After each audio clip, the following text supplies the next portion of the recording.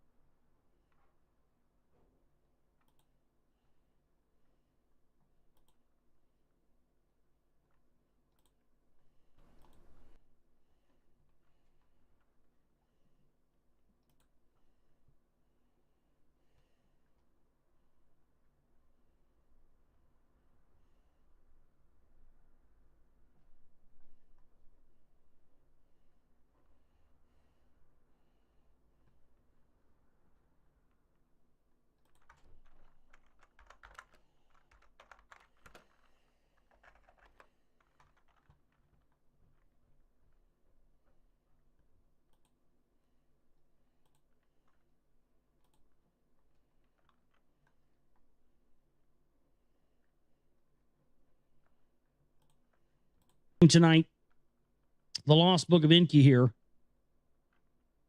This is the introduction. Some 445,000 years ago, astronauts from another planet came to Earth in search of gold. Splashing down in one of the Earth's seas, they waded ashore and established Eridu, home in the faraway.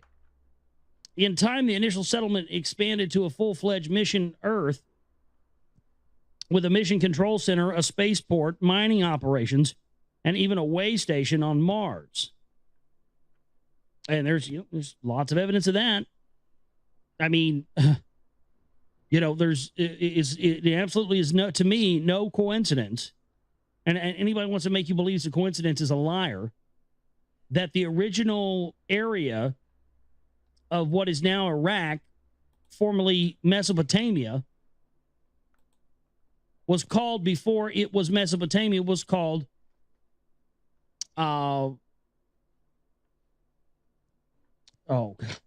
Cydonia. Sorry, I had a brain fart there for a minute. And the area also on Mars where the face was found is also on Cydonia. Coincidentally enough, both places are also located on the 33rd degree parallel. Yes, you heard me right. Ancient Mesopotamia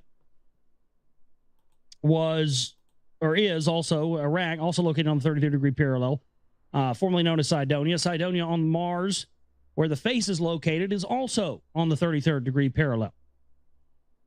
As we talked about earlier with 33, no coincidence, ladies and gentlemen. So, I got to say the idea of the way station thing, definitely a lot of evidence to support that.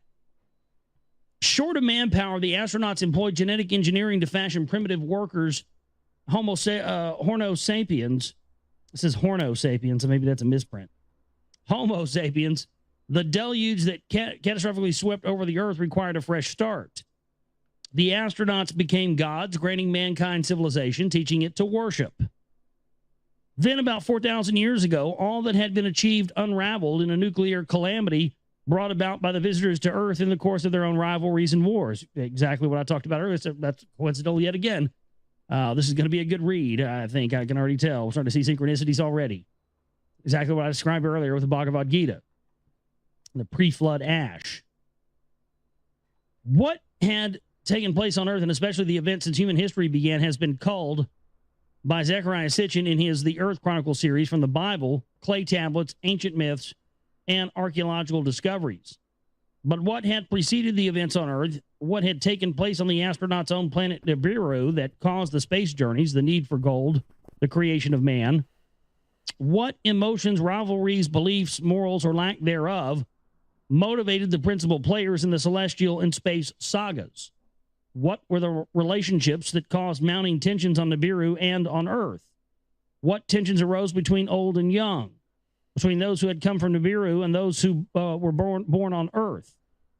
And to what extent was what happened determined by destiny, a destiny whose record of past events holds the key to the future?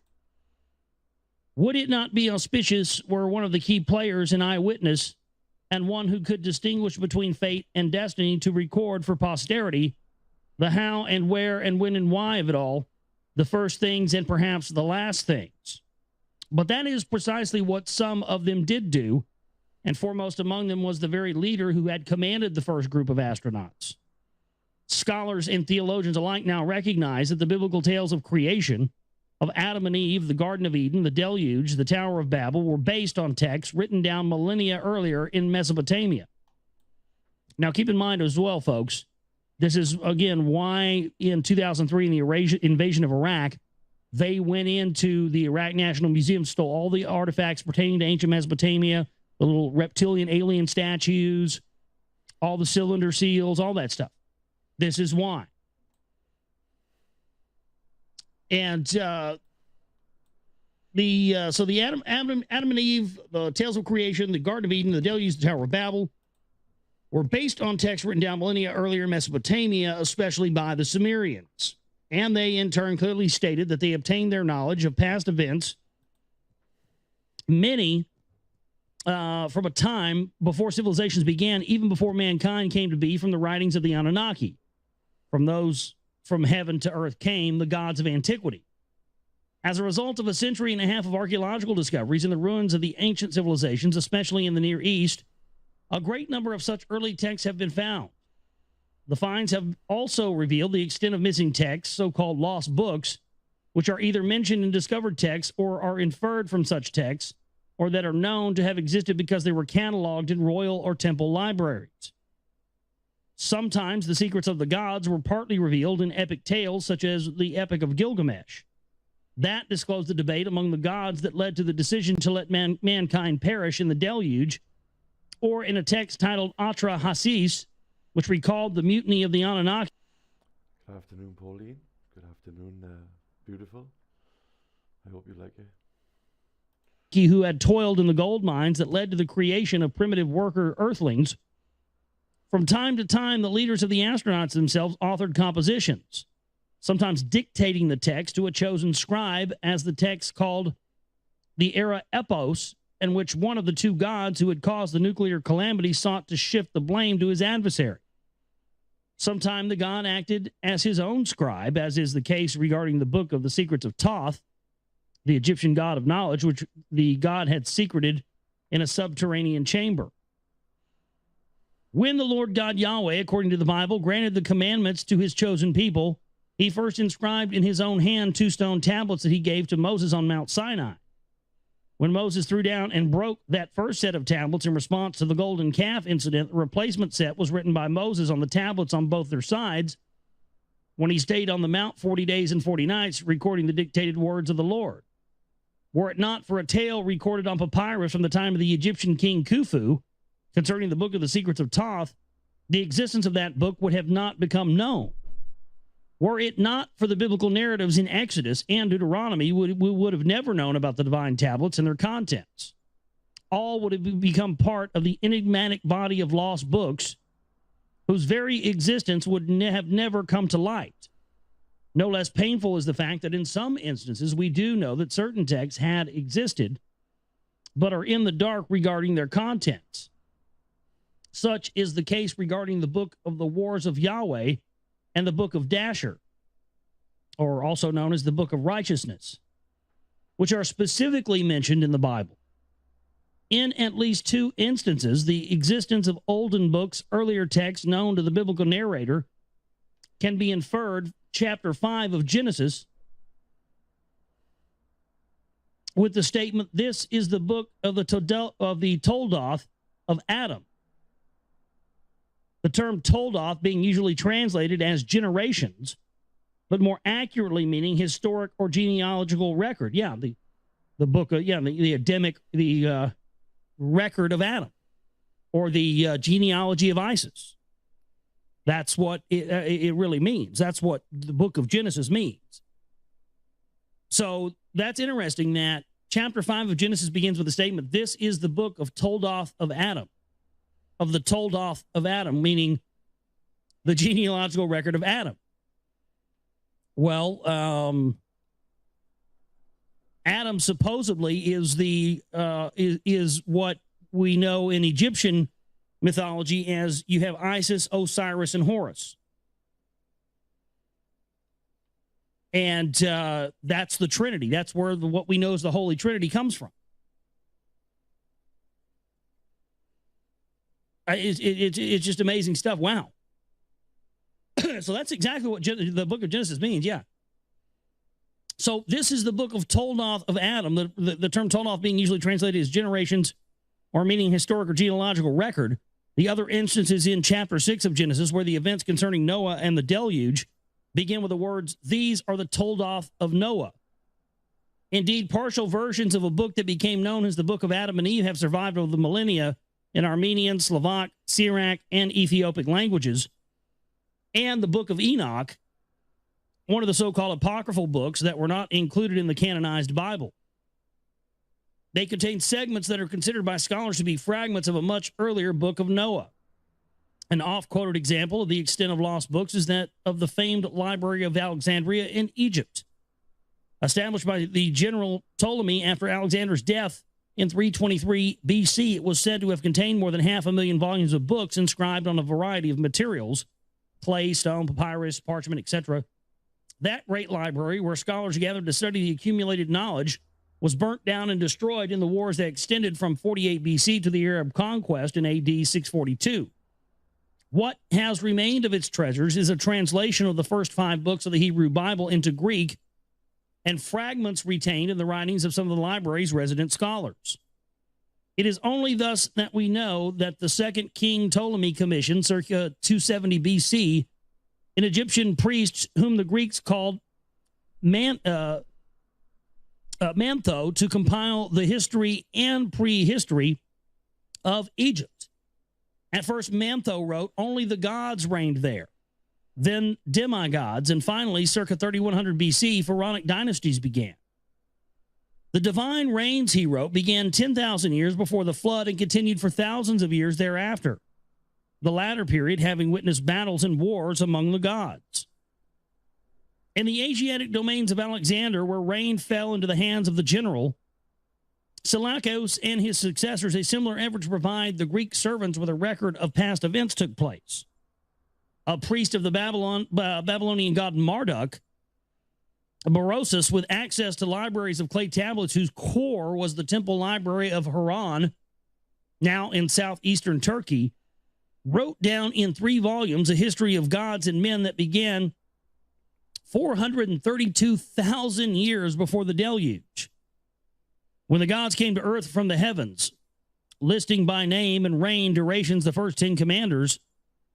Berosus reported that the first leader, dressed as a fish, waded ashore from the sea.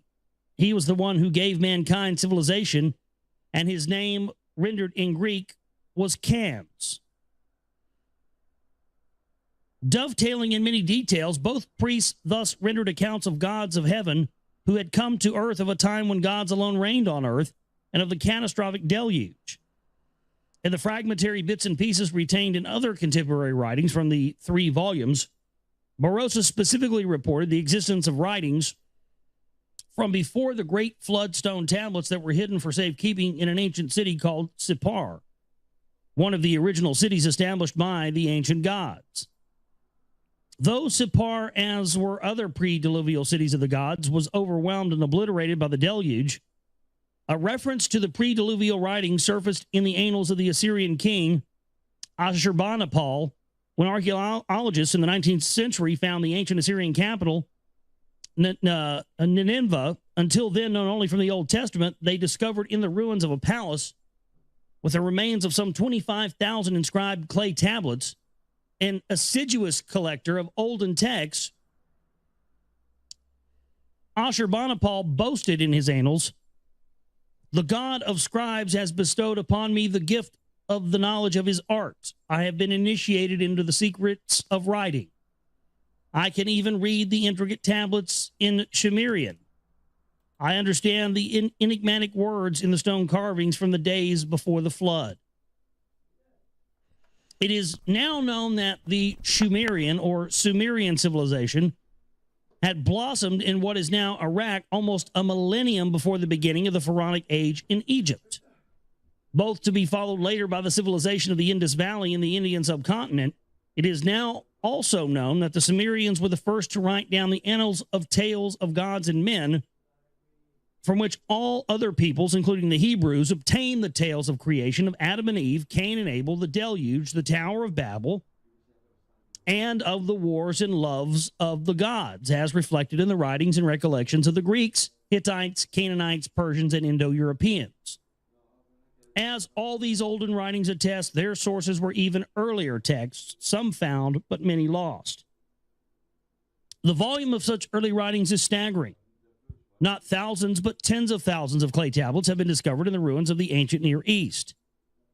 Many deal with or record aspects of daily life, such as trade or workers' wages and nuptial contracts. Others found mostly in palace libraries constitute royal annals. Still others discovered in the ruins of temple libraries or of scribal schools constitute a group of canonized texts. A secret literature that were written down in the Sumerian language and then translated to Akkadian, the first Semitic language, and then other ancient languages. And even in those early writings going back almost 6,000 years, references are made to lost books, texts inscribed on the stone tablets.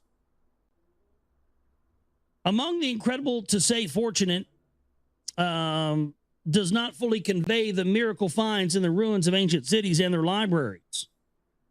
There are clay prisms inscribed with the very information about the 10 pre-Diluvian rulers and their 432,000 years total reign to which Berosus had referred, known as the Sumerian king lists. Let me get a drink here.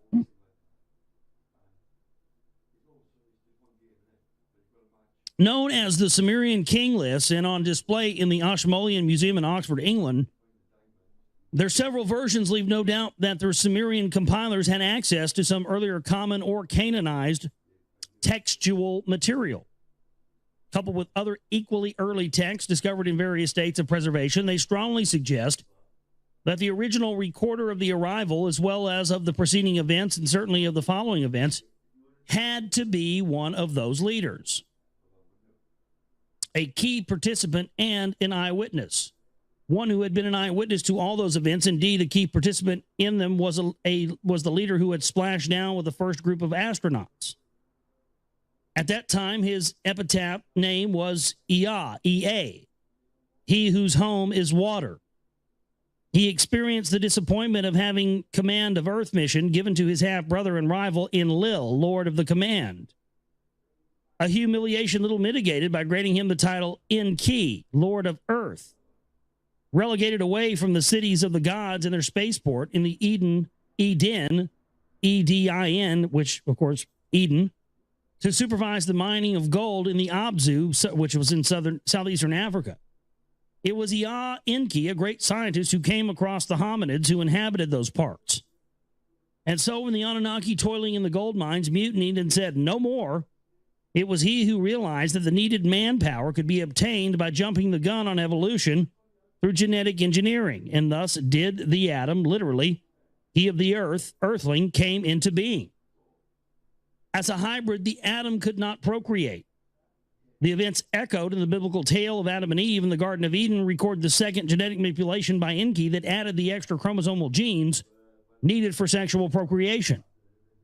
And when mankind proliferating did not turn out the way it had been envisaged, it was he, Enki, who defied his brother Enlil's plans to let mankind perish in the deluge. The events whose hero has been called Noah in the Bible and Zusudra in the earlier original Sumerian text. The firstborn son of Anu, Nibiru's ruler Ea Enki, was well versed in his planets and its inhabitants' past. And this is this is where I start to already have problems with this. I'm not convinced that they were. I don't believe 100% what they tell us. You know, Anunnaki came from Nibiru and all that. I don't believe that. I still think that's a red herring. But that's what you always see Sitchin referring to. And I still just don't. The archaeological stuff doesn't point in that direction. It points more in the direction of Sirius or Cygnus or Polaris. I mean, it just doesn't point in the direction of some planet that we have. We may or may not have ever even really identified. We have hard evidence that points archaeological things like the pyramids and Göbekli Tepe, and I mean, you've got all these ancient megalithic sites all around the world lined up to stars, to certain systems. And then you see things like the Freemasons being obsessed with Sirius and and the whole star system's there, and then the Dogon. And I mean, I just have a hard time believing that the Anunnaki came. They just don't seem to have come from within our own solar system. I have a hard time believing that. An accomplished scientist, he bequeathed his most important aspects of advanced knowledge of the Anunnaki, especially to his two sons, Marduk and Ningishzida, who as Egyptian gods were known there as Ra and Thoth, respectively. But he also was instrumental in sharing with mankind certain aspects of such advanced knowledge by teaching to selected individuals the secrets of the gods. In at least 2 instances, such initiates wrote down, as they were instructed to do, those divine teachings as mankind's heritage. Right, that's what I was referencing earlier in the show, our birthright. That's what they were instructing him to write down. One called Adapa, and probably a son of Enki by a human female, is known to have written a book titled Writings Regarding Time, one of the earliest lost books. The other, called the Edmund Durang, let me get this right, the Enmed Uranki, the Enmed Uranki, ENMEDURANKI, the Enmed Uranki, another one of the books that was supposed to be our birthright, was in all probability the prototype of the biblical Enoch, the one who was taken up into heaven after he had entrusted his sons the book of divine secrets, and of which a version has possibly survived in the extra-biblical book of Enoch. Though the firstborn of Anu, he was not destined to be his father's successor on the throne of Nibiru. Complex rules of succession, which reflected the convoluted history of their planet, gave the privilege to Enki's half-brother Enlil. And Enlil is also that's where the whole thing of, Jesus and the devil comes from, that whole, that whole dynamic. That's Enlil and Enki. That's what the 2 twin towers represented, Enlil and Enki. It's a pretty good signal of bringing those things down, bringing down Enlil and Enki, that, these custodial rulers definitely, you want to get down to who really pulled off 9/11, there you go. In the effort to resolve the bitter conflict, both Enki and Enlil ended up on a mission to an alien planet Earth, whose goal was needed to create a shield for preserving Nibiru's dwindling atmosphere. It was against that background, made even more complex by the presence on Earth of their half-sister Ninarshag, the chief medical officer of the Anunnaki, that Enki decided to defy Enlil's plans to have mankind perish in the deluge. The conflict carried on between the 2 half-brother sons, even among their grandchildren. The fact that all of them, and especially those born on Earth, faced the loss of longevity that Nibiru's extended orbital period provided, added personal agonies and sharpened ambitions. It all came to a climax in the last century of the 3rd millennium BC, when Marduk, Enki's firstborn by his official spouse, claimed that he and not Enlil's firstborn son, Ninurta, should inherit the Earth. The bitter conflict that included a series of wars led in the end to the use of nuclear weapons. And that's what I was mentioning earlier when the listener had asked me about, the sun symbols.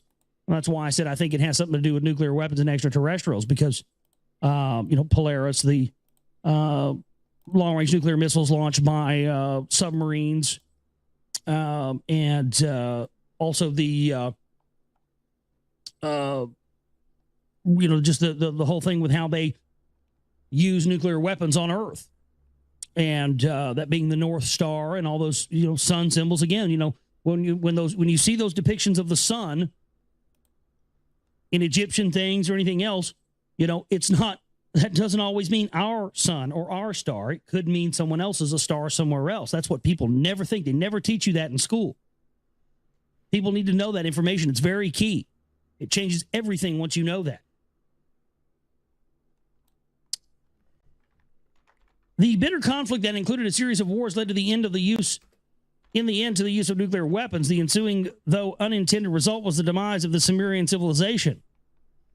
And that's true, because that's one of the things, that's That they will admit to, actually, in a high school textbook. The Sumerians disappeared.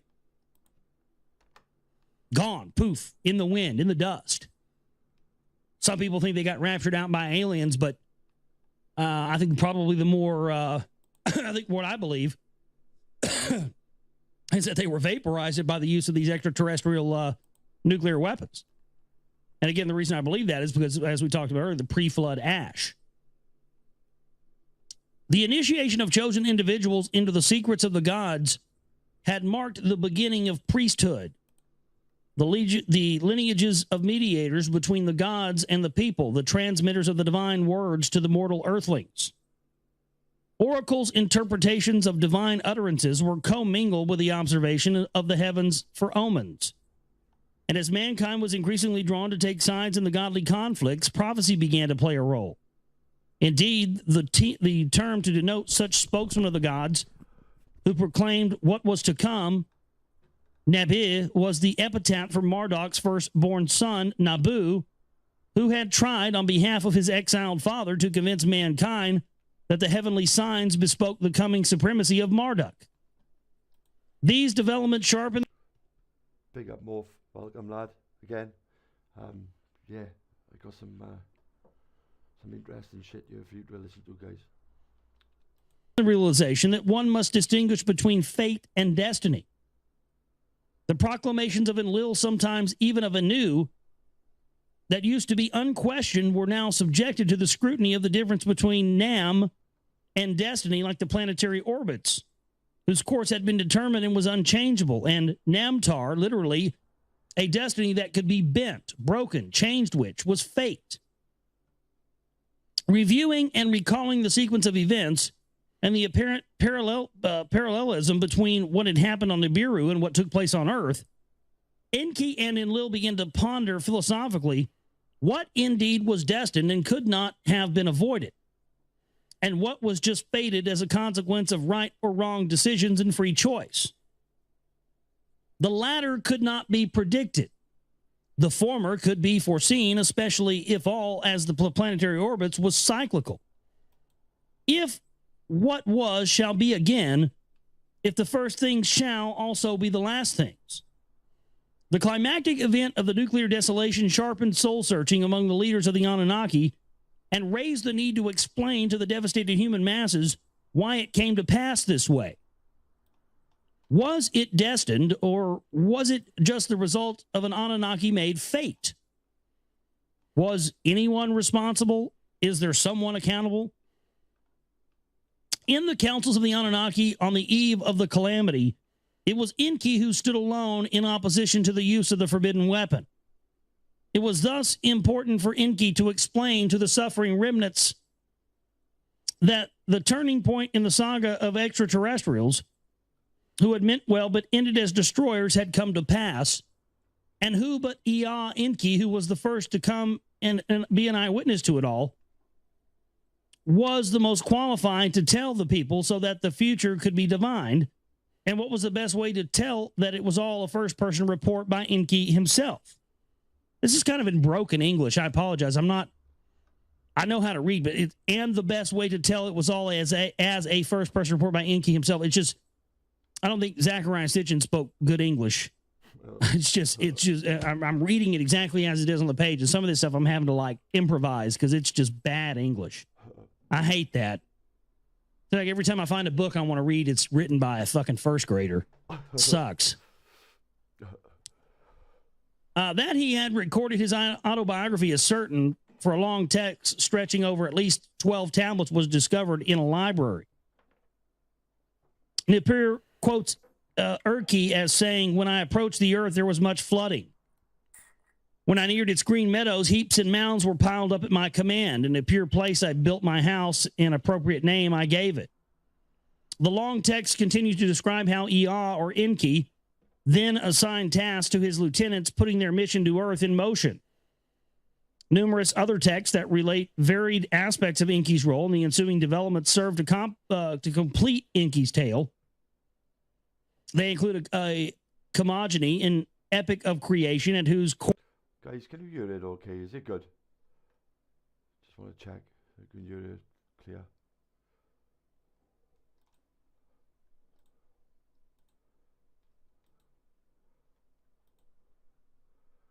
give me a 1 or a 2.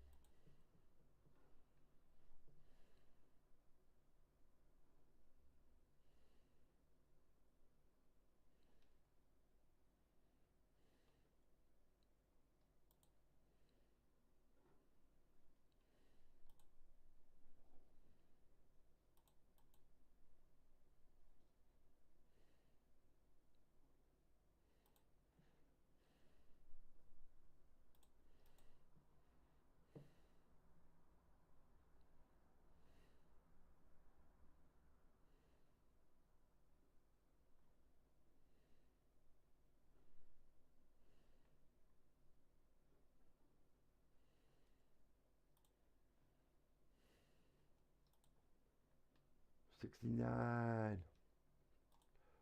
Or lay Enki's own text, which scholars call the Eridu Genesis. Big up, bacon. They include detailed descriptions of the fashioning of the atom. They describe how other Anunnaki, male and female, came to Enki in his city Eridu to obtain from him a kind of data disk that encoded all aspects of civilization, and they include text of Enki's private life and personal problems, such as the tale of his attempts to attain a son by his half-sister Ninarshak, his promiscuous affair with both goddesses and the daughters of man, and the unforeseen consequences thereof. The Atra Hasis text throws light on Anu's efforts to prevent a flare-up of the Enki-Enlil rivalries by dividing Earth's domains between them. And texts recording the events preceding the deluge render almost verbatim the debates in the Council of the Gods about the fate of mankind and Enki's subterfuge known as the Tale of Noah and the Ark Tale known from the Bible, until one of its original Mesopotamian versions was found in the tablets in the Epic of Gilgamesh. Sumerian and Akkadian clay tablets, Babylonian and Assyrian temple libraries, Egyptian, Hittite, and Canaanite myths, and the biblical narratives are the main body of written down memories of the affairs of gods and men. For the first time ever, this dispersed and fragmented material has been assembled and used by Zecharia Sitchin to recreate the eyewitness accounts of Enki, the autobiographical memoirs and insightful prophecies of an extraterrestrial god. Presented as a text dictated by Enki to a chosen scribe, a book of witnessing to the unsealed, to be unsealed at an appropriate time. It brings to mind Yahweh's instructions to the prophet Isaiah. Now come, write it on a sealed tablet as a book and engrave it. Let it be the witnessing until the last day, a testimony for all time. In dealing with the past, Enki himself perceived the future. The notion that the Anunnaki, exercising free will, were masters of their own fates, as well as the fate of mankind, gave way in the end to a realization that it was destiny, that when all was said and done, determined the course of events, and therefore, as the Hebrew prophets had recognized, the first things shall be the last things. The record of events dictated by Enki thus becomes a foundation for prophecy, and the past becomes the future. In the 7th year after the great calamity, in the 2nd month, on the 17th day, I was summoned by my master, the Lord Enki, great God, benevolent fashioner of mankind, omnipotent and merciful. I was among the remnants of Eridu who had escaped to the arid steppe just as the evil wind was nearing the city. The evil wind nearing the city, a nuclear blast. And I wandered off into the wilderness to seek withered twigs for firewood. And I looked up, and to behold, a whirlwind came out of the south. Maybe it was a UFO landing. There was a reddish brilliance about it, and it made no sound. Well, a lot of UFOs have been described as making no sound, haven't they? And as it reached the ground, 4 straight feet spread out from its belly and brilliance appeared. I mean, come on. 4? You got to give me a fucking break. You know? 4 little feet come right out of it. Lands just classic flying saucer here. You know? This is what I'm saying. Now you read that and it just makes total sense to you why the first thing they did during the invasion of Iraq in 2003 was to invade the Baghdad Museum and take all of these cylinder seals and clay tablets that have all this information in it.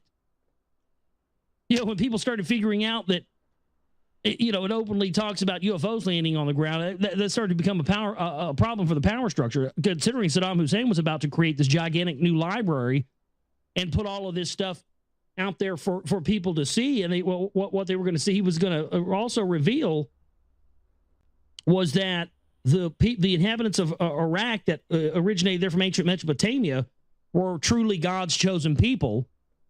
And that was actually the land talked about in biblical times, and that, you know, the Jews and what we know as Semites, not non-Arabs, were the imposters. So, you know, that combined with, you know, a library where you could go see for yourself and translate for yourself stuff like this, where it's clearly talking about UFOs landing on the ground. I mean, my goodness, now you know what this whole thing has been about. Now you know why they're obsessed with antiquities. 4 straight feet spread out from its belly, and the brilliance appeared. Brilliance means a bright light. So 4 legs came out of a whirlwind with no sound, and a bright light came out of the center of it. And I threw myself to the ground and prostrated myself, where I knew that it was a divine vision. Of course, you know, UFOs land. These people don't have any idea what this technology is. Their only reference point is that it's God's. And when I lifted my eyes, there were 2 divine emissaries standing near me. And they had the faces of men, and their garments were sparkling like burnished brass. And they called me by name and spoke to me, saying, "You are summoned by the great God, the Lord Enki. Fear not, you are blessed. And we are here to take you aloft and carry you unto his retreat in the land of Megan, on the island amidst the river of Megan, where the sluices are." Sluices. S-L-U-I-S-E-S. Don't know what that is, but S-L-U-I-C-E-S. Sluices. And they spoke. The whirlwind lifted itself as a fiery chariot and was gone. And they took me by my hands, each one grasping me by one hand, and they lifted me and carried me swiftly between the earth and the heavens. Yeah, our first documented abduction here. And carried me between the earth and heavens as the eagle soars, and I could see the land and the waters. I mean, my goodness, classic UFO abduction. The plains and the mountains, and they let me down on the island at the gateway of the great God's abode. And the moment that they let go of my hands, a brilliance as I had never seen before engulfed and overwhelmed me. And I collapsed on the ground as though voided of the spirit of life. My life senses returned to me as if awakened from the deepest sleep by the sound of the calling of my name. I was in some kind of an enclosure. It was dark, but there was also an aura. Then my name was called again by the deepest of voices. And although I could hear it, I could not tell whence the voice came, nor can I see whoever it was that spoke. And I said, "Here I am." Then the voice said to me, "In Dubsar, offspring of Adapa, I have chosen you to be my scribe, that you write down my words on the tablets." And all at once there appeared a glowing in one part of the enclosure. And I saw a place arranged like a scribal workplace, a scribe's table and a scribe's stool. And there were finely shaped stones upon the table, but I saw no clay tablets nor containers of wet clay. And there lay upon the table only one stylus, and it glistened in the glowing as no reed stylus ever did. It was a computer. You scribed it on a computer, yeah. And the voice spoke up again, saying, "In Dubsar, son of Eridu city, my faithful servant, I am your Lord Enki. I have summoned you to write down my words, for I am much distraught by what has befallen mankind by the great calamity. It is my wish to record the true course of the events, to let gods and men alike Know that my hands are clean. Not since the great deluge had such a calamity befallen the earth and the gods and the earthlings. But the great deluge was destined to happen. Not so the great calamity. This one, 7 years ago, need not have happened. It could have been prevented, and I, Enki, did all I could to prevent it. Alas, I failed. And was it fate or was it destiny? In the future shall it be judged, for at the end of days a day of judgment there shall be. On that day the earth shall quake, and the river shall change course. And there shall be darkness at noon, and a fire in the heavens in the night. The day of the returning celestial God will it be. And who shall survive, and who would perish? Who shall be rewarded, and who will be punished? Gods and men alike on that day shall it be discovered. For what shall come to pass by what had passed shall be determined, and what was destined shall in a cycle be repeated. And what was fated and only by the heart's will occurring for good, or I shall for judgment come. The voice fell silent. Then the great Lord spoke up again, saying, It is for this reason that I will tell the true account of the beginnings and of the prior times and of the olden times. For in the past the future lies hidden. For 40 days and 40 nights shall I speak, and you will write. 40 shall be the count of the days and the nights of your task here. For 40 is my sacred number among the gods. For 40 days and 40 nights you shall neither eat nor drink. Only this once of bread and water you shall partake, and it shall sustain you for the duration of your task. And the voice paused, and all at once there appeared a glowing in another part of the enclosure. And I saw a table, and upon it a plate and a cup. And I rose up there too, and there was bread on the plate and water in the cup. And the voice of the great Lord Enki spoke up again, saying, In Dubsar, eat the bread and drink the water, and be sustained for 40 days and 40 nights. And I did as directed. And therefore the voice directed me to sit myself at the scribal table, and the glowing there intensified. I could see neither door nor aperture where I was, yet the glowing was as strong as the midday sun. And the voice said, In Dubsar, the scribe, what do you see? And I looked, and I saw the glowing rate upon the table, and the stones, and the stylus. And I said, I see stone tablets, and their hue is blue as pure as the sky. And I see a stylus, as I have never seen before, its stem unlike any reed, and its tip like an eagle's talon. And the voice said, These are the tablets upon which you shall inscribe my words. By my wish they have been cut of the finest lapis lazuli, each with 2 smooth faces provided. And the stylus you see is a god's handiwork, its handle made of electrum, and its tip of divine crystal. It shall firmly fit in your hand, and what you shall engrave with it shall be as easy as marking upon wet clay. In 2 columns you shall inscribe the front face. In 2 columns you shall inscribe the back of each stone tablet. Do not deviate from my words and utterances. And there was a pausing, and I touched one of the stones, and the surface thereof felt like a smooth skin, soft to the touch. And I picked up the holy stylus, and it felt like a feather in my hand. And then the great god Enki began to speak. And I began to write down his words exactly as he had spoken them. At times his voice was strong, at times almost a whisper. At times there was a joy or pride in his voice. At times pain or agony.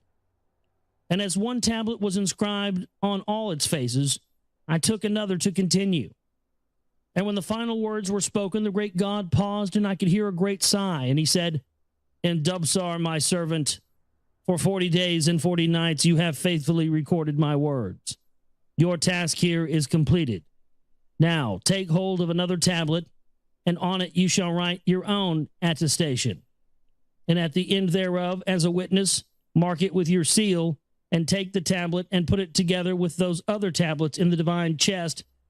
For at a designated time, chosen ones shall come hither, and they shall find the chest and the tablets.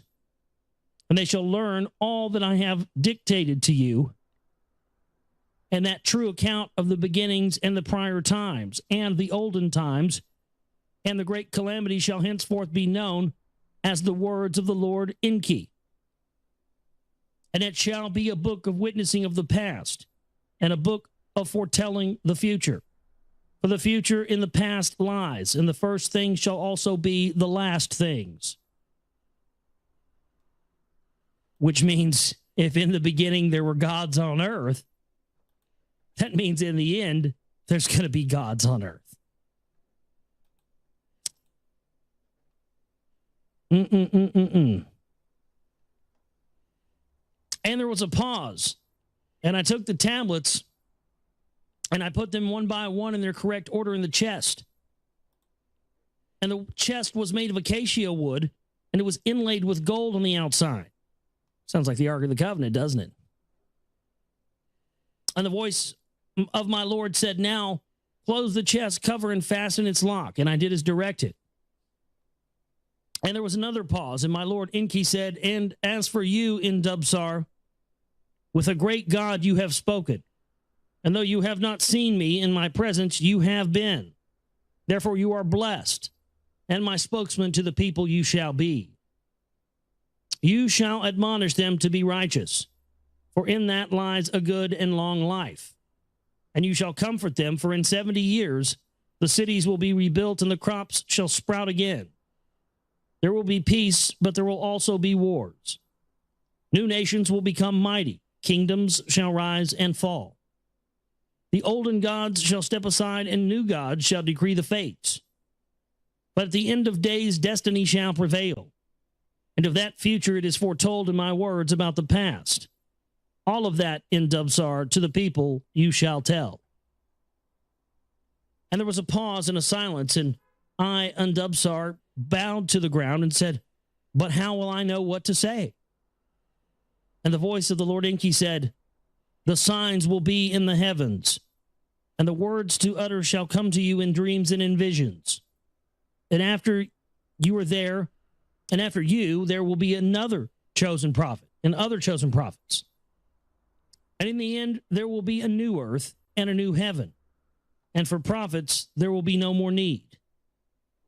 And then there was silence, and the auras were extinguished, and the spirit left me. And when I regained my senses, I was in the fields outside Eridu.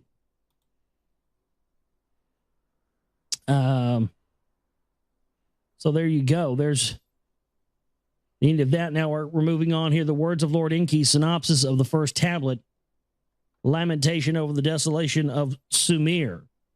We're going to continue in our reading from the Lost Book of Enki. Interesting stuff here. And especially interesting to sort of, that's why I wanted to follow up the Gods of Eden that we read with William Bramley with this one. You know, follow up now that we got the premise, now that we figure, you know, we've gotten that added into the vocabulary. I think that was the best thing I think that I took away from reading that.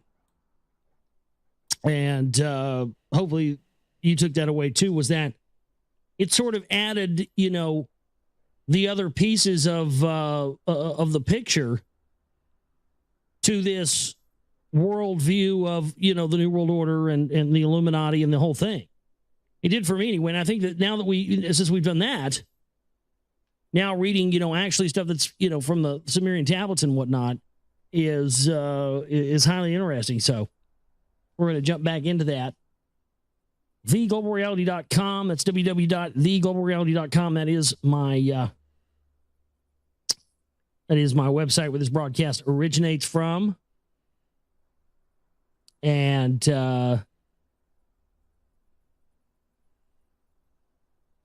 it says, I got an email here, another email from Lori.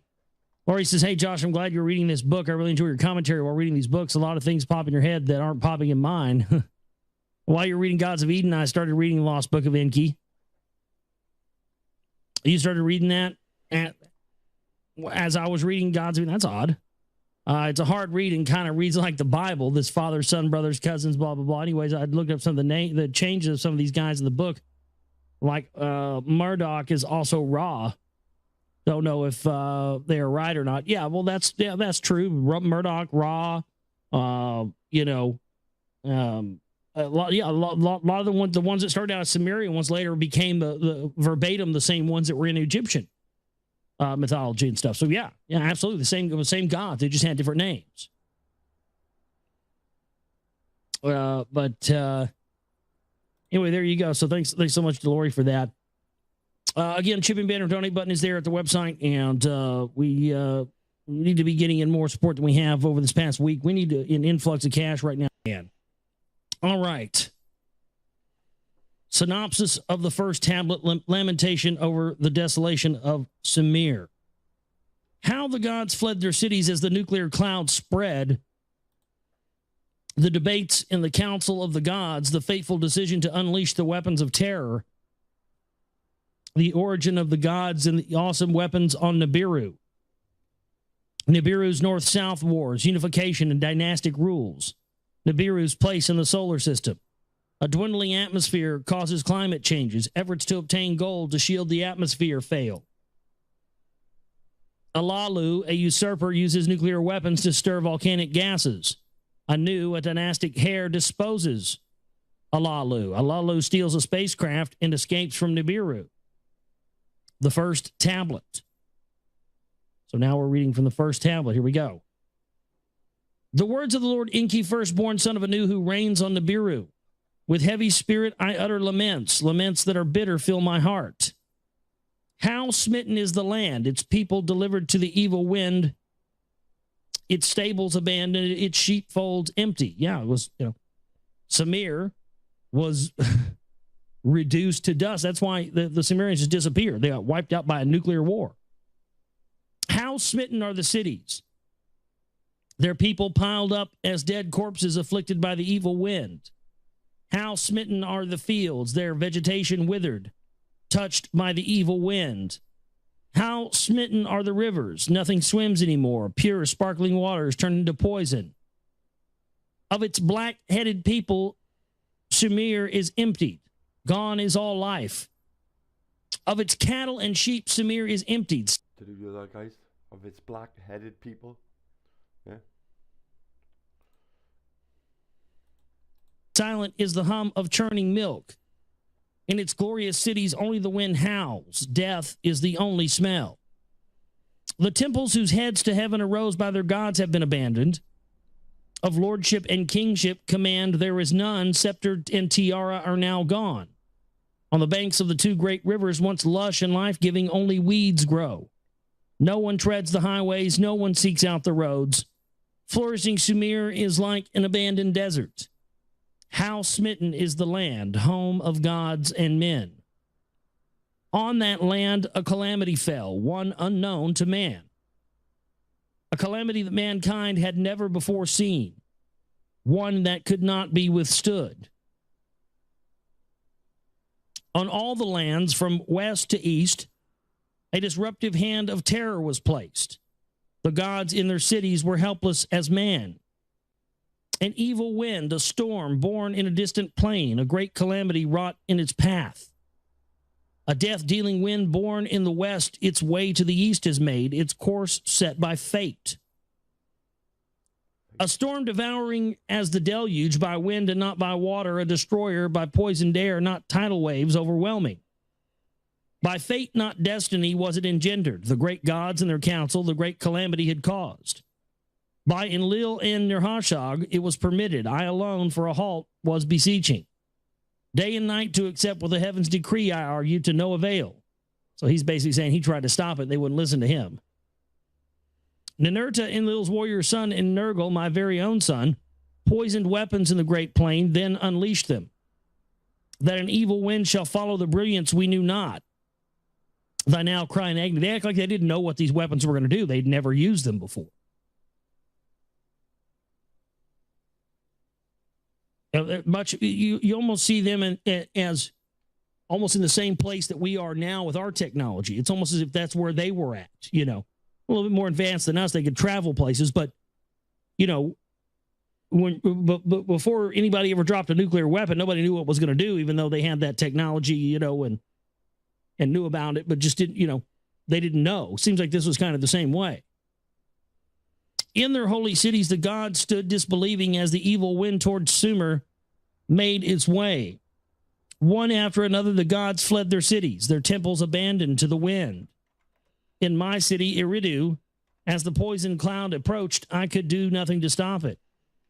Escape to the open steppe, to the people I gave instructions, with Enki, my spouse, the city I abandoned. In his city, Nippur, place of the bond heaven earth, Enlil could do nothing to stop it. The evil wind against Nippur was onrushing in his celestial boat, UFO. Pretty clear, celestial boat. Give me a break. Enlil and his spouse hurriedly took off. Yeah. Sure. Yeah, the tough gods, these almighty, all-powerful, all-loving gods, puke. Drop nuclear weapons on us, then get in their fucking spaceships and haul ass out of here. Sounds familiar, doesn't it? As above, so below, right? Right. Sounds like what they want to do to us. The past is prologue. Like what it said at the beginning of this, something to that effect. What's happened in the past determines the future. So the gods, the extraterrestrials, they dropped nuclear weapons on us and they hauled ass in their spaceships and got the fuck out of here and then, left us all down here to die. That very well could be what's going to happen again. A lot of evidence pointing that direction, isn't there? Yep.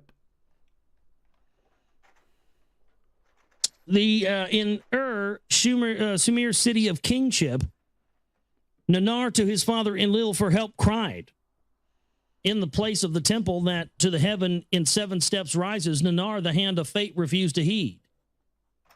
My father who begot me, great God who to had granted kingship, turn the evil wind away, Nanar pleaded. Great God who decrees the fates, let and its people be spared, your praises to continue. Nanar appealed. Enlil answered his son, Nanar, noble son, your wondrous city kingship was granted, eternal reign it was not granted. Take hold of your spouse, Ningal, flee the city. Even I who decree fates, its destiny, I cannot bend. Thus did Enlil, my brother, speak. Alas, not a destiny it was. A calamity none greater since the deluge, gods and earthlings has befallen. Alas, not a destiny it was. The great deluge was destined to happen. The great calamity of the death-dealing storm was not. So they're saying that, again, really reinforcing that idea that the great deluge, the great flood, was destined to happen, but the death-dealing storm was not. Well, what makes that interesting is that historically people are often confused. Because there was more than one great flood on this planet. There's more than one great deluge.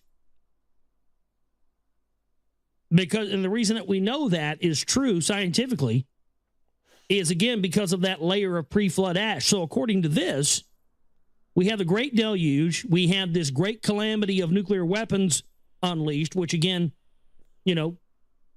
all across the earth, deep underground, there's a layer of pre-deluge, pre-flood ash.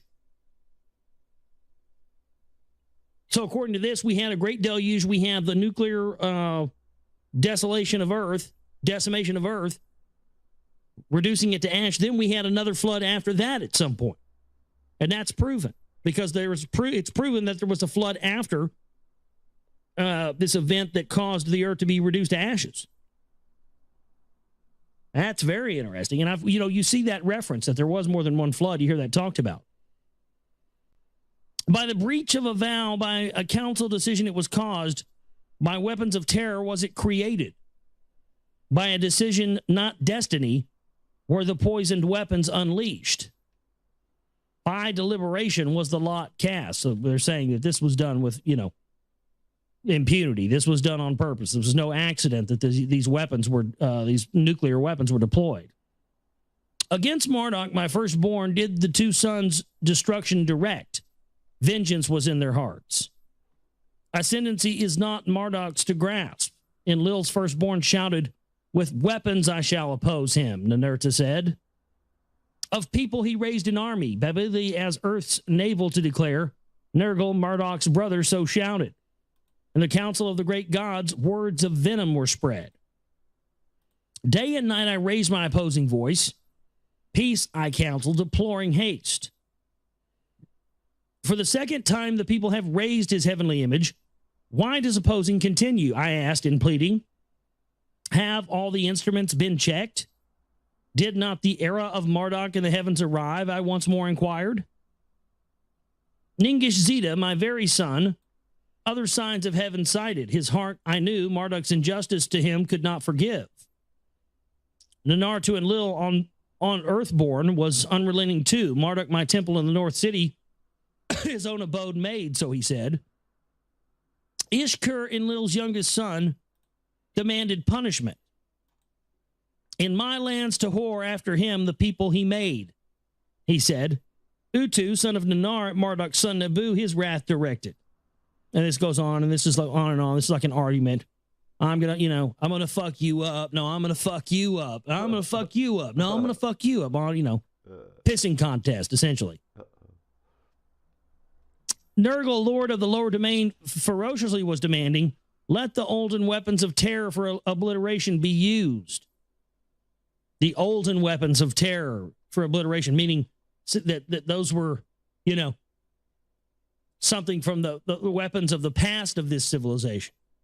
Kind of like what we see people in the future will see nuclear weapons on Earth. Let the olden weapons of terror for obliteration be used. At my own son I gazed in disbelief, for brother against brother the terror weapons have been forsworn. Sounds familiar. I mean, why do we think we're in a constant state of war? I mean, that was Bramley's sort of whole premise for the gods of Eden. Well, there you go. That's all we know. That's what the people who created us, or who we call gods, who we are the victims of a gigantic science experiment of. We are. No wonder nobody's ever tried to. No wonder other extraterrestrial races haven't tried to get a hold of us, man. No, we're the bastard sons of the universe. We are. We're the redheaded stepchildren of the galaxy. And we wonder why we arm against each other and why we have weapons, and we're all people, man. Why do we want to kill each other? Because the people of the bloodlines who are in positions of power around the globe, from presidents to congressmen to senators to royalty to the crown to all across the board, banking houses, religious institutions, all of these bloodline people are trying to become gods themselves. And to become like their gods, their creators, our creators, to become like them because they feel that because they are of the pure bloodline, that gives them the right to do it. It gives them the right to do everything that their creators did. And if that means endless war and everybody killing each other, then so be it, because that's what they did. For brother against brother, the terror weapons have been forsworn. Instead of consent, there was silence. In the silence, Enlil opened his mouth. Punishment there must be. Like birds without wings, the evildoers shall be. Marduk and Nabu of our heritage are depriving us of our heritage. Let them deprive the place of the celestial chariots. I'm sort of reading this slow and kind of, it's just, all the words are kind of reversed into what we would say it, so I'm trying to reverse them a little bit and say them, so they're easier to understand for you. Let this place be scorched to oblivion, Ninurta shouted. Let the one who scorches be me. I mean, let me do it. Let me fucking set this place on fire. Let's scorch this motherfucker to oblivion. Let's drop, but let me pull the trigger. That's what Ninurta is saying. Excited, Nurgle stood up and shouted, let the evildoer cities also be upheavaled. The sinning cities let me obliterate. Let the annihilator my name be thereafter. The earthlings by us created, the earthlings that were created by us must not be harmed. The righteous with the sinners must not be perished, I forcefully said. Ninarshog, my creating helpmate, was consenting. The matter is between the gods alone to settle. The people must not be harmed. I knew from the celestial abode to the discussions was giving much heed. Anu, who determines fates from his celestial abode, his voice made heard. Let the weapons of terror be used this once. Let the place of the rocket ships be obliterated. Let the people be spared. Let Ninurta the Scorcher be. Let Nergal be the Annihilator.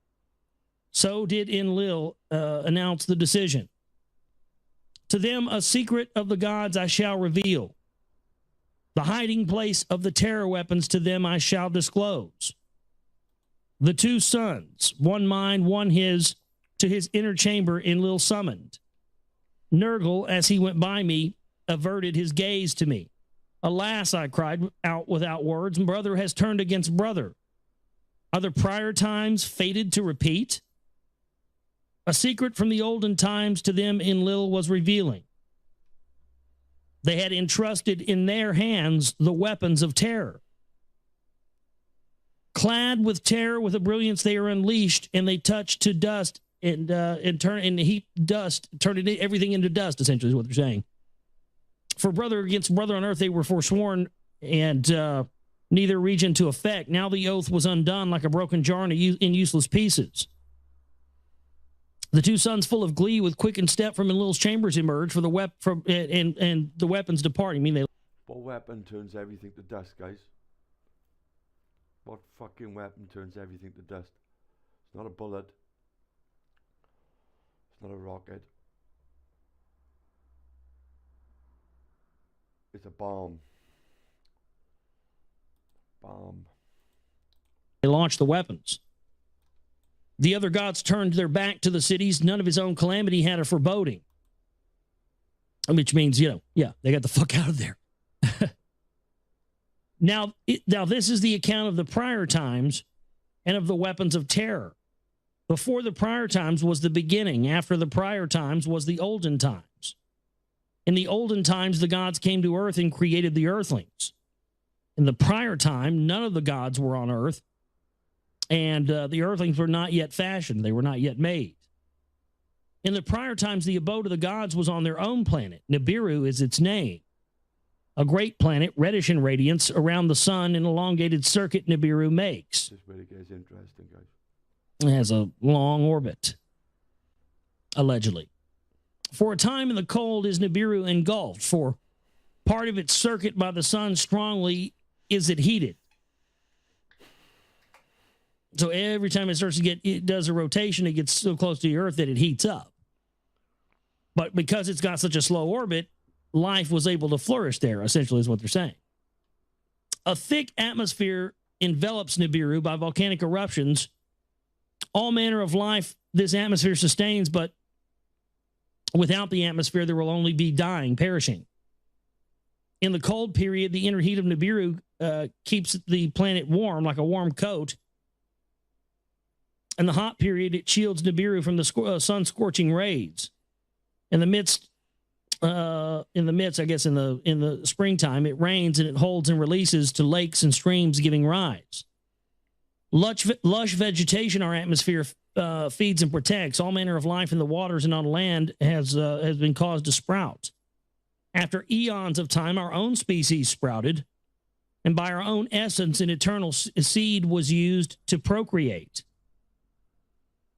Which basically says, an eternal seed was used to, something came along and created them. They may be the gods that created mankind, but somebody created them too. Who was it? See, we're not even ready to ask that question as a people on this planet, are we? Nowhere near.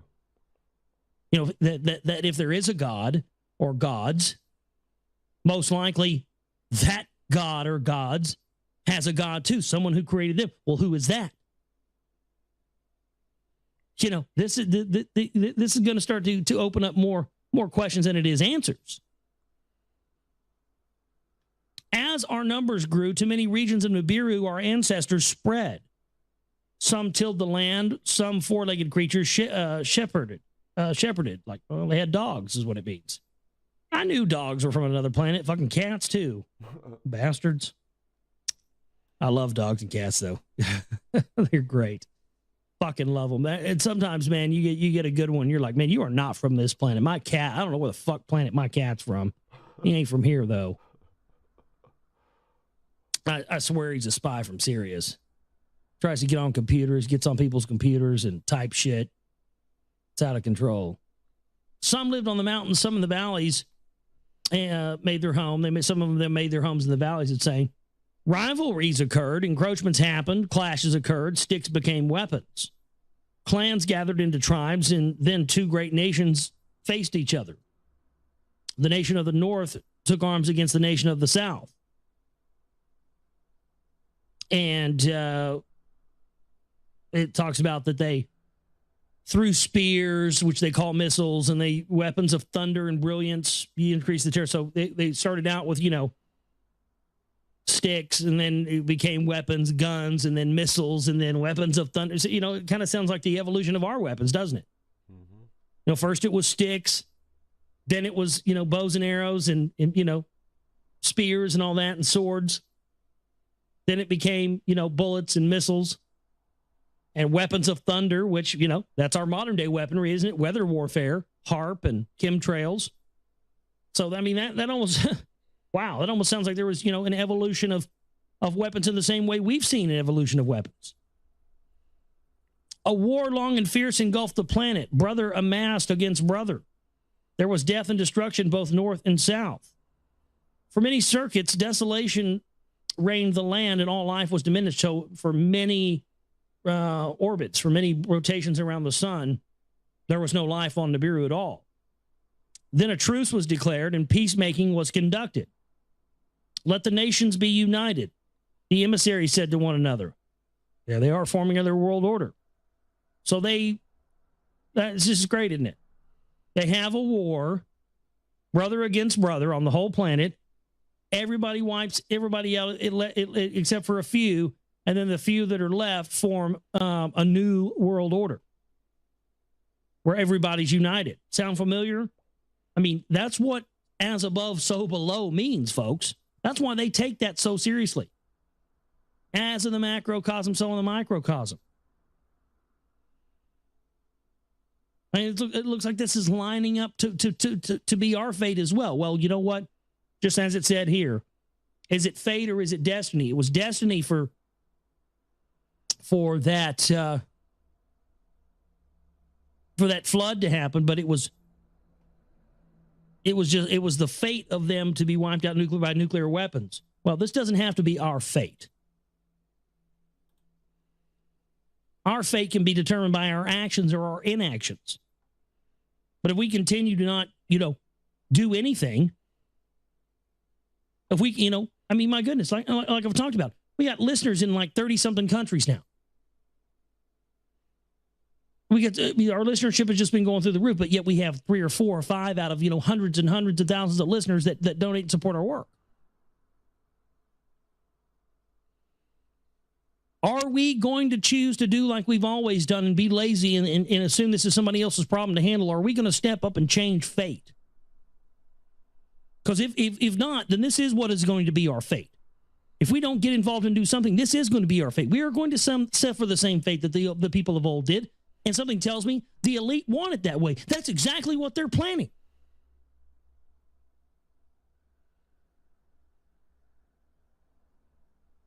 I want to play with the big boys. I want to play at the big boy level. We need cash to do that. Unbelievable, man. Unbelievable, just the epiphanies from reading stuff on air. It just blows me away. Let there be one throne on Nibiru, one king to reign over all. There it is, the new game's in town. Divide and conquer. Kill everybody, blow everybody, create all-out warfare, and then come in and pick up the pieces and create a new order. That's what their agenda is. Let a leader from north or from south by lot be chosen. One king supreme to be. If he be from north, let south choose a female to be his spouse, an equal queen to reign alongside him. If he's from the south, if they choose one from the south, let someone from the north, a female from the north, be his spouse. Husband and wife, let them be as one flesh to become. Let their firstborn son be the successor. Let a unified dynasty thus be formed, unity on Nibiru forever to establish. They set up a fucking monarchy is what they did. You know, they set up the new game. Who's going to run the new game? They wipe everybody out, and then they set up a new game under that. And then the people 100, 200, 300 years from now have no idea why life is the way it is, and nobody really questions it, and people just going around about their business, forgetting that 200, 300, 1,000 years ago, 2,000 years ago, everybody died and somebody came in and set up the new game that they controlled. And people just think it's day to day and they never know what happened. You see what happened to us? The same thing.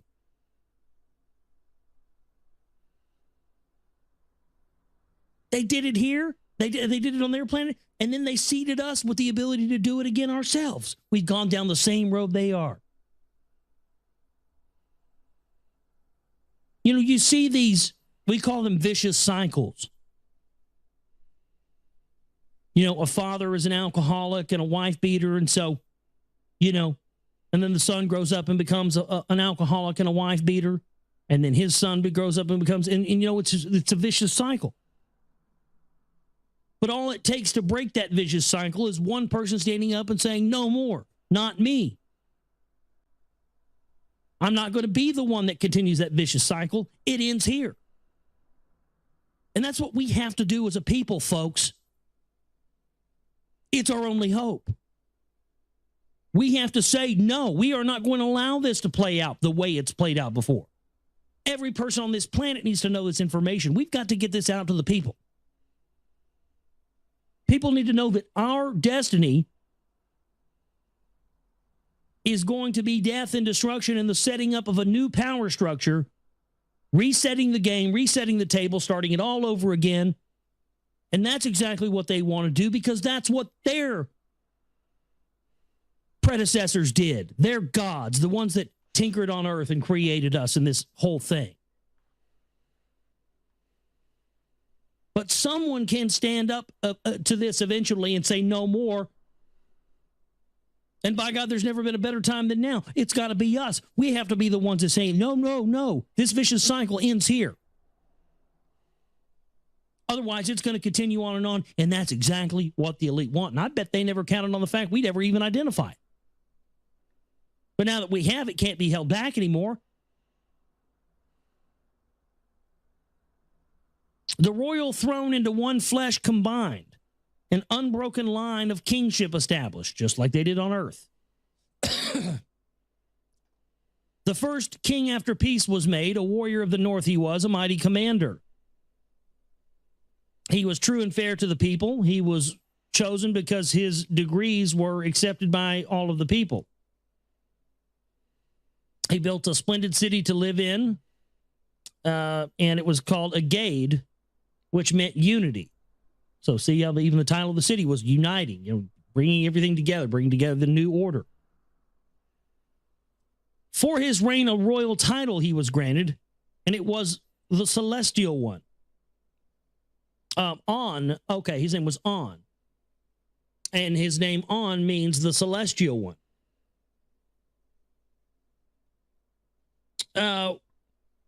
He strong-armed people into reestablishing new laws and regulations on the land. He appointed governors for each land and created restoration and reclamation tasks for the people. Of him in the royal annals, thus it was recorded, On the lands unified, peace on Nibiru he restored. He built a new city, the canals he repaired, provided people to the food, and there was abundance in the lands. For his spouse from the south, a maiden he had chosen for both love and warring, she was known. On 2 was her royal title. Cute. On 2, T-U, like number 2. And the leader who is On spouse, the given name cleverly did mean, yeah, On 2. Yeah, it even says, you know, oh, it's clever. It was cute that they did that. She bore On 3 sons and no daughters. The firstborn by her named Enki. Enki. You see, like Anu, Na, Ki. Now it's just Enki. Now you're starting to see the lineage. See this? That's what this is. Anunnaki. That's why he said, you know, this is the preface. This is of the times that came before. Well, that's what we're reading here. This is unbelievable. This is an account. I didn't know this. I wasn't aware of this. Wow.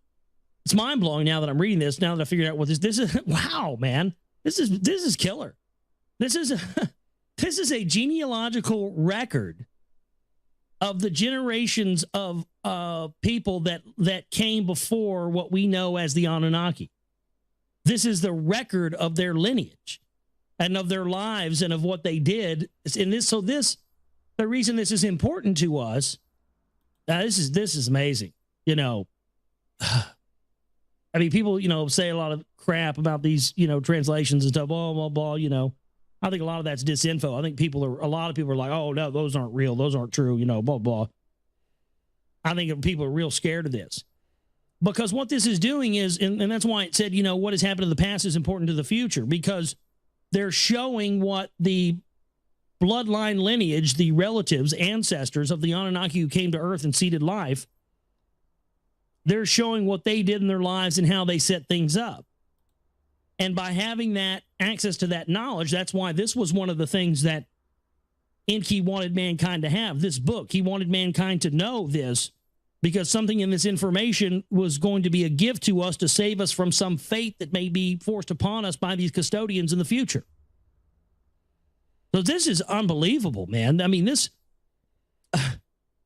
it really, it's an account of the bloodlines, of the lineage, you know, and it talks about what they did in their times. And this is something we can learn from, especially when we see how, you know, this man against man, brother against brother fighting. And then the new order comes in. This information and stuff we are supposed to know, to learn something from it, to keep ourselves from going down the same route that people before us did. That's why this has been hidden from us. That's why they've, you know, gone into Iraq, gone into all of the museums and taken all these things. They don't want us to get our hands on this, because if we get our hands on this stuff and understand that what happened in the past also may happen in the future, if we don't learn what happened in the past and learn from that, you know, it's, again, just paradigm shift. It all makes sense to me now. That's what all this shit's about, man. It was just kind of strange just reading this. And as I was reading this, I realized this is this is a genealogical account. So that somebody, somewhere, someday, you and I now, here in 2011, could gain some perspective or some knowledge from this. This is what secret societies, the original purpose of secret societies was. And what they did was they took that, corrupted it, and turned it, instead of being secret societies to teach us this, they turned it in, secret societies are there to keep us from learning this. And only their people who are going to play the game their way and not tell people this are going to be initiated. This is the secret of the secret societies, ladies and gentlemen. Right here, you heard it right here on the show. I'm here to tell you right now today. This is it. This is what they've been hiding. This is what they didn't want us to know. These genealogical records of the ancestors of the people who came to Earth, the gods who came to Earth. This is what there's something in here, and we're going to find out, because we're going to read all this on air. There is something we're supposed to learn here, whatever it is and what it all may be. Yet I just don't know, but it's something. Alone on the throne he was seated. He was supposed to choose a spouse twice, but it got postponed. Some of this stuff I'm not going to read verbatim. I'm just going to kind of give you the, you know, kind of just put it into modern day terms. In his reign, concubines are brought into the palace. A son to him was not born. Oh, so they brought in bitches for him to bang. Essentially, they'll dumb it down for you. The dynasty thus began with the death of Enki, and there was no offspring. The middle son, though not firstborn, was pronounced the legal heir. So fascinating stuff here. And the idea of this, you know, this being the genealogical record of the people that came before the ones that seeded the bloodlines on Earth, it's fascinating stuff. Because you see, now we know the answers to why mankind has lived in constant warfare. It's in our blood. And just like I talked about last night on the show, if you didn't listen to last night's show, go back and listen to it. All the shows this week, I suggest you listen to. 5 shows we got this week. I think all of them been killer. And I'm on fire right now. Even more now, you know. But, you know, I was just talking about last night about really, you know, realizing that I thought for the longest time that I wasn't working hard enough or I wasn't.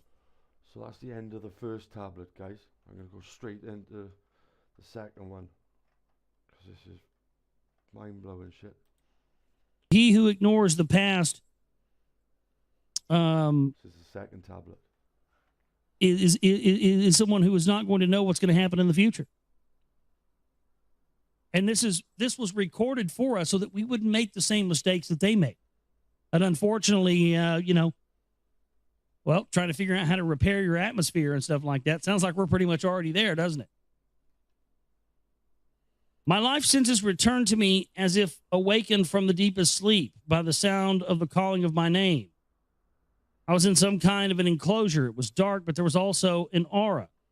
Then my name was called again by the deepest of voices, and although I could hear it, I could not tell whence the voice came, nor could I see whoever it was that spoke, and I said, "Here I am."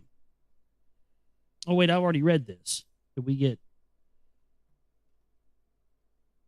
our page thrown off here?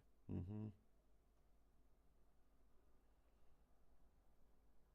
Yeah, I did. Wow. I don't remember what page we left off on.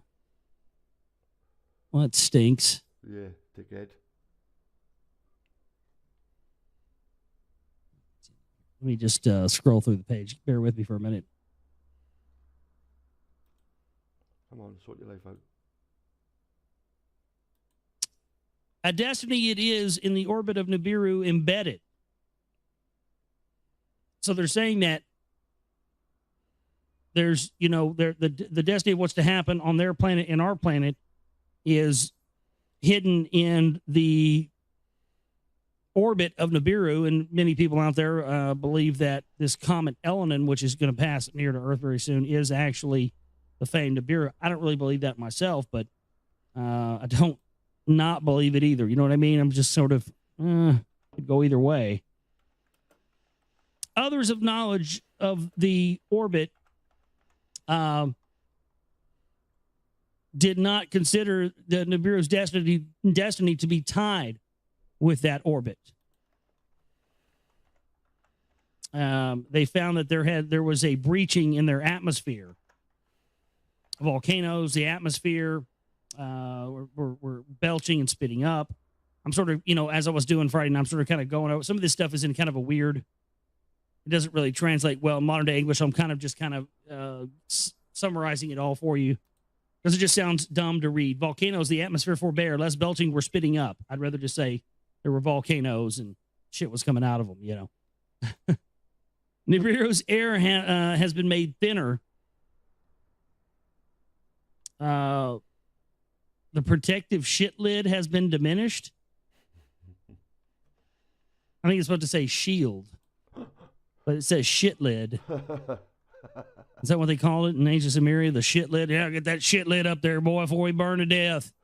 Ah, damn, put some duct tape and some baling wire on it. Do whatever you got to do. Keep us from burning up. I think Bill Hicks was right. We've been invaded by rednecks from another world.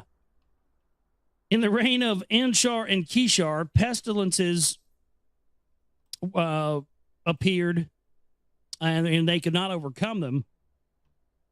Their son Anshar ascended to the throne, and he was of the 6th dynasty of rule on Nibiru.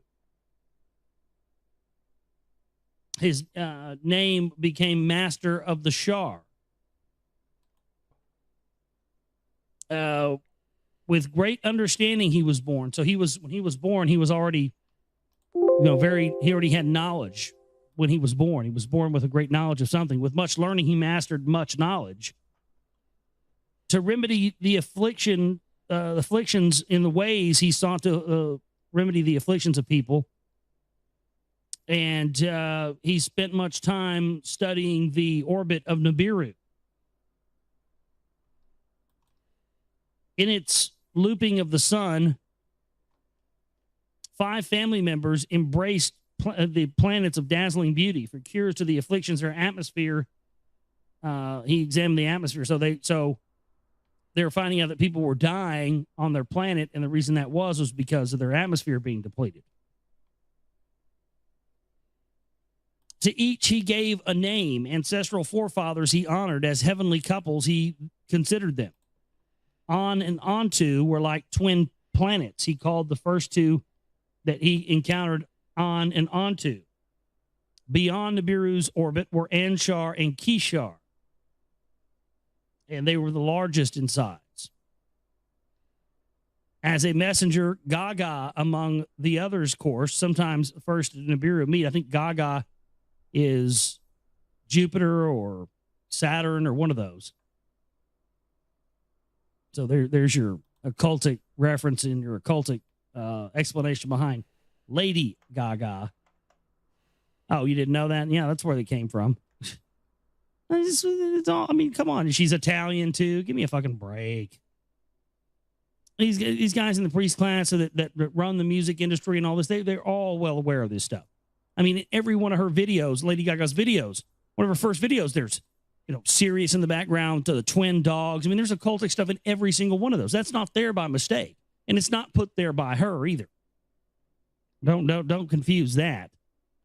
The most of the time, the guys in the A&R departments at the major record labels are the ones that are the occultists and are into this. And, they suggest, hey, you should put this in there. And they say, oh, okay, cool, whatever you want, yay. Give me some more Coke and $1 million. I'll do whatever you want. 5 in all were Nibiru's heavenly greeters as the sun it circled. Beyond, like a boundary, the hammered bracelet of the sun encircled. As a guardian of the heavens' forbidden region with havoc, it protected. Other children of the sun, 4 in number from intrusion, the bracelet shielded. The atmospheres of the great 5 greeters Inshar set out to study. So some sort of loop, which interesting because I've just had this story here tonight and already closed out of it, damn it. Let me see if I can get back to it. That's just odd that it's talking about this bracelet that came from the sun that actually protected part of their atmosphere during the time in which it came around. And I had this story here tonight, and I didn't cover it, and I was thinking, I'll just skip that one. Here it is. Kind of seems synchronistic now. Maybe there's a connection to this. It says, it's from the Daily Mail, discovery of magnetic ropes that cause solar storms will help prepare Earth for space weather damage.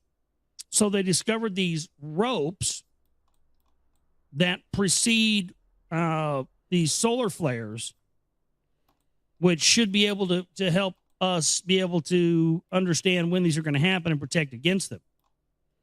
And I'll put a link to that in the chat room so you can check it out on your own, but it just seems highly coincidental and seems almost very similar to what they're describing here as this. Maybe it was something about these ropes, as they're calling here in this Daily Mail article. Maybe that's what the bracelet was, shielding the planet. In its repeating orbit, the 5 in Nibiru's loop carefully were examined. The 5 planets in the same orbit as Nibiru were carefully examined. They observed what types of atmospheres that these planets possessed. And with celestial chariots, they intensely were examined. Oh, right. So they sent spaceships to examine the planets closer. That's what it is, celestial chariots. Come on. The findings were astounding. The discoveries confusing. From orbit to orbit, Nibiru's atmosphere seemed to have more breaching. In the councils of the learned, cures were avidly debated. Ways to bandage the wound were urgently considered. A new shield to embrace the planet was attempted. All that was thrust up back to the ground came down. And the councils of the learned, the belching volcanoes were studied. The atmosphere by belching volcanoes that were created by the volcanoes. God, I'm just trying to figure out a way to say this. The atmosphere by belching volcanoes had been created as wound by their diminished belching had come to be. And it just doesn't, So these volcanoes cause their atmosphere, or one of the causes of their atmosphere to be depleted.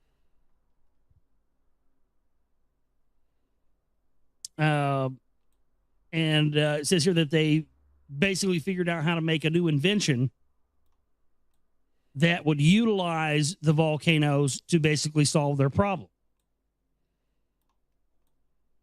And so they were actually trying to get the volcanoes to keep spewing, even though they wanted them to stop before. Now they were hoping that the volcanoes would start to spew again because whatever solution they come up with needed that to happen in order for it to work. In the reign of Inshar, the breach in the skies grew bigger. It didn't rain. The wind blew harder. And there was no water that came out of the ground. In the lands, there was an accusation the breasts of mothers were dry. In the palace, there was distress, and an accusation therein took hold, as first his wife, Inshar, a half-sister, did espouse by the law of the seed abiding. Ninshar, she was called, who bears the shars of the lady, a son she did not bear. By a concubine to Inshar, a son was born. The firstborn son he was. By Ninshar, first wife and half-sister, a son was not brought forth. By the law of succession, the concubine's son to the throne ascended. The seventh to reign he was. Du-Uro was his royal name, and the dwelling place fashioned its meaning. In the house of concubines, not in the palace, he was indeed conceived. So he was like, he was like the George Bush of his time, I suppose. The bastard son who ascended to power, the more like the Bill Clinton of his time, huh? Yeah. I don't know if they still know who Bill Clinton's dad was. His mom was a dirty, dirty whore. Damn, man. She fucked so many dudes. They didn't know who the fuck Bill's dad was. I think somebody said it was, that guy from Hee Haw. Hee Haw. Junior Samples or some shit like that. I think somebody said Junior Samples was his dad. And somebody at Dilly Plaza told me that one time. As his spouse, a maiden from his youth beloved Duru chose. And, that's interesting. So, Duru, the bastard son who took over power, chose his wife because he loved her, not because she was in the bloodline. Uh-oh.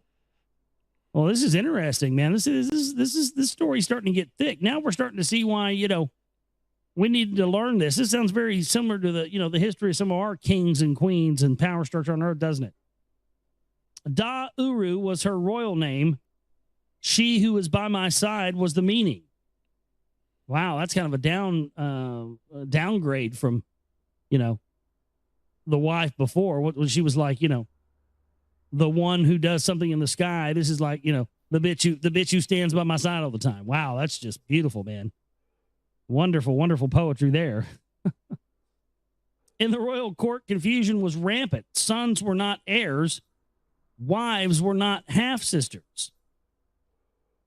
In the land, the suffering was increasing. Fields had no abundance. The plants wouldn't grow. And among the people, fertility was diminished. I mean, nobody was getting pregnant, means nobody was being born, so their population was diminishing fast. In the palace, fertility was absent. Neither son nor daughter was brought forth. Of On's seed, 7 were the rulers. Then of his seed, the throne was dry. So On, which is funny because On is, if if you study the genealogical history of the Anunnaki, On was, the Anunnaki were the Anunnaki were the princes of, the one God. Princes of the guy who, he was the son, the forefathers, they were the forefathers of the one who was the first person that started the bloodline, and that was On. And so after 7 of On's bloodlines were the rulers, they no longer had one of On's bloodline in rule.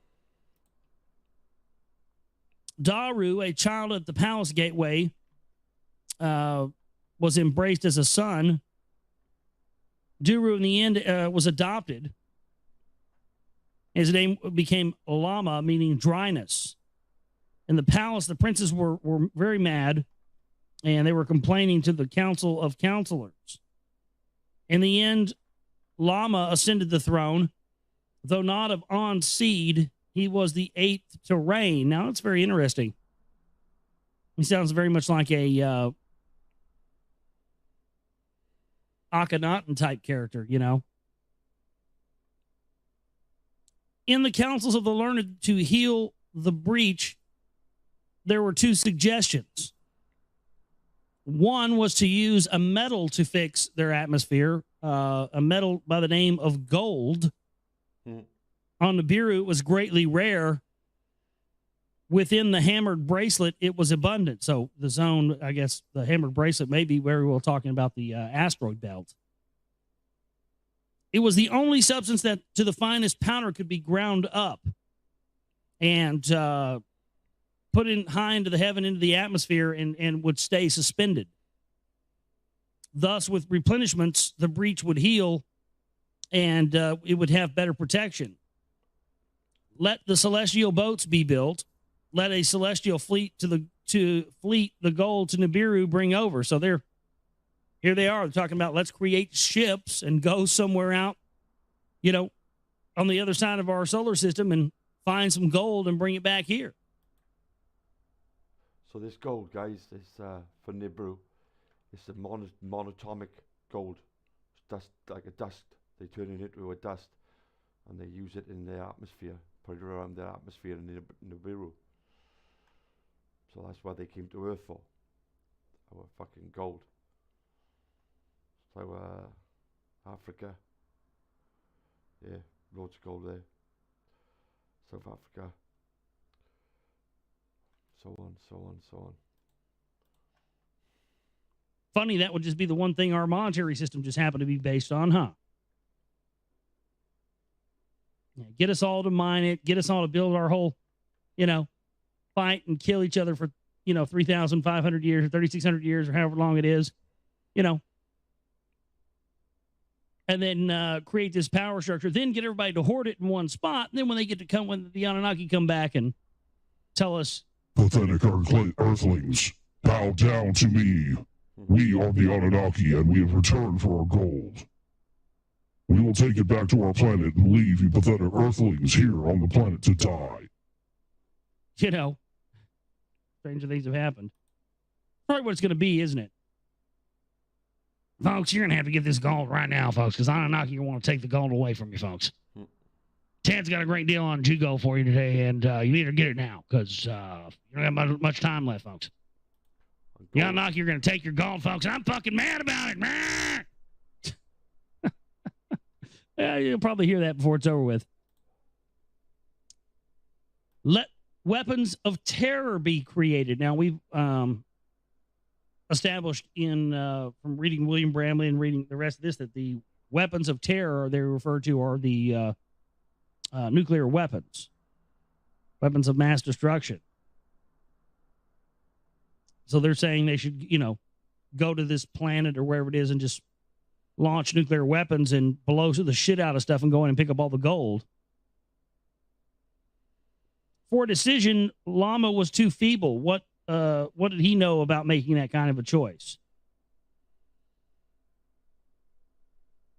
Once orbit of Nibiru was completed, in the fields, affliction was not diminished. The volcanoes continued belching, and the atmosphere was still not repaired. A third shar passed. A shar is a year in Nibiru, by the way. It's a marking of a year, or marking of a sort of passage of time. So when they say a third shar passed and a fourth shar passed, that's a notation of time, by the way. Still, the gold was not obtained. In the land, there was still strife. Strife was abundant. There was no food, no water. Everybody in the lands were disjointed. Everybody was accusing each other. Everybody's running around like basically like a chicken with their head cut off, not knowing who to blame, playing the blame game. And there's basically saying, well, then if this is our destiny to die like this, then doing or we can't really do anything about it. In the royal court, the princes were astir. The king's accusations were directed foolishly, unreasoning, and greater calamities instead of a cure he brought forth. From the olden storehouses, weapons were retrieved. A rebellion, there was much speaking. A prince in the royal palace was the first to take up arms. And now they're having civil unrest. And they went up to Lama and attacked him. And they killed Lama, the eighth ruler. Lama is no more. The king is no more, with glee he announced. To the throne room, Alalu rushed. On the throne, he himself seated. Without right or counsel, a king, he pronounced himself king. In the land, all unity was lost. Some rejoiced the death of Lama, some were saddened by it. Now this is the account of the kingship of Alalu and of the going to earth. So when this guy, so what's essentially what they're telling us is that this guy Lama died, and this guy Alalu, who just, wasn't anybody, basically came in and said, I'm not of the bloodline. I'm just a regular person. I'm taking over. And now that I'm taking over and I'm the new game in town, I'm saying that we're going to Earth and we're going to go get the gold there. So there was no talk of going to Earth and mining Earth. That's interesting. By the power structure of people that existed on the throne in Nibiru, there was no talk of even going to Earth to do this until this usurper came in and basically took over the throne by, sheer brute force. He came in, killed the king, took over and became king, and said, we're going to Earth to get the gold to fix this problem. That's very interesting. This is why they say that the Anunnaki, the people that came to Earth and did the things that they did and created humans and all this stuff, were pursued from some of the other inhabitants of Nibiru. They were pursued by other Anunnaki. So that kind of clears that up a little bit, doesn't it? So it wasn't that we were even, invaded or genetically manipulated by people who were, of the royal bloodline. These were basically usurpers. That's kind of an unbelievable thing. In the land, the unity was lost, and many people did not like the kingship of this guy Alalu just coming in and saying, I'm taking over. I'm the new game in town. You can imagine that. Princes were agitated. The counselors were distraught. From father to son, secession from on to the throne continued. Even Lama the eighth, by adoption, a son was proclaimed. Who was Alalu? Was he a legal heir? Was he a firstborn? By what right did he usurp? Was he not a king slayer? Before the seven who judge Alalu was summoned, his fate to consider. So they're bringing into him to be judged by seven people. Though through neither legal heir nor son of a firstborn royal seed, he was he. Of Shargal I am descended, before the judges he claimed, by a concubine. My ancestor was born to him. Alam was his name. By the count of Shars, by the count of years, Alam was the firstborn throne to belong to him. So basically, he came in and said, no, I can prove that I am part of this bloodline. So they couldn't really argue with that. The royal annals from the House of Records were brought forth. With much care they were read. On and onto the first royal couple, there were 3 sons and no daughters born to them. The firstborn was Enki. He died on the throne and had no offspring. The middle son in his stead was Anib, and Shargal was his firstborn, and to the throne he ascended after him. on the throne of kingship by the firstborn did not continue. So it didn't continue on that far. And this goes on and on and on. They're talking about blah, blah. Is he, they're trying to figure out, does he have the right to be king? Is he a usurper? This, that, and the other. Secession must be reconsidered to the assembly, he said. Through neither firstborn nor by the queen of a son of pure seed am I descended. The essence of On in me is preserved, by no concubine diluted. So he's saying, basically, yes, she had, On had, my father had sex with, a person who wasn't of the bloodline, but it didn't dilute it. I'm still part of he's trying to just convince these people that he is one of them through the bloodline so that he can, maintain power.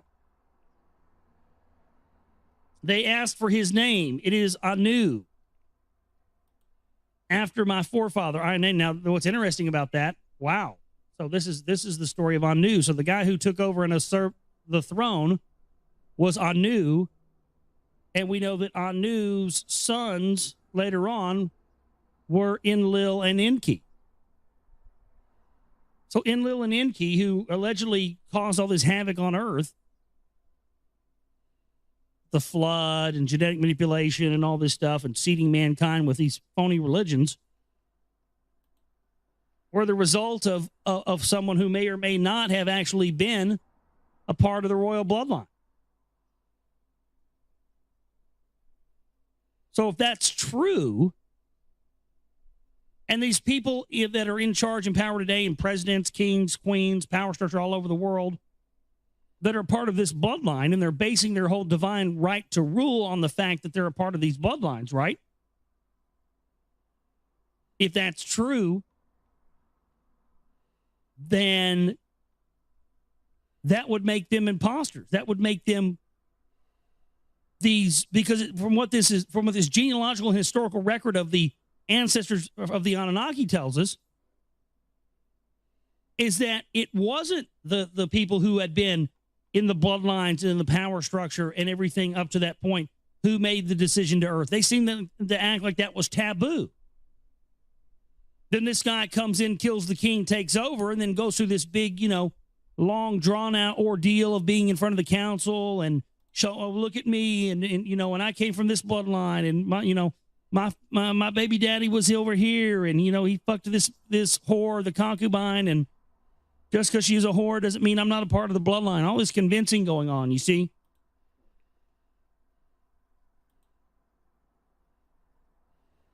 So again, that would make this very, very interesting. That would prove beyond a shadow of a doubt that these people that, oh, maybe that's what's going to happen. Maybe that's why they've been creating space-based weapons. Maybe, they're scared, because if there's something to this, if this is real,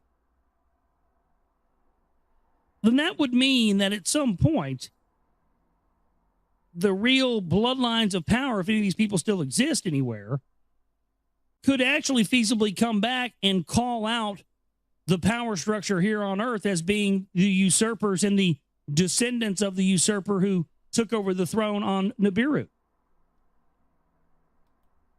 They could very well come here and say, we need help fixing our atmosphere, but, they came down here and set this up and basically did it against our wishes. Boy, that could be. No wonder they don't want us knowing what this information is. My goodness, see, it just becomes more clear every time we read it. They asked him what his name was, and he said, my name is Anu, after my forefather I am named. They inquired about his generations. Of On's 3 sons, he reminded them. Enki was the firstborn. Without a son or daughter, he died. And Neb was the middle son. Instead of Enki, to the throne he descended. And Neb, the daughter of his younger brother, took to be wife. From them onward to the succession in the annals was recorded. Who was that younger brother? A son of On and Antu, that was of purest seed. The counselors looked with wonderment at each other. Inuru was his name. Anu to them announced that he was my great ancestor. His spouse, Ninuru, was a half-sister. Her son was firstborn. Inama was his name. And from the throneship, we were removed. From On's pure seed, we were not removed. So they basically, at some point, took out someone who had the right to be in power and tried to say that they weren't a part of the bloodline when they were. Okay. Though by different offsprings of one ancestor, we were both descended. Let us live in peace together and return abundance to Nibiru. Let me keep the throne. Let you keep the succession. Meaning, all right, well, let's do it like this. You let me stay in charge and have power and get some stuff done. And when I'm done and I'm old and I die, I'll pass it on to you, and then your bloodline can keep it going after that. Nice little compromise to keep everybody happy, huh? To the council words he directed, let Anu, the crown prince, be. Let him be my successor. Let his son, my daughter, espouse. Let succession be united. Anu bowed before the council, and to the assembly he declared, Alalu's cupbearer I shall be. His successor in waiting, a son of mine, a daughter of his as bride, I shall choose. That was the council's decision, and in the royal annals it was inscribed. In this manner, Alalu on the throne remained seated. He summoned the sages, the savants, and the commanders for him to consult in deciding that, and from that he gained much knowledge. Let celestial boats be constructed to seek the gold in the hammered bracelet, he decided. So again, he usurps the crown, takes over, convinces them, hey, you let me get in here and get some stuff done, and then I'll make sure when I'm done that, we'll still continue the bloodline thing and pass down the power. And so what is the first thing he decides to do? Let's build the celestial boats. Let's build the crafts. Let's go to the hammered bracelet, the area around the earth, and let's get the gold and bring it back here and fix our atmosphere. And their first try was essentially no good. By the hammered bracelets, the boats were crushed. None of them returned.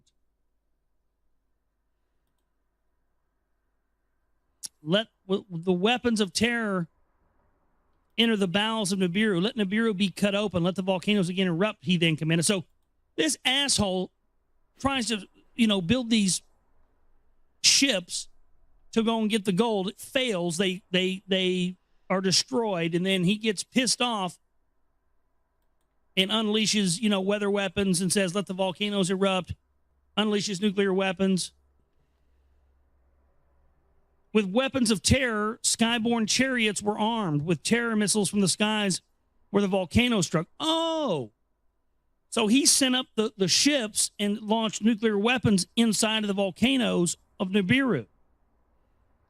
The mountains swayed, the valleys shuddered as great brilliances with thunder exploded. In the land, there was much rejoicing. Everybody was expecting there was going to be an abundance of food and things were going to get better. And it just continued to get worse. The volcanoes did not increase. The atmosphere did not heal.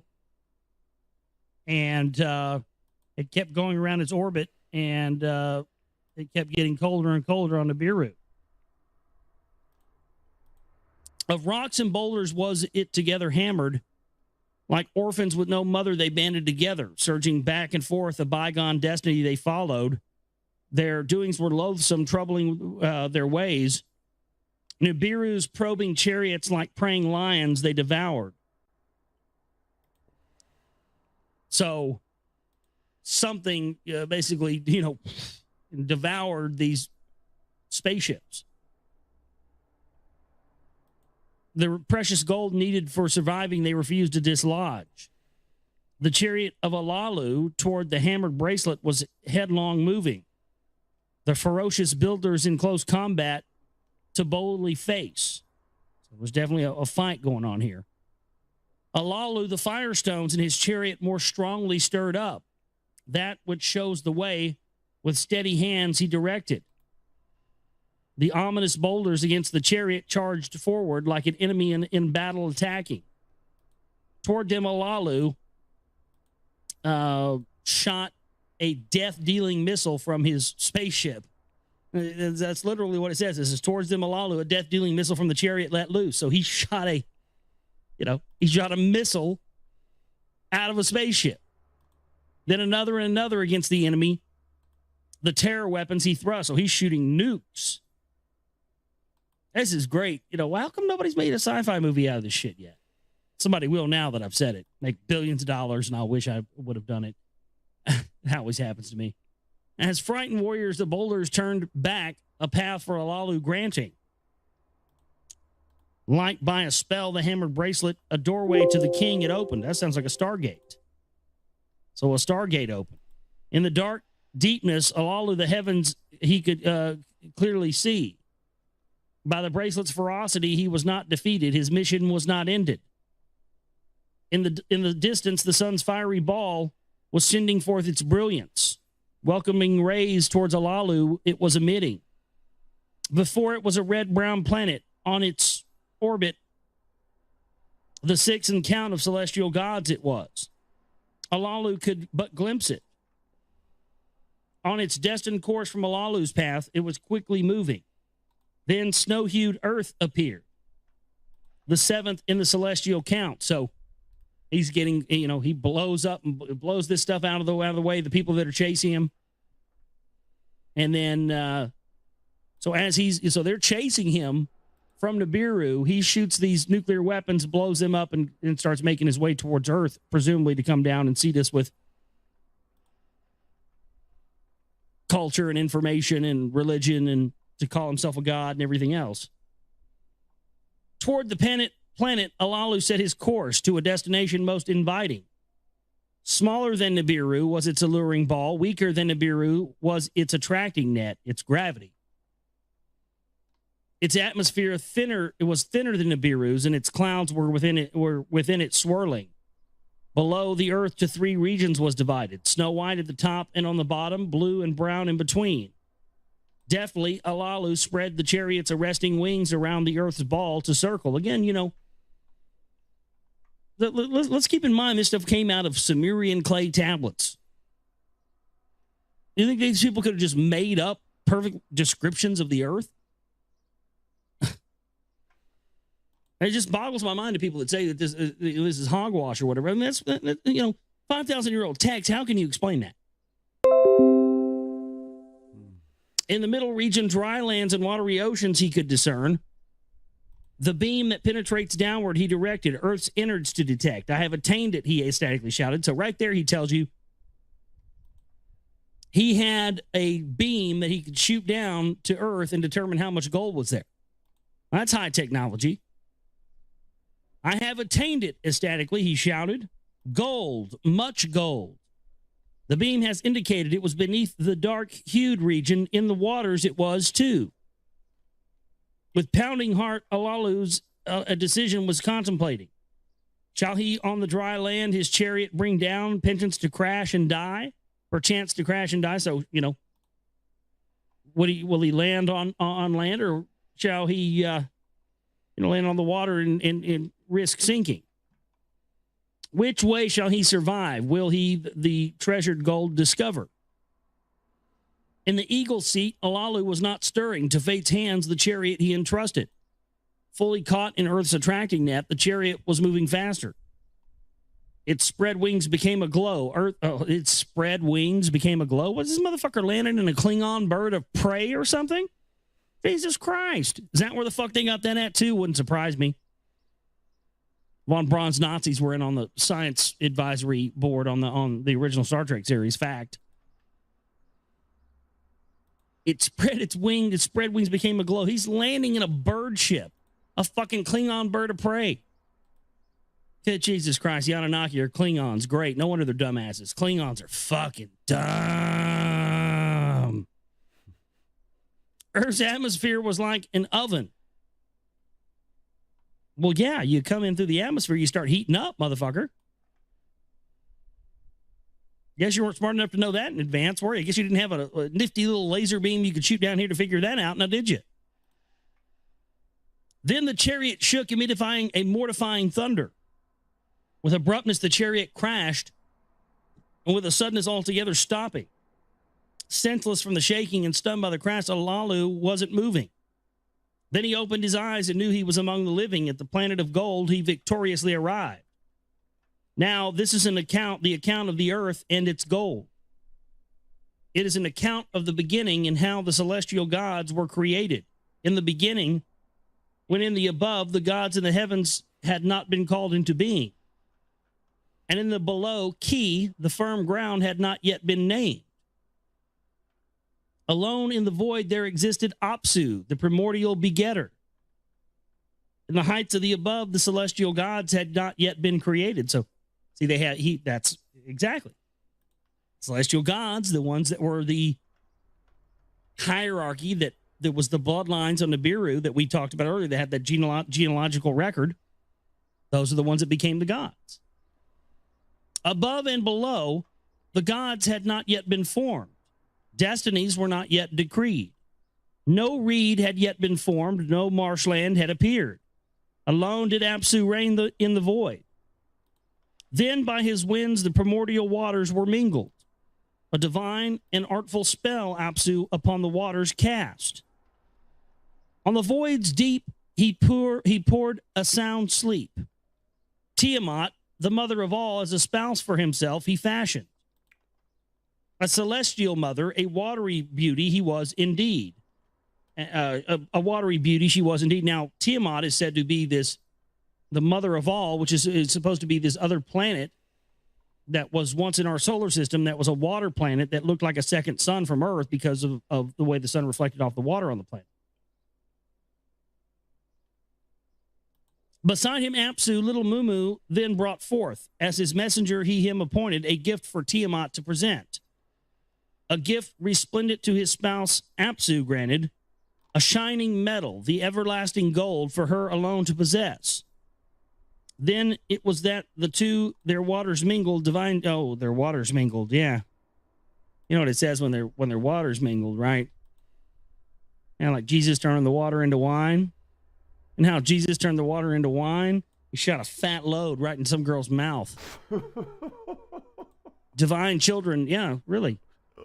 That's what the water was. The magic water he told them to drink for. Yeah, man, it was semen. A bunch of semen worshipers. Male and female were the celestials created, Lamu and Lahamu by the names they were called. In the below did Apsu and Tiamat make them an abode. Before then they had grown in age and in stature, and the waters above Anshar and Kishar were formed. Surpassing their brothers in size they were, as a celestial couple, the two were fashioned. So hear what they're saying here. They're talking about forming these celestial. They're talking about. He's talking about forming moons and forming things like of that nature and planets. In order for life to be able to flourish on Earth, because if we didn't have a moon, we wouldn't, we wouldn't have any sort of tides or any ability for life to be created. A son, On, in the distant heavens was their heir. Then Antu to be his spouse, and as On's equal was brought forth, as a boundary of the upper waters, their abode was made.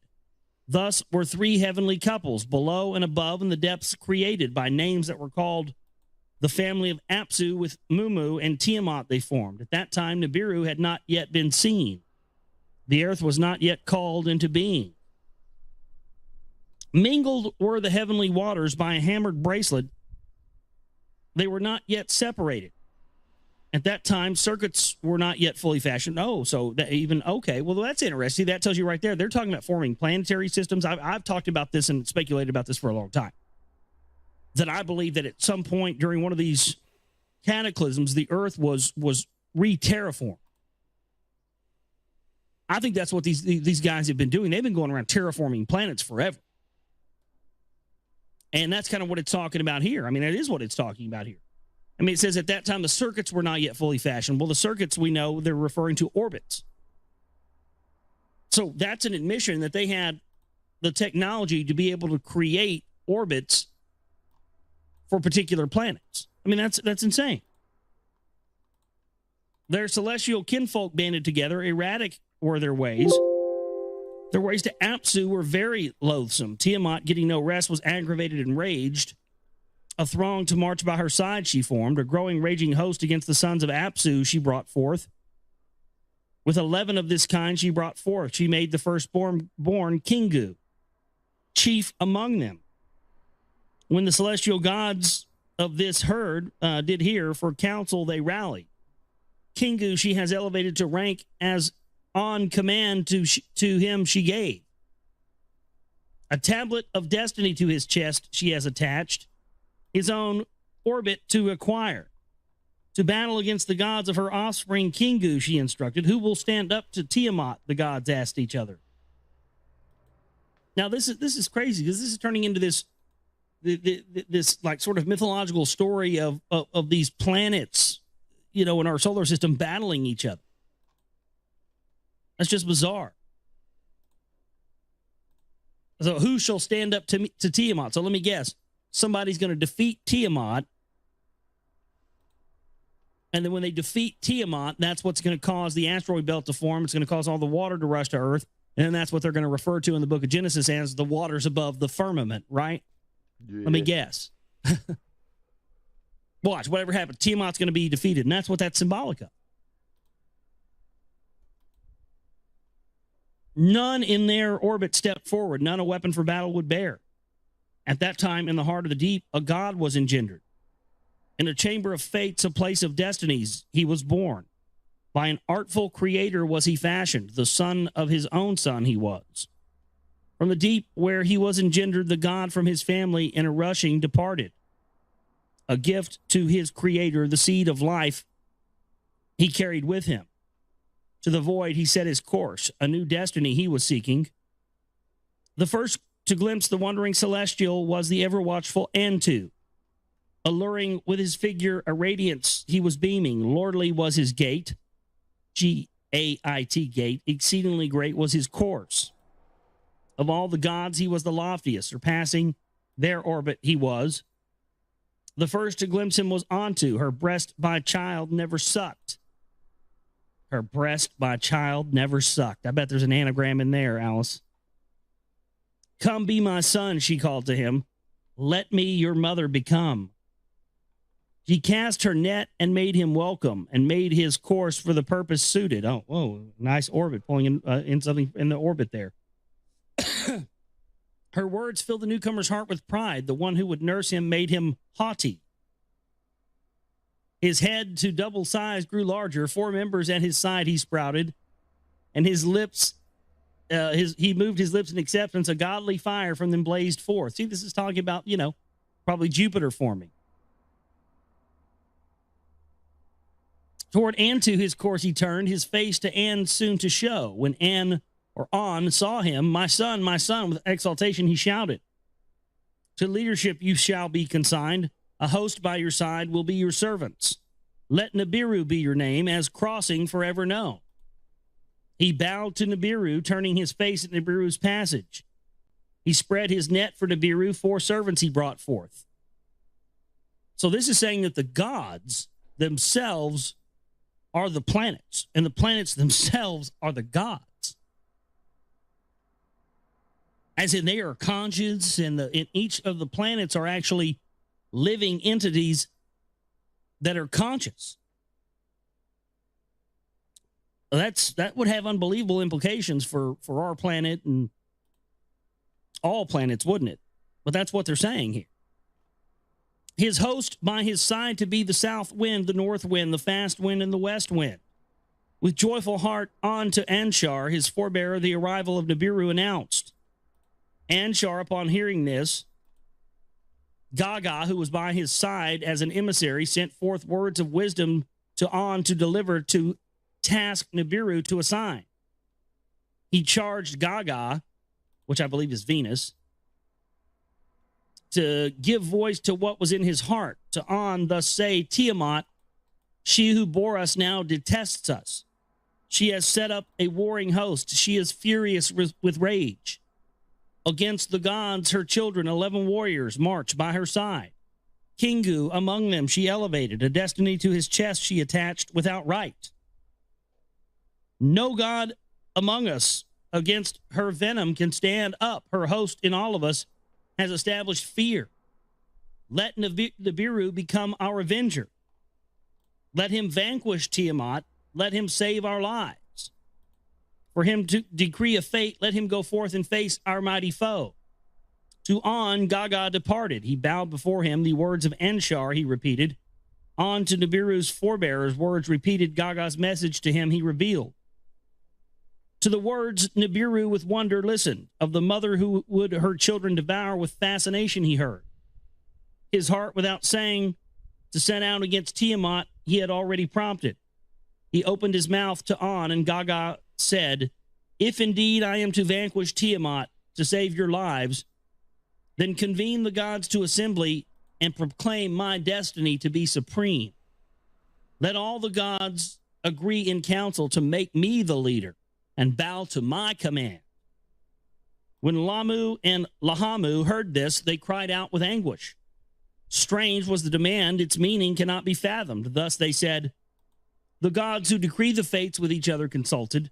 To make Nibiru their avenger, they all agreed. To him an exalted fate decreed. From this day on, unchallengeable shall be your commandments. To him they said, no one among us gods shall transgress your bounds. And we're about to pick up, it's about to get into the celestial battle. So I'm going to read this little bit and stop before it gets to the celestial battle. Go, Nibiru, be our avenger. They fashioned for him a princely circuit towards Tiamat, a orbit. They gave Nibiru blessings. They gave Nibiru awesome weapons. Anshar, 3 more winds of Nibiru brought forth, the evil wind, the whirlwind, and the matchless wind. Kishar, with a blazing flame, filled his body, a net to enfold Tiamat there within. Thus, ready for battle, Nibiru toward Tiamat directly set his course. So this is talking about this, the battle of the gods and the gods being planets and what led to that. So we know, as we already know, that Tiamat is going to be destroyed. That becomes the asteroid belt. The water comes rushing down to Earth, covering much of the land on Earth with water. It was already covered with a great deal of water, but that's where the rest of it came in. And that would lead us to the next timeline of them starting to use genetic manipulation and start to use mankind as a slave race. This is fascinating stuff. It's one thing to, already have an idea of this stuff being there, but man, oh man, it's totally different when you really start to look at it in this way. And I'm glad we're reading this. And I'm glad we're starting to get some information on some of these, anagrams and stuff too. Wild stuff there.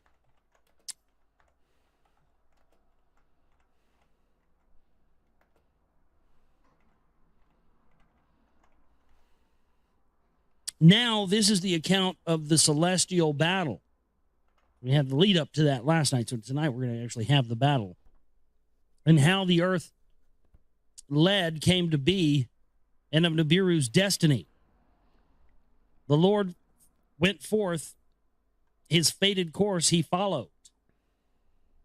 Toward the raging Tiamat, he set his face, a spell with his lips he uttered. So this is interesting that these people, they seem to be, these gods are using spells and they're using magic. And Tiamat, of course, we know this is the battle of the planets, the account of the celestial battle, meaning the battle of the planets. And Enki talks about these planets being gods, which is funny. Yeah, somebody was talking about that email we got from some crack nut a few months ago saying, all the planets are Satan. Oh, my God. Suck Satan's cock, bitch. Oh, my goodness. And so, again, this is bear in mind when we're talking about here in this segment that this is supposedly a planetary battle between gods, the planets themselves being gods and battling. And, of course, we know what the outcome that's going to be. The destruction of Tiamat, which was allegedly this water planet that, when viewed from Earth, made it appear from Earth that there were 2 suns because it was a water planet and the sun shining on it made it reflect, so it looked like a second sun. And supposedly it was blown up.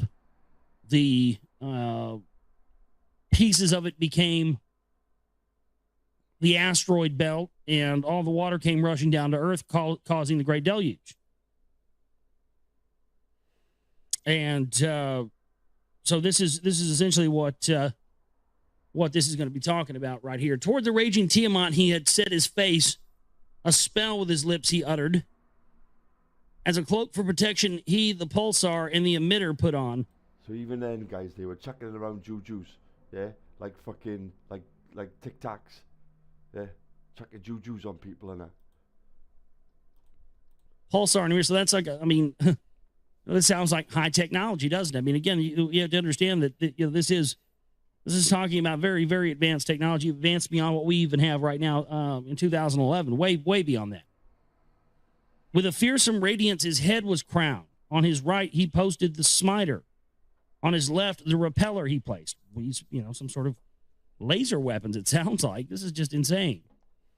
The seven winds, his host of helpers, like a storm he sent forth. Toward the raging Tiamat he was rushing, clamoring for battle. The gods thronged about him, then from his path they departed. To scan Tiamat and her helpers alone he was advancing. The scheme of Kingu, her host commander, to conceive.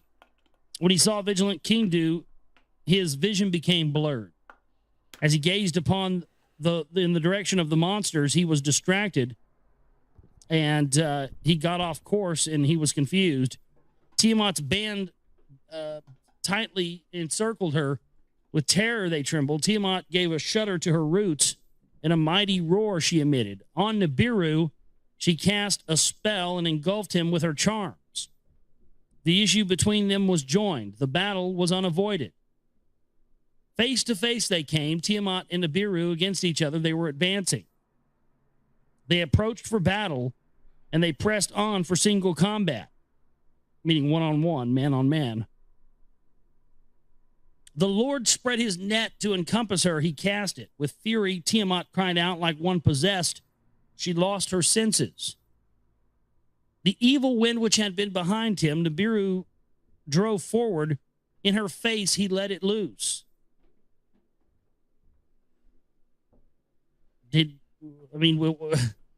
I'm not trying to be sexually dirty or be vulgar here, but I mean, you know what that sounds like, right? He drove forward and let it loose in her face. I mean, I don't think it's very hard to figure that out. I mean, he shot a load. I mean, I don't know what else to say. She opened her mouth, the evil wind to swallow, but could not close her lips. Oh, I'm sorry. The evil wind charged her belly into her innards. It made its way. Yeah, I mean, this is totally what this is meaning. Okay, wow. So this is the ejaculation of the gods into the mouths of the god. This is dirty, man. This is triple X. The FCC would have a major problem with this if this was on terrestrial radio. Nibiru drew forward. Nibiru drove forward. In her face, he let it loose. She opened her mouth, the evil wind to swallow, but could not close her lips. The evil wind charged her belly. Into her innards it made its way. Her innards were howling. Her body was distended. Her mouth was wide open. Through the opening, Nibiru shot a brilliant arrow, a lightning most divine. It pierced her innards. Her belly it tore apart. It tore to her womb and it split apart her heart. Oh, this is good stuff. Mm-hmm. Satan likes to come in every now and again. Having thus subdued her, her life breath he extinguished. The lifeless body surveyed, like a slaughtered carcass Tiamat now was. Beside their lifeless mistress, her 11 helpers trembled with terror. In Nibiru's net they were captured, unable to flee. Kingu, who by Tiamat was made the host chief, was among them. The Lord put him into fetters. To his lifeless mistress he bound him. He wrestled from Kingu the tablets of destinies unright. Well, that would mean that he made Tiamat be in orbit. It didn't get destroyed. That's kind of odd. stamped it with his own seal, and fastened the destiny to his own chest. The others of Tiamat's band, as captives he bound in his orbit, he ensnared them. So he's making them his planets by ensnaring them in his orbit. He trampled them underfoot and cut them up into pieces. He bound them all to his orbit. To turn around them, he made, and to rotate backwards in course. So he made them have a reverse orbit. From the battle of Nibiru then departed. To the gods who had appointed the victory to announce, he made a orbit around Apsu. To Kishar and Anshar, he journeyed ahead. Gaga came out to greet him as a herald to the others he journeyed. Beyond An and Antu, Nibiru, to the abode in the deep he proceeded. The fate of lifeless Tiamat and of Kingu he then considered.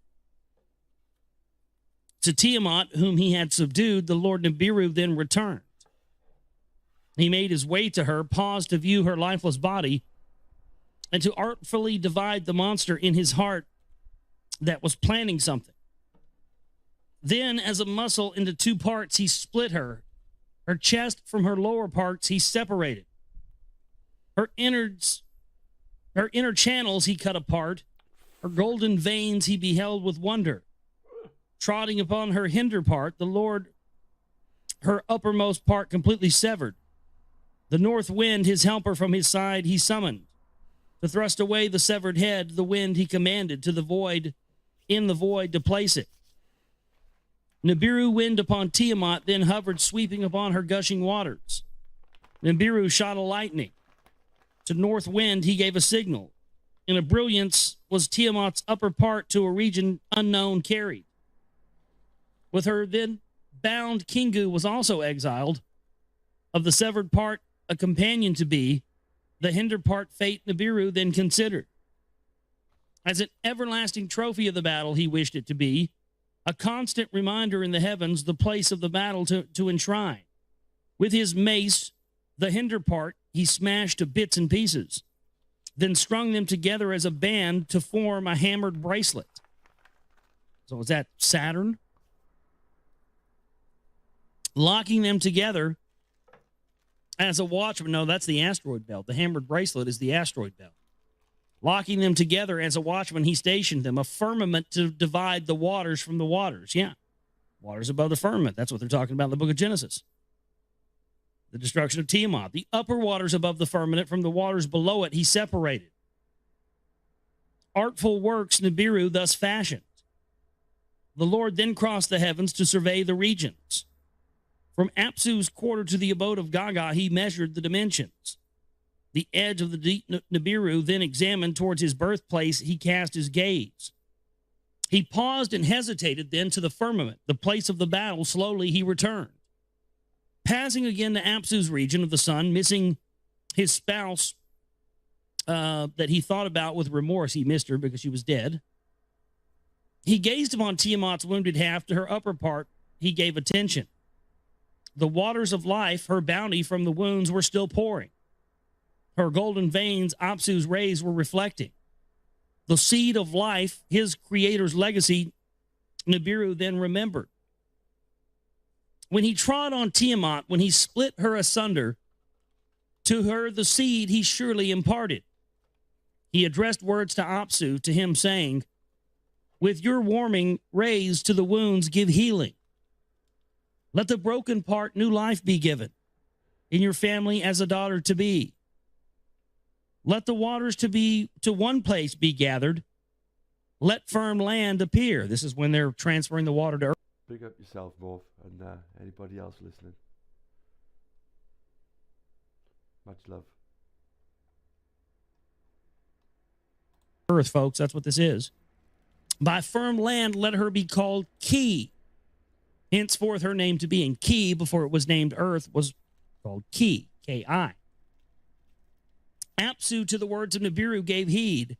Let the earth join my family. Ki, firm land of the below. Let earth, her name be henceforth. By her turning, let there be day and night. Monkey. In the days my healing rays to her I shall provide. Let Kingu be a creature of the night to shine at night. I shall appoint him. So Kingu became the moon. Earth's companion, the moon forever to be. Which is just odd considering, our moon seems to be an artificial construct. I mean, it seems, it doesn't orbit. It orbits us in a geosynchronous pattern like a satellite. Not like an orbit of a moon. That's what's very odd about it. Made up of cheese. Nibiru the words of Apsu with satisfaction heard. He crossed the heavens and surveyed the regions. To the gods whom had elevated him, he granted permanent stations. Their circuits he destined that none shall transgress nor fall short of each other. He strengthened the heavenly locks, gates on both sides he established. An outermost abode he chose for himself beyond Gaga were its dimensions. The great circuit or the great orbit to be his destiny, he beseeched Apsu for him to decree. All of the gods spoke up from their stations. Let Nibiru's sovereignty be surpassing. Most radiant of the gods he is. Let him truly the son of the sun be. From his quarter, Apsu gave his blessing. Nibiru shall hold the crossing of heaven and earth. Crossing shall be his name. The gods shall cross over neither above nor below. He shall hold the central position. The shepherd of the gods he shall be. A shar, or a type of a way of measuring time. A shar shall be his orbit, that his destiny will forever be. Now, this is the account of how the olden times began, and of the era that in the annals of the golden era by the name it was known, and how from Nibiru to earth the missions went the missions to earth to obtain gold happened. The escape from Alalu from Nibiru was its beginning. With great understanding was Alalu endowed. Much knowledge he had learned. He learned much knowledge by his forefather Enshargal of the heavens and the orbits. Much knowledge was amassed. By Enchar was acknowledged, greatly augmented. Of that, Alalu made much learning with the sages he discoursed, savants, and commanders he consulted. Thus was the knowledge of the beginning ascertained that Alalu had learned. The gold in the hammered bracelet was the confirmation. The gold in the hammered bracelet of gold in Tiamat's upper half was the indication. At the planet of gold, Alalu victoriously arrived in a high chariot with thunder crashing. So, a loud spaceship comes crashing down. With a beam, he scanned the place, his whereabouts to discover. So, he there again, Alalu comes down in his ship, his UFO, scans a beam down, and then decides that where he's going to land. The same thing that he did before when he decided there was gold there. He shot a beam down. I mean, this is amazing stuff here. 5,000-year-old text talking about UFOs and shooting beams down. Crazy shit. Yeah, guys, just bear that in mind. This is 5,000-year-old text. Just let that sink in. Shit. High chariot on dry land descended. At the edge of extended marshes, it landed. He put on an eagle's helmet, and he put on a fish's suit. So he put on an eagle's helmet. That's funny. And a fish's. So he put on something where he could swim into the water. The chariot's hatch he opened. At the hatch, he stopped to wonder. Dark-hued was the ground. Blue-white were the skies. No sound there. No one to bid him welcome. Alone on an alien planet he stood, perchance from Nibiru forever exiled. To the ground himself he lowered. On the dark-hued soil he stepped. There were hills in the distance. Nearby, much vegetation there was. Ahead of him there were marshes. Into the marsh he stepped. By the water's coolness he shuddered. Back to the dry ground he stepped. Alone on an alien planet he stood. With thoughts he was possessed of his wife and his offspring, and with longing he remembered them. Was he forever exiled from Nibiru? Of that, again and again, he often wondered. To the chariot or the spaceship, the UFO, he soon returned with food and drink to be sustained.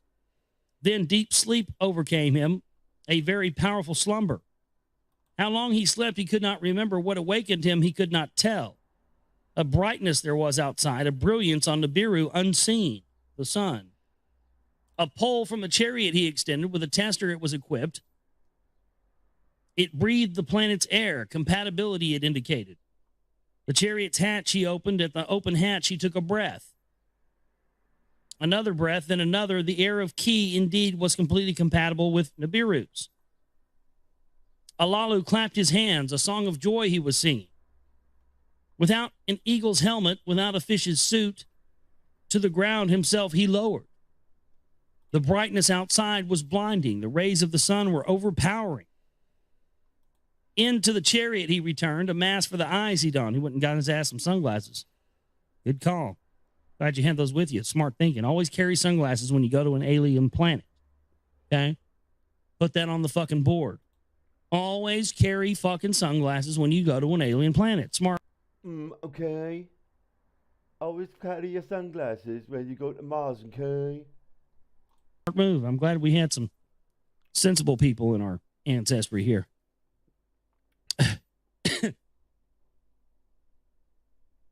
He picked up a weapon that he carried with him, and he picked up a handy sampler. What's a handy sampler?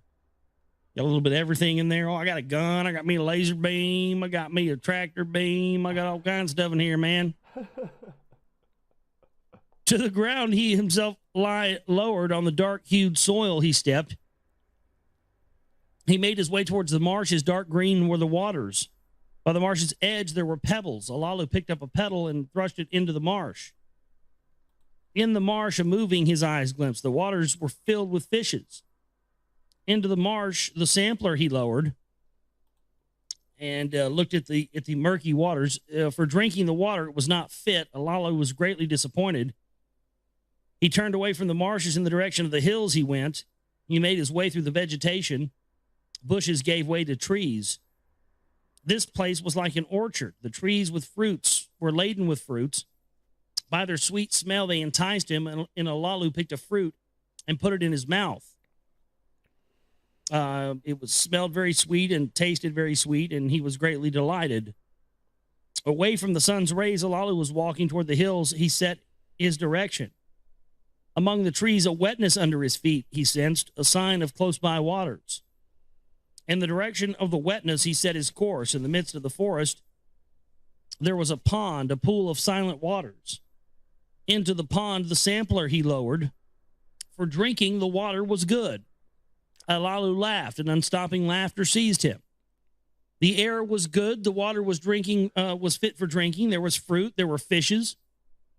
What more did he need, right? Well, let me go find something I can bang, and we'll be all set. You know, I got food. I got fucking water. I can breathe air. Now I need something to put my dick in. So, you know, that's pretty much where we're going next. Got to be.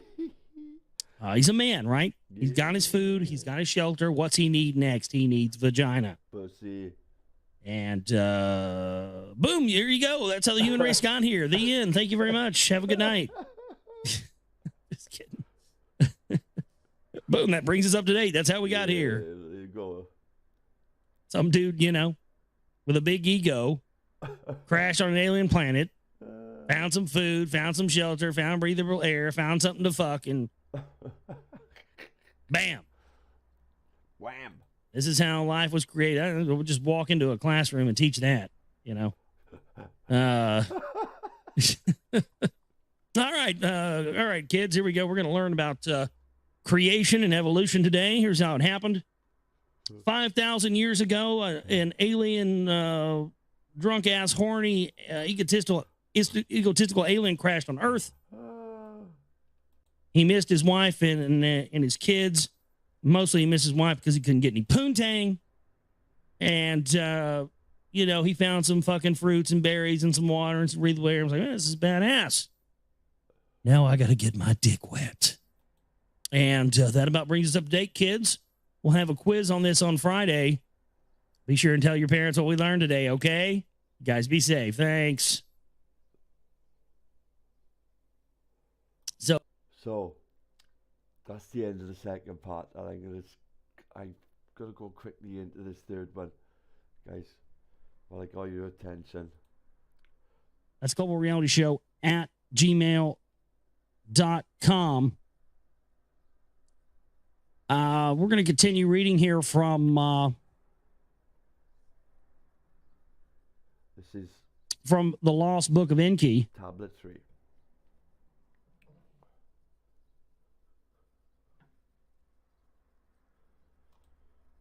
Trying to find where I left off. I just had it. How could this fucking page change when I haven't even been on the page? I had it set right to where we were at.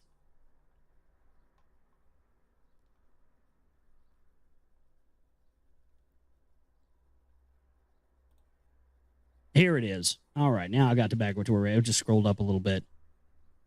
Now this is the account of the judging of Alalu and of the happenings thereafter on earth and on Lamu. In his reed hut, Anu was hurting. In the reed hut, to him, Enki applied healing. In his reed hut, Alalu was sitting. Spittle he spat from his mouth. So he's sitting there like... Spittly spat. You know, spitting shit everywhere. In his innards, the malehood of Anu was like a burden. Ugh, that sounds gross. In his innards, the malehood of Anu was like a burden. He had the malehood of Anu inside of him. With Anu's semen were his innards impregnated, like a female in travail his belly grew. A dude got pregnant like Arnold Schwarzenegger from Anu, like the... Guys, just a heads up on this one. Just listen how similar they are to us in the egos, the jealousy, the fuckery in yeah?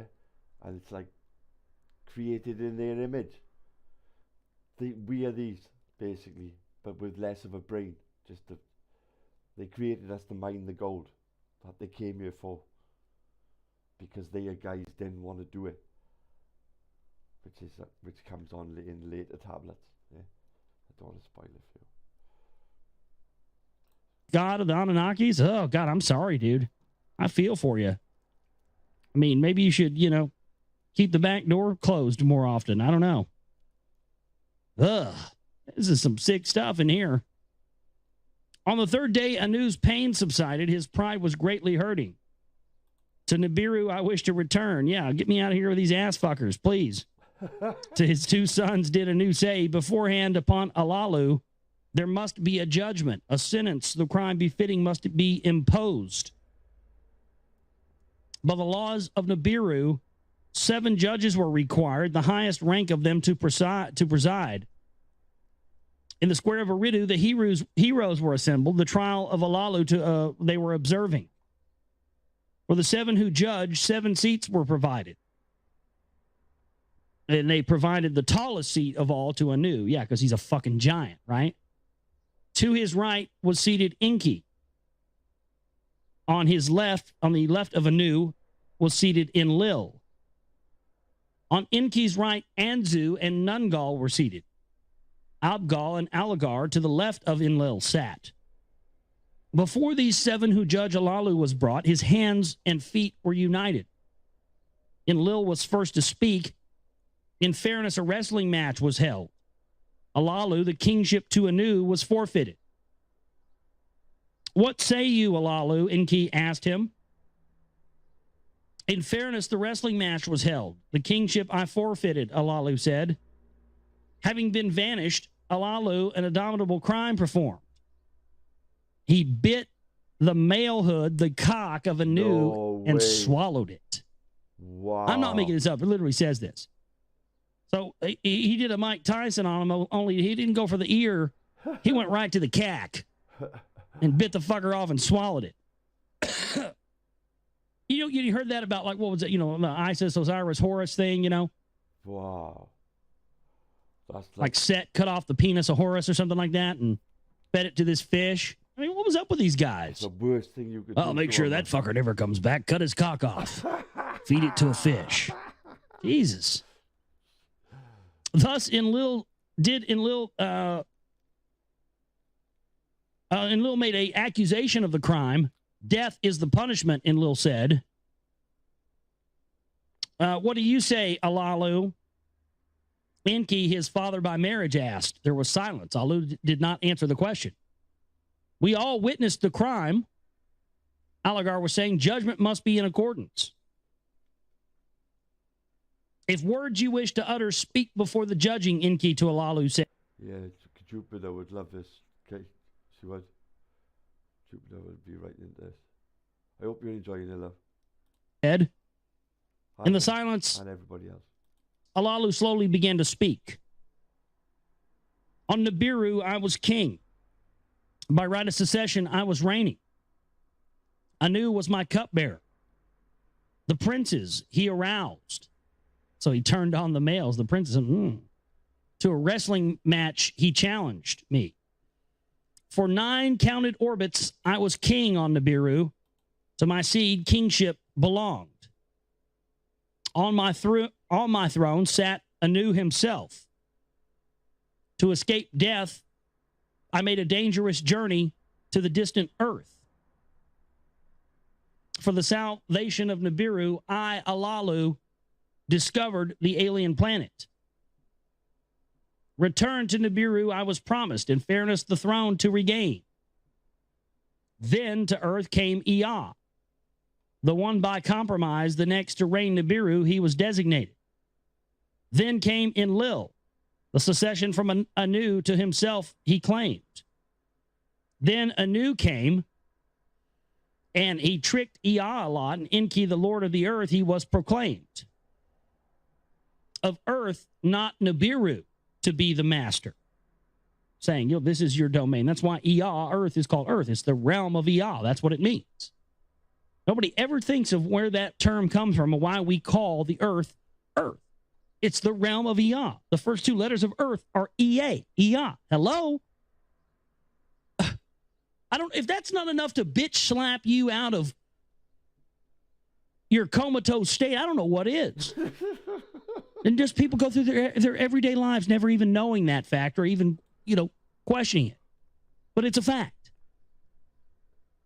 Of earth, not Nibiru, to be the master. Then to Enlil, the command of earth was granted. Enki was delegated to the distant Abzu. My heart of all that was aching, my chest from shame and anger was bursting. Then Anu placed his foot upon my chest and it began to tread upon my aching heart. In the silence, Anu spoke up. By royal seed and law, by fair wrestling, did I gain the throne. My malehood you bit off and swallowed. My offspring line to discontinue. Enlil spoke up. To the crime the accused admitted, let the judgment come. Let the punishment be death.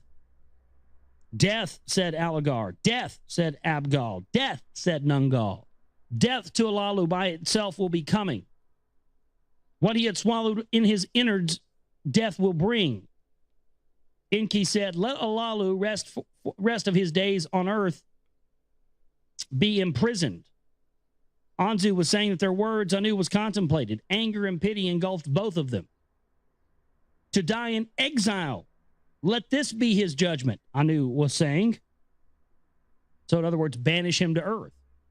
And that would tie into the whole thing we were talking about earlier. That's they banished Alalu to earth and then created the etherical barrier the valent radiation belts around him here. And in our at least that's how I understand it. Very interesting. We'll see if this indeed in our modern Bible, guys, didn't God banish Satan and his followers to earth? It tells us that. That's what I understand, though. In amazement, the judges at each other glanced. What Anu was saying that they wondered, neither on earth nor on Nibiru shall the exiling be, Anu was saying. On the way there is the Lamu planet. With waters and an atmosphere it is endowed. Enki, as Ea, thereon made a pause. of it as a way station, I have been thinking. That's supposedly supposed to be Mars, I believe. The way station was Mars, from what I understand. Its net force is less than that of Earth, forceful, an advantage and wisdom to be considered. In the celestial chariot, Alalu shall be taken. On my departing from Earth, with me he shall make the journey. Around the planet Lamu we shall make the orbit. To Alalu a sky chamber we shall provide. To the planet Lamu in it he will be descended. Alone on a strange planet in exile he shall be. His days to his last himself shall count. Now, this, what did he refer to it as? The sky chamber? Could that possibly be what, this guy found on Mars? Could that be what the face on Mars is? Highly interesting that, they would banish him there, the way station. We know that they referred to the Mars as the way station. Very interesting that we have Cydonia on Mars, which is what ancient Mesopotamia, what is now Iraq, used to be called. Iraq, Cydonia, Mesopotamia. It's located on the 33rd degree parallel on Earth. Cydonia on Mars is also located on the 33rd degree parallel, and that's where these pyramids on Mars are also located. It's very likely that that's what that was. Thus did Anu utter the words of judgment. In solemnity, the words were intended. By unanimity, it was a unanimous decision, let's just say that, to impose this judgment upon Alalu. In the presence of the heroes, it was announced, let Nungal be my pilot to Nibiru, there from chariots bearing heroes again to earth to pilot. Let Anzu join for this journey so that he can take charge of the descent to Lamu. Oh, Lamu will be in charge of the descent down to the planet. So did Anu commandments utter. On the morning they departed, they were ready. All who departed by boats to the chariot were ferried. A place for landings on firm soil you must prepare, Anu to Enlil was saving. How Lamu as a way station to utilize the plans to utilize this you should be making. There were farewells, both joy and sorrow.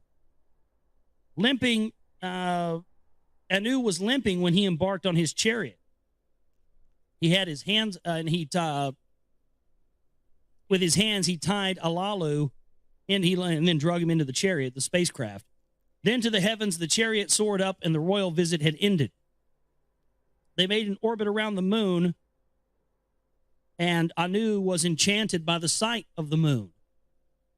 Toward the red-hued Lamu, which is, again, Mars. They say here it's red-hued. There you go. It's made out of cheese.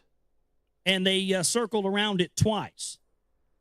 Lower towards the strange planet they came, mountains, sky high, and tears in the surface, tears in the surface they noticed. Where Ea's chariot had once landed, they saw that it was located by a lakeside. Slowed by Lamu net power in the chariot, the sky chamber, they readied. Anzu, its pilot, then unexpected words said to Anu, with Alalu to the firm soil of Lamu I shall descend. With the sky chamber to the chariot to return I wish not. So he's saying he wants to stay down there with him. With Alalu on the strange planet I shall stay. Until he dies, I shall protect him. When he dies of his innards poison, as befits a king, him I shall bury. As for me, I shall have made my name. Anzu, they will say, against all odds, to a king in exile, a companion he was. He saw things by others unseen. On a strange planet, he faced unknown things. Anzu, they will to the end of time shall say, has fallen like a hero. There were tears in the eyes of Alalu. There was amazement in the heart of Anu. Your wish shall be honored. To Anzu, Anu said, hereby let a promise by me to you be made.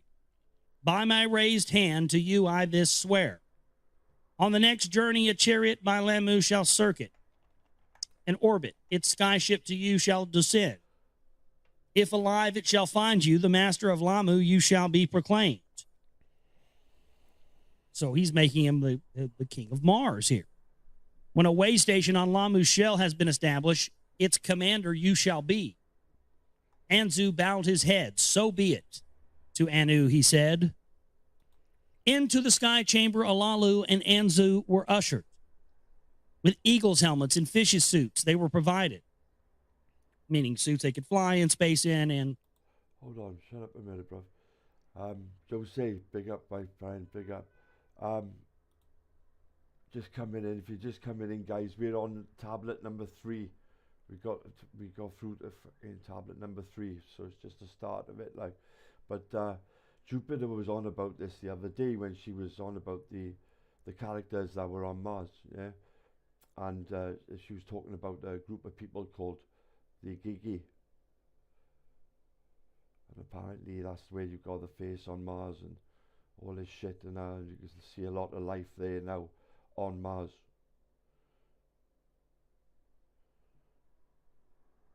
So yeah, let's get into it.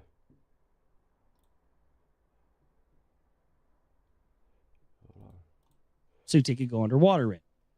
With food and tools they were supplied. From the circling chariot the skyship left and departed. Its descent was what they watched its descent from the ground. Then from view it disappeared, and the chariot to Nibiru continued.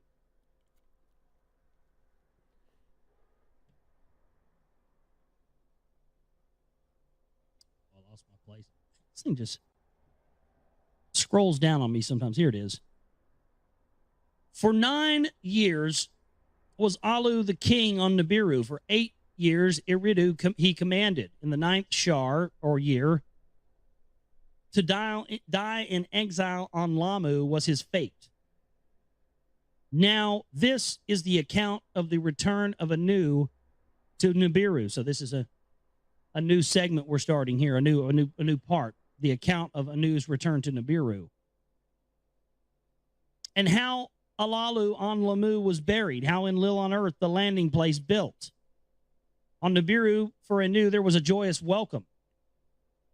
Anu gave his account to the council and the princes of what had happened. Neither pity nor vengeance from them all he sought. To discuss the tasks ahead of them, he instructed them all.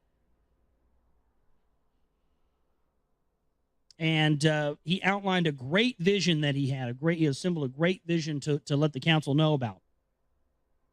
He wanted to establish way stations from Nibiru to Earth and have all of the sun's family in one kingdom. The first on Lamu to be fashioned, the moon, for the plans he also considered, and the other planets or their circling host stations to set up. So he wanted to set up stations on moons on other planets as well. And have a constant caravan of ships just going back and forth between every planet. Sounds smart to me. We will bring the gold from Earth without any interruptions to Nibiru. Perhaps we will find gold elsewhere. So they're saying, oh, we're going to bring all the gold from Earth, and maybe we'll find it on some of these other planets where we have way stations set up as well. The counselors, the princes, the servants, all considered Anu's plans. The salvation of Nibiru they saw in the promise of his plans. Savants and commanders' knowledge of the celestial gods perfected. They added a new kind of rocket ship, so a new technology to their chariots and skyships. So their technology apparently has already evolved at this point of the telling of the story. Heroes were selected for the tasks. I'm guessing heroes. They keep saying heroes. I'm guessing those are like, people of extraordinary strength. And for the task, there was much to learn. The plans were beamed over, I guess, sent by laser fax machine, laser email to Enlil and Enki. And they were told to hurry their preparations on Earth. Hurry up. On Earth, there was much discussion of what had happened and what there is to be done. Enki Alligar to be of Eridu, the overseer, made his own steps to the Abzu he directed. Where to obtain gold from the earth's bowels, he then determined.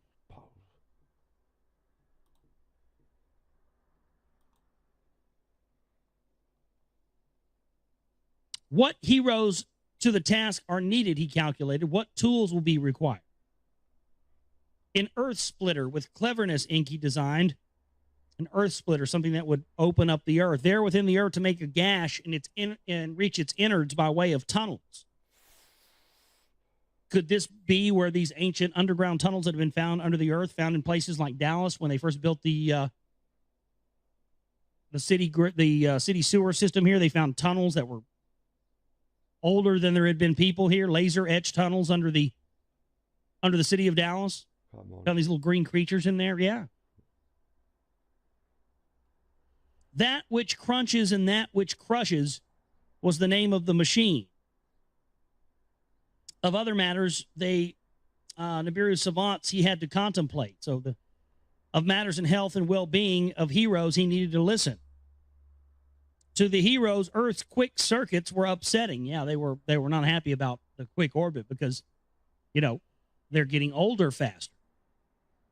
So they're trying to mine this gold, and they're getting older much quicker than they would on their planet, so they can't get the job done. And that's what led to the creation of mankind as a slave race. Earth's quick day and night cycles were causing dizziness to the heroes. The atmosphere, though good, was lacking in some things and too abundant in other things. Of the sameness of the food, the heroes were complaining. We eat the same thing all the time. Oh, he eats fucking chicken. Enlil, the commander, was afflicted from the heat of the sun on Earth. For coolness and shade, he was longing. While in the Abzu, Enki was making preparations. Enlil, in his skyship, was surveying the extent of Eden. Of the Eden, E-D-I-N. That's the place where they were setting up Eden. E-D-I-N. What later became what we know in biblical terms as Eden. See? Of mountains and rivers he took account. Of valleys and plains he measured. He wanted to establish in Eden a landing place for the rocket ships. So the rocket ships that landed Earth landed in a place called Eden. Eden, guys. I mean, you couldn't make it up. Come on. Give me a fucking break, sandwich. God damn. Enlil, by the heat of the sun, was afflicted and was searching more for a coolness and a place of shade. To the snow-covered mountains of the Eden's north side, he took a liking. Scotland. The tallest trees he ever saw grew there in a cedar forest. There above a mountain valley with power beams, he flattened the surface. Flat. Is that what the tops of the mountains in Tabletop Mountain, guys? In the Tabletop Mountains, flat. Brazil, where the Nazca lines are at? Where the whole tops of the mountains are just sheared off as if by a laser. Is that what he did? Flattening the surface of this mountain valley? Very well could be. There's one in South Africa, guys. Great stones from the hillside the heroes quarried and cut to size. To uphold the platform with skyships, they carried and placed them there with satisfaction. Enlil was satisfied with the handiwork. A work beyond belief, indeed it was, a structure of everlasting. An abode for himself on the crest of a mountain was his desire. Of the tall trees in the cedar forest, long beams were prepared. Of them, the construction of an abode for himself he decreed. The abode of the north crest, he named it. On Nibiru, a new celestial chariot was soaring off for preparation. New kinds of rocket ships, sky ships, and that which Enki had designed was transporting people. A fresh group of 50 from Nibiru was taking. Chosen females were among them. By Ninmah, exalted lady, were they commanded. In succor and healing they were trained. Ninmah, exalted lady, a daughter of Anu she was, a half-sister, not a full sister of Enki and Enlil she was. She was greatly learned in the treating of ailments. She excelled in that. To the complaints from earth, she gave much attention. A healing she prepared. The course of prior chariots on tablets of destinies were recorded, and Nungal did follow its pilots. Unharmed, it reached the celestial god Lamu. It circled the planet, slowly to its surface descended. A faint beaming group of heroes followed. Ninmah was going with them. They found Anzu beside a lake shore, with signals beaming from his helmet. Anzu himself was without motion, prostrate. He lay dead. Ninmah touched his face. To his heart she gave attention. From her pouch she took out the pulsar. Upon Anzu's heart pulsing she directed. From her pouch she took out the emitter, its crystals, life-giving emissions on his body she directed.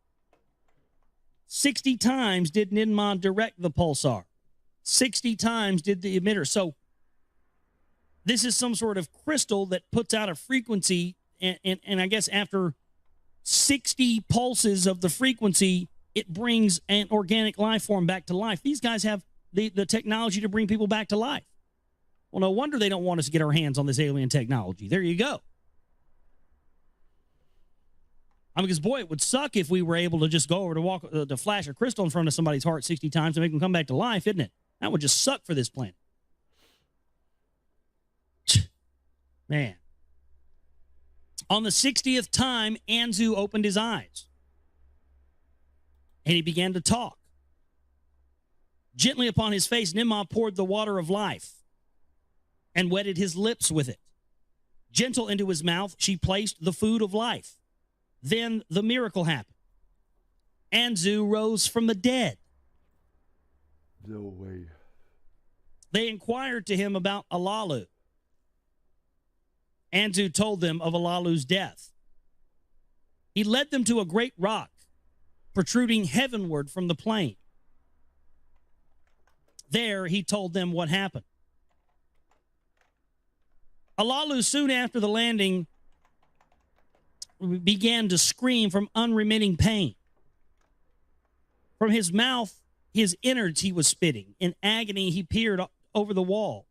He's puking his guts out, literally. Thus, Anzu was saying to them, he led them to a great rock, like a mountain from the plain, heavenward uprising. In the great rock, a cave I found. Alalu's corpse therein I hid.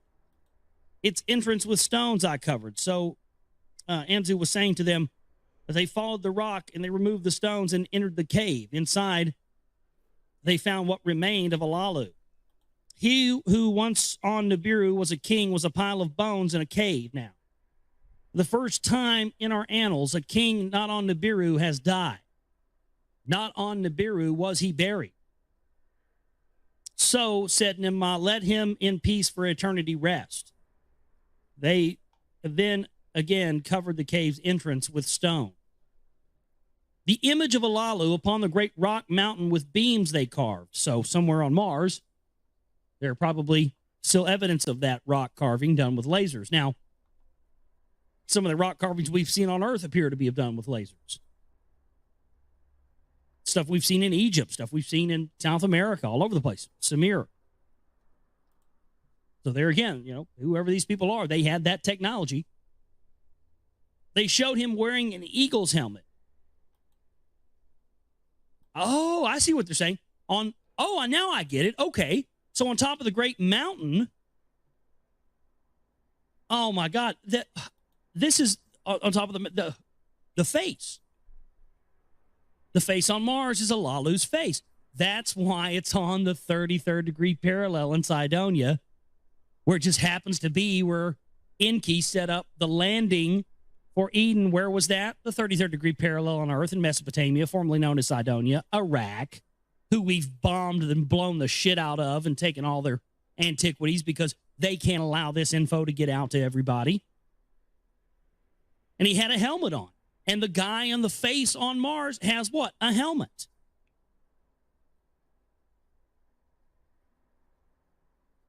Hello, sugar cakes. It's unbelievable. That's exactly what it was. It was.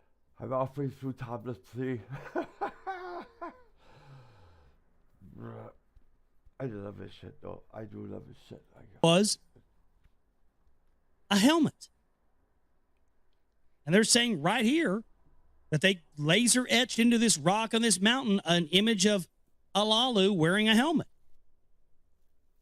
with his face uncovered. My goodness. Let the image of Alalu forever gaze up towards Nibiru. Yeah. This guy who's commentated, and his name's Josh Reeves, right? And I like him. He's fucking funny, but like he's breaking it down for you as well. Like he's not saying it is, but like he's putting a good mind on the interpretation of these fucking memoirs of Enki in it. Yeah. So back in there. Toward Earth, whose gold Love ya. he discovered. That explains the face on Mars and why they've wanted to cover that up for years. Oh, there There you go. you go. So Ninmah, exalted lady, in the name of her father Anu, did declare, as for you, Anzu, to you, Anu, the king of his promise, he shall be keeping. 20 heroes with you here shall remain. The way station's building to begin. Rocket ships from Earth, the golden ores, shall here deliver. Celestial chariots from here, the gold to Nibiru, shall then transport. Hundreds of heroes shall make their abode on Lamu, on Mars. You, Anzu, shall be their commander. Thus did the great lady, in the name of her father Anu, to Anzu say, my life I owe to you, great lady. My gratitude to Anu shall not have any limits. From the planet Lamu, the chariot departed toward Earth and continued on its Who are you laughing for, Mo? journey. So that's the end of, I guess, the fourth tablet. The next chapter is the synopsis of the fifth tablet. Well, is it done? No. And we'll pick up on that next time on the broadcast. Man, oh man, oh man. Very, very interesting stuff there tonight. The whole thing about I didn't realize that the explanation for the face on Mars was in the Sumerian tablets. I never realized that. That's insane. That is the guys. That thinking about it, right? I didn't realize that either. That is crazy, isn't it?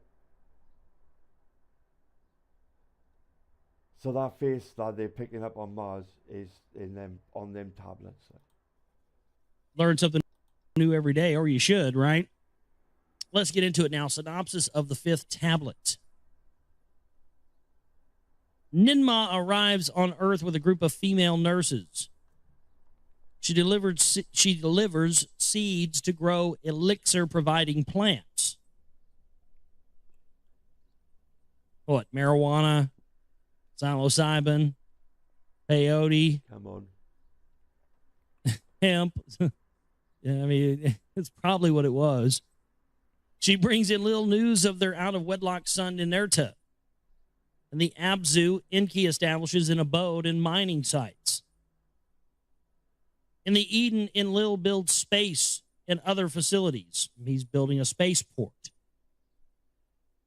Nibirians on Earth, who on Earth are called the Anunnaki or the Anunnaki, number 600. So there were 600 originally brought down to Earth.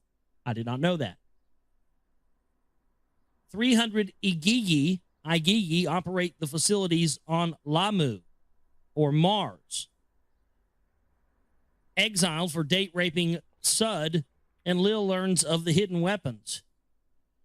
Date-raping Sud? Really? You really said date-raping in the Sumerian text? Date rape, huh? Okay. Yeah. I mean, really said date rape in there? No way. I think old Zechariah might have been hitting the cocaine when he wrote that. I don't know. Maybe he misinterpreted. Oh, yes, it says date rape. That's what it says right there. Date rape, don't you know? Sumerians were all into date rape. Yeah. It's just ridiculous.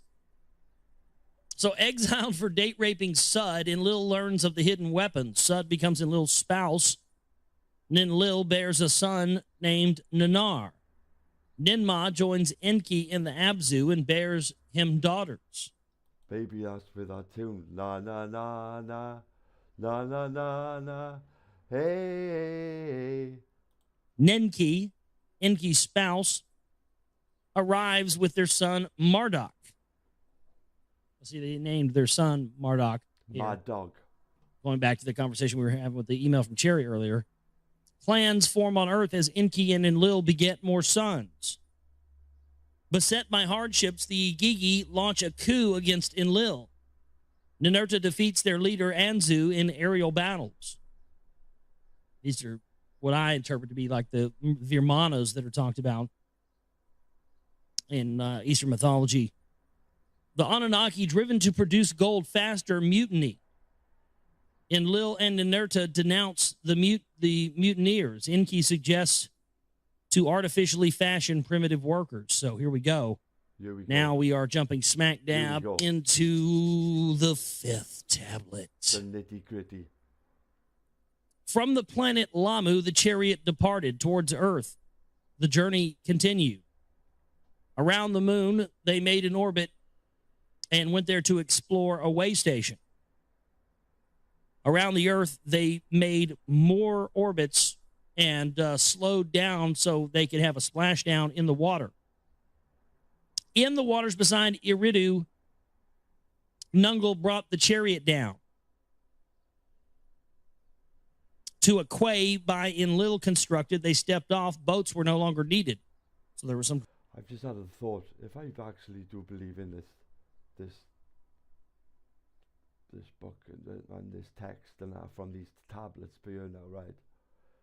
Then I can't really go with my flat Earth theory, because he just said they circled around the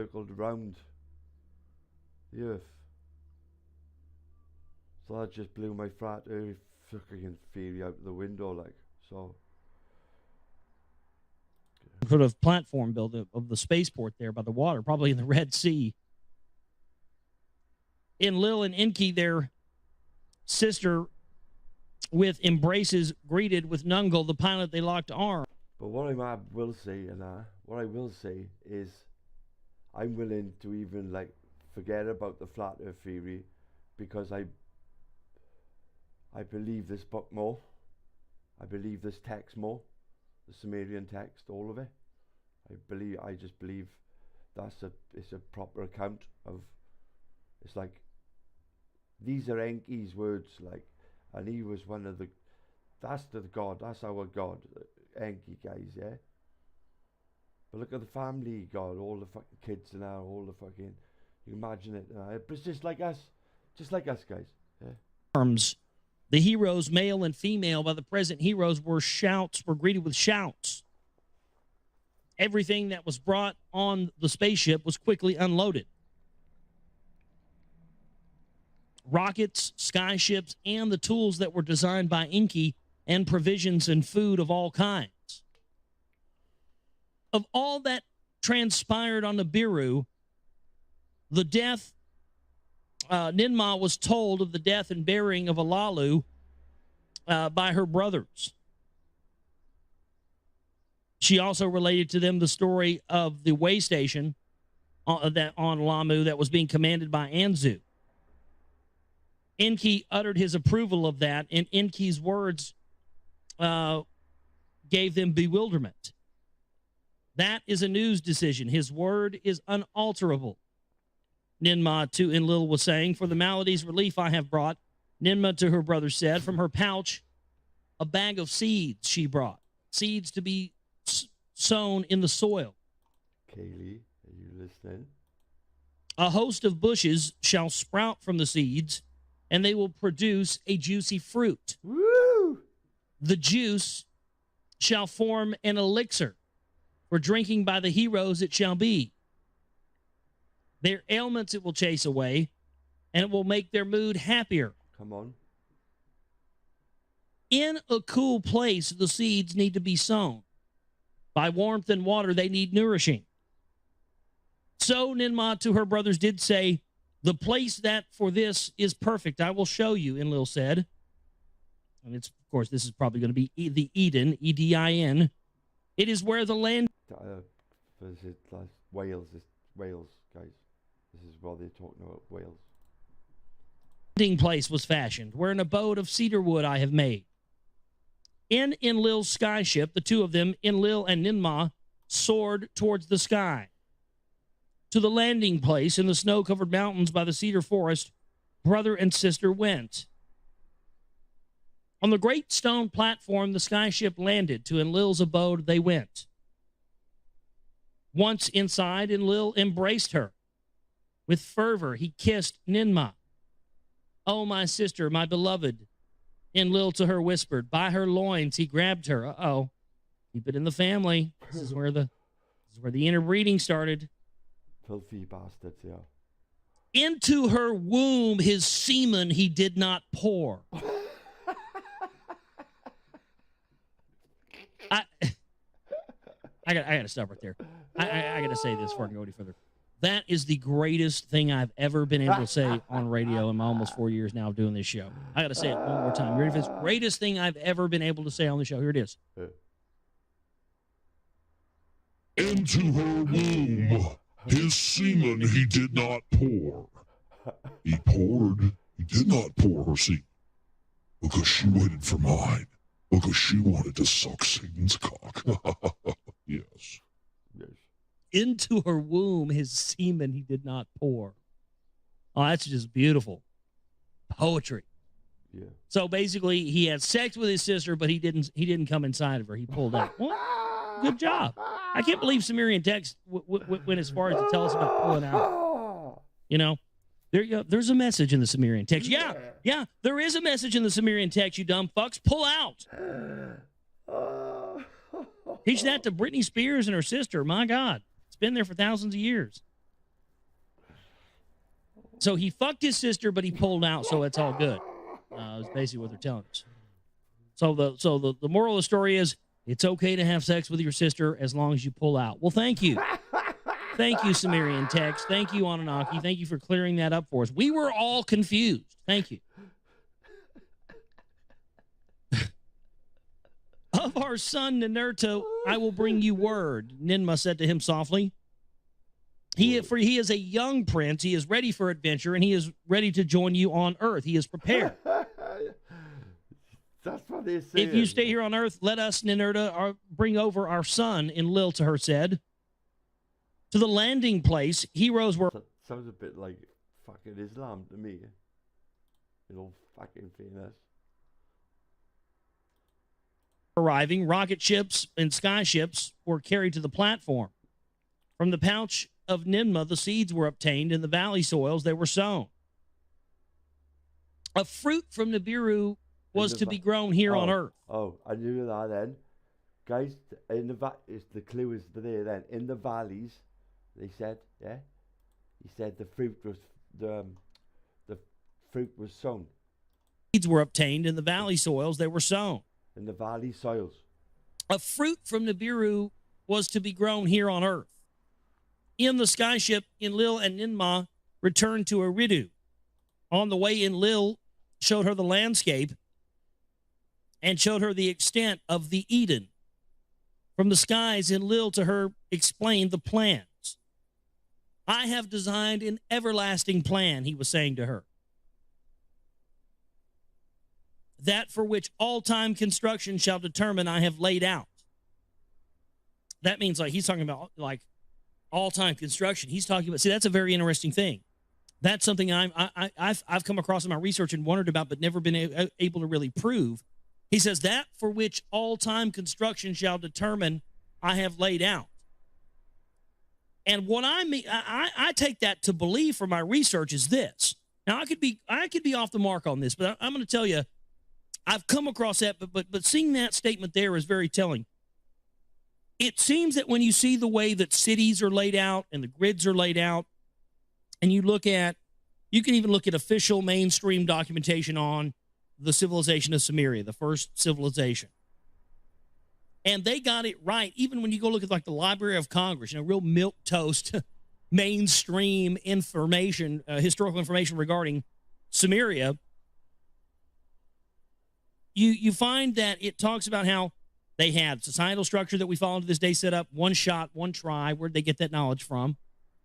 They had sewage systems. They had, credit systems. They had a very sophisticated society that's not much different from ours today.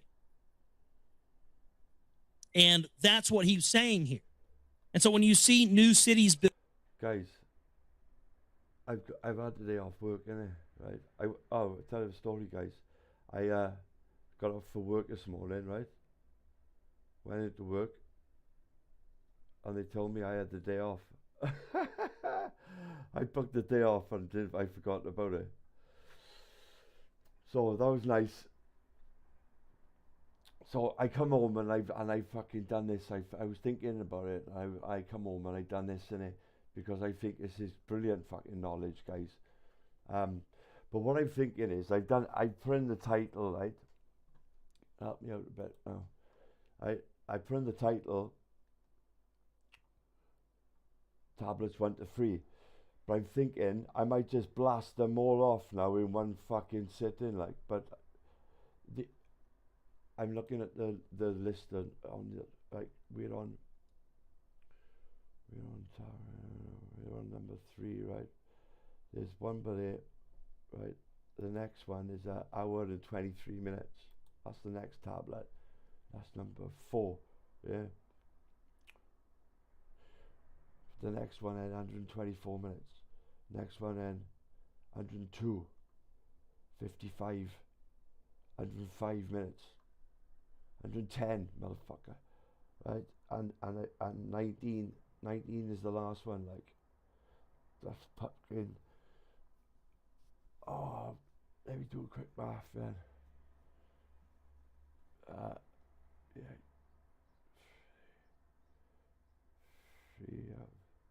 3 hours. 5, 6, 7, 8. 8 hours worth. What's the time? 8 hours worth. Oh.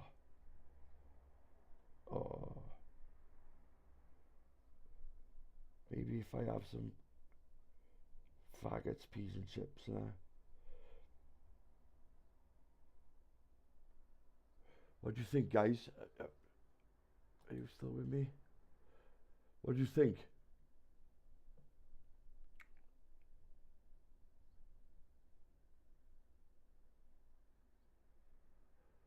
I never went back to bed though. I couldn't go back to bed. Like, if I sleep in the day, I dream, like, my mind's proper on it in the day, I tried to do a night shift and that, but my body clock just wouldn't, like, let me adjust. Like, if you're up for it, do it. People always come. That's what I was thinking, like, but I was thinking it would be there then, just like, yeah. Don't want to stop it much. Like, built, and you see the way these grids are built and the way they put them on certain parallels and things. It almost gives you the idea that the reason why we see, the Statue of Liberty, Queen Semiramis, going back to this time, or we see, Washington, D.C. built the way it is, and these obelisks everywhere. It's almost as if it's in the elite's playbook that from this ancient creed from the Anunnaki that they have to continue to build throughout time in the way that Enlil had said that they had to build. Away from Eridu, where dry lands begin, I shall make my quarters. La Arsa will be its name, a place for directing it shall become. On the banks of the Brunel River of the deep waters it will be located. A twin thereof a city shall in a future arise. Lagash, I shall name it. Between the two, on the two plans, a line I have drawn. 6 leagues thereafter, a healing city shall come into being. A city of your own it shall be, Shurabak. The haven city, I shall name it. On the center line it shall be located. To the fourth city it shall be leading. Nibiru, key. Earth's crossing place, I will name it. A bond, heaven.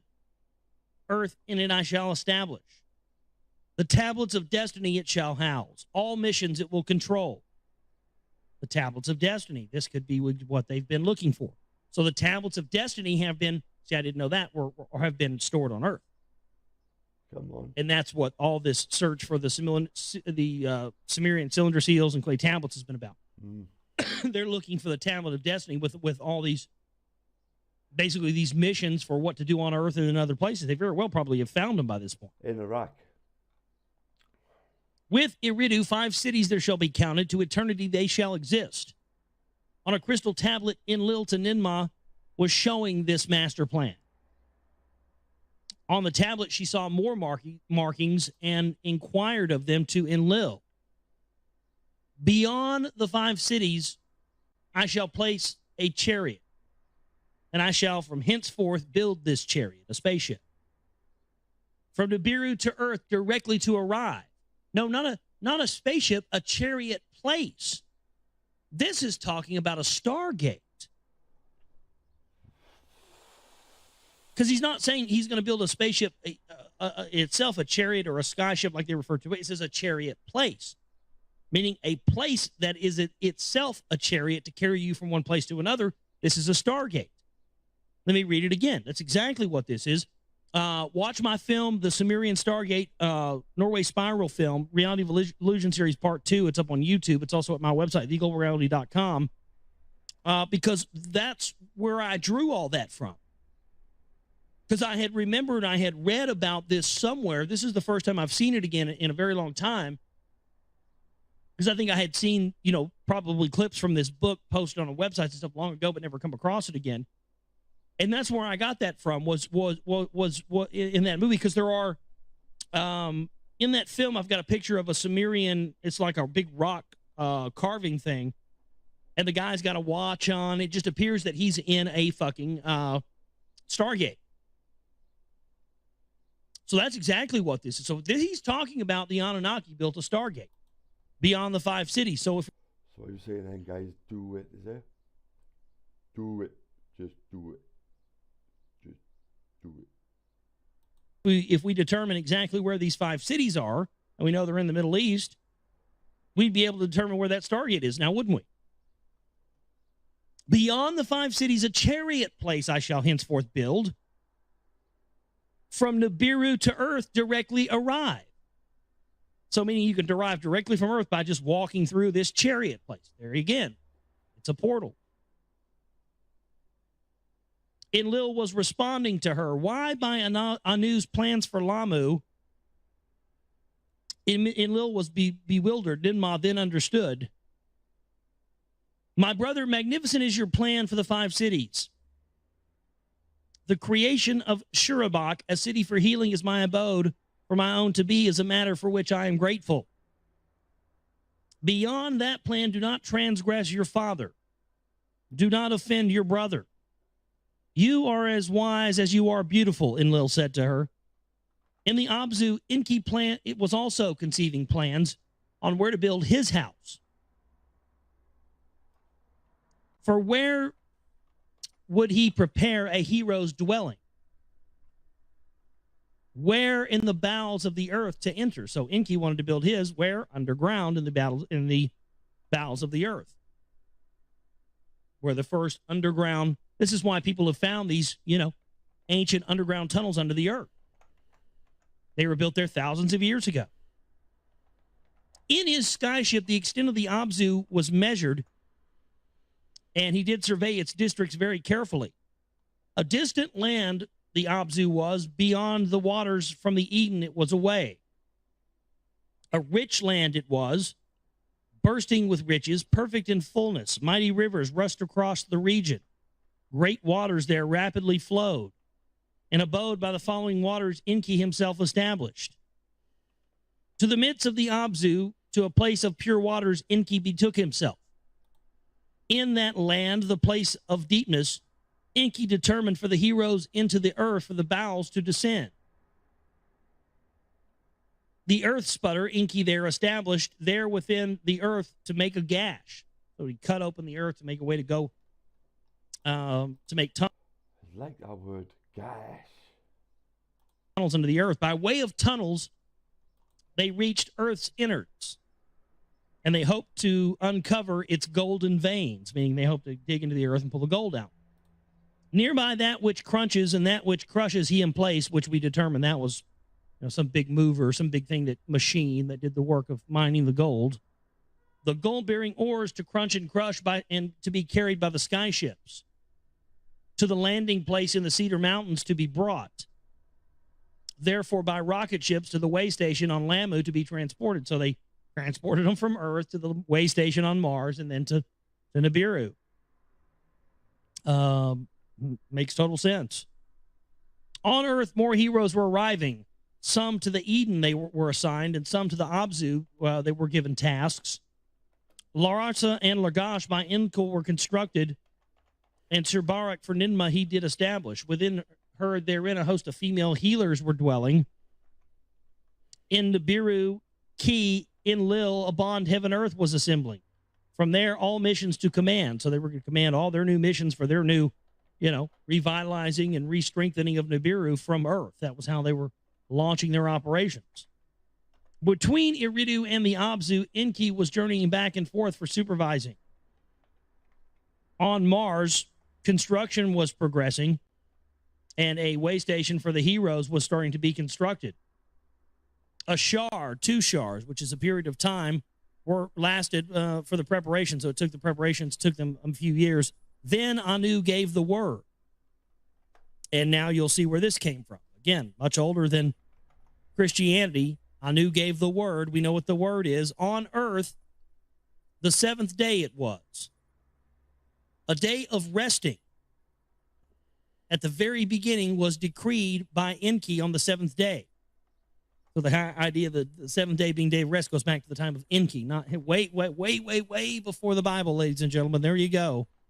God damn, get over it. At every place the heroes were assembled, a message from Anu and from Nibiru they beamed overhead. In the Eden they were assembled, and Lil was there in command. And with him Ninmah, her host of young ones by her side, was assembled. So they're assembled in Eden, assembled there in getting ready for something obviously to happen next. Let's see how much we have left here. Lords. All right.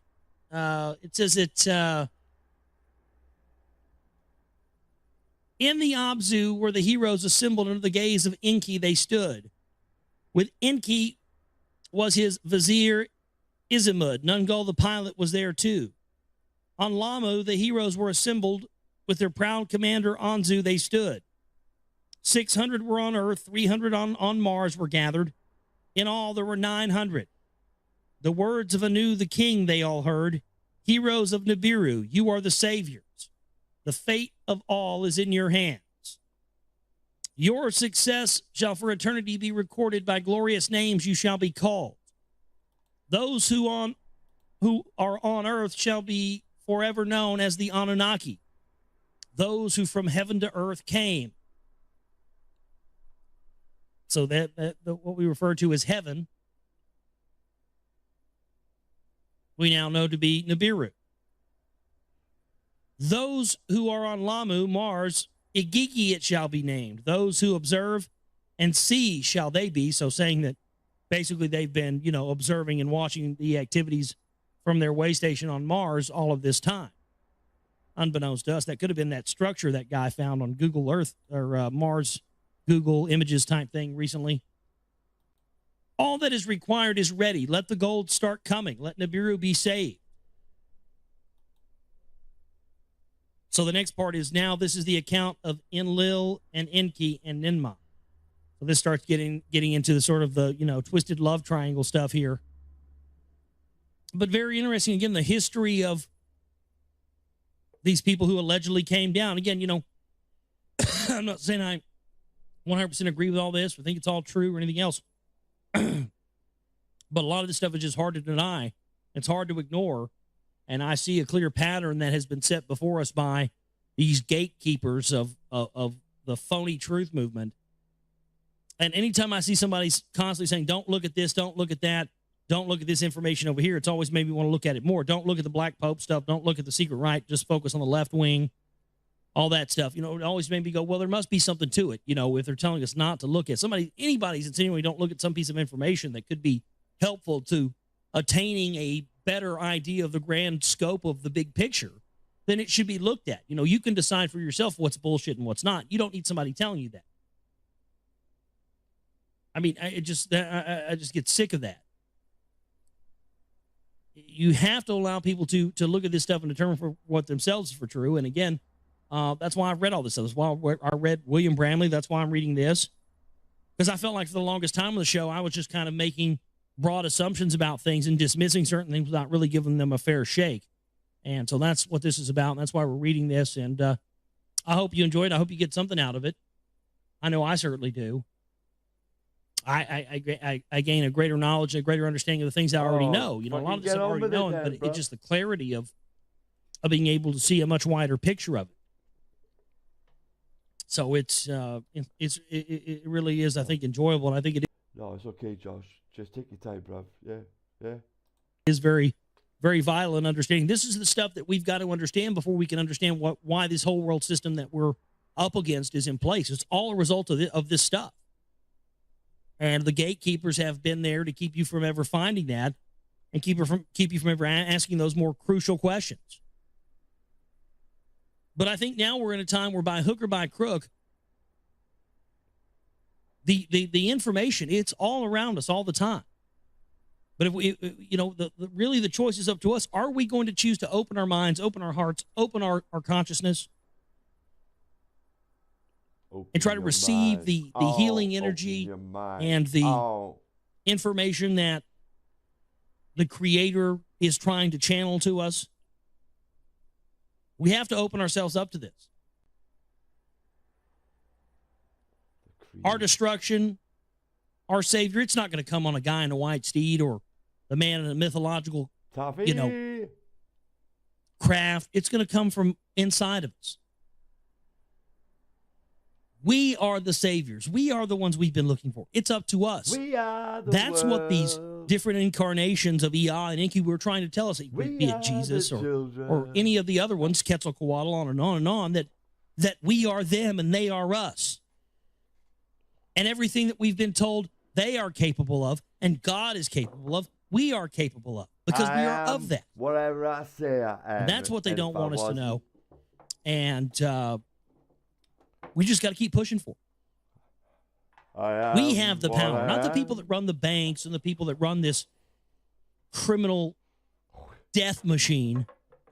That's what it is, a gigantic mafioso criminal death machine. We are the ones with the power, not them, and that's why everything is designed to keep us restricted from that power and to keep us from knowing it. But knowledge is power, and that's what we have to continue on for. Let's get into where we left off last night of the Lost Book of Enki here. The last thing that we read, Heroes of Nibiru, you are the saviors. The fate of all is in your hands. That's where we left off last night. So we're going to pick up here on page 111 tonight, the Lost Book of Enki. Let's just jump right into it. Your success shall for eternity be recorded. By glorious names you shall be called. Those who on earth shall... Coffees. Excuse me. Those who are on earth shall now be known as the Anunnaki. Yeah. Those who from heaven to earth came. Those who are on Lamu are Igigi and shall be named. Those who observe and shall see, they shall be. All that is required is ready. Let the gold start coming. Let Nibiru be saved. Now, this is the account of Enki, Enlil, and Ninmah. So this is actually where we left off last night. I just want to back it up a little bit.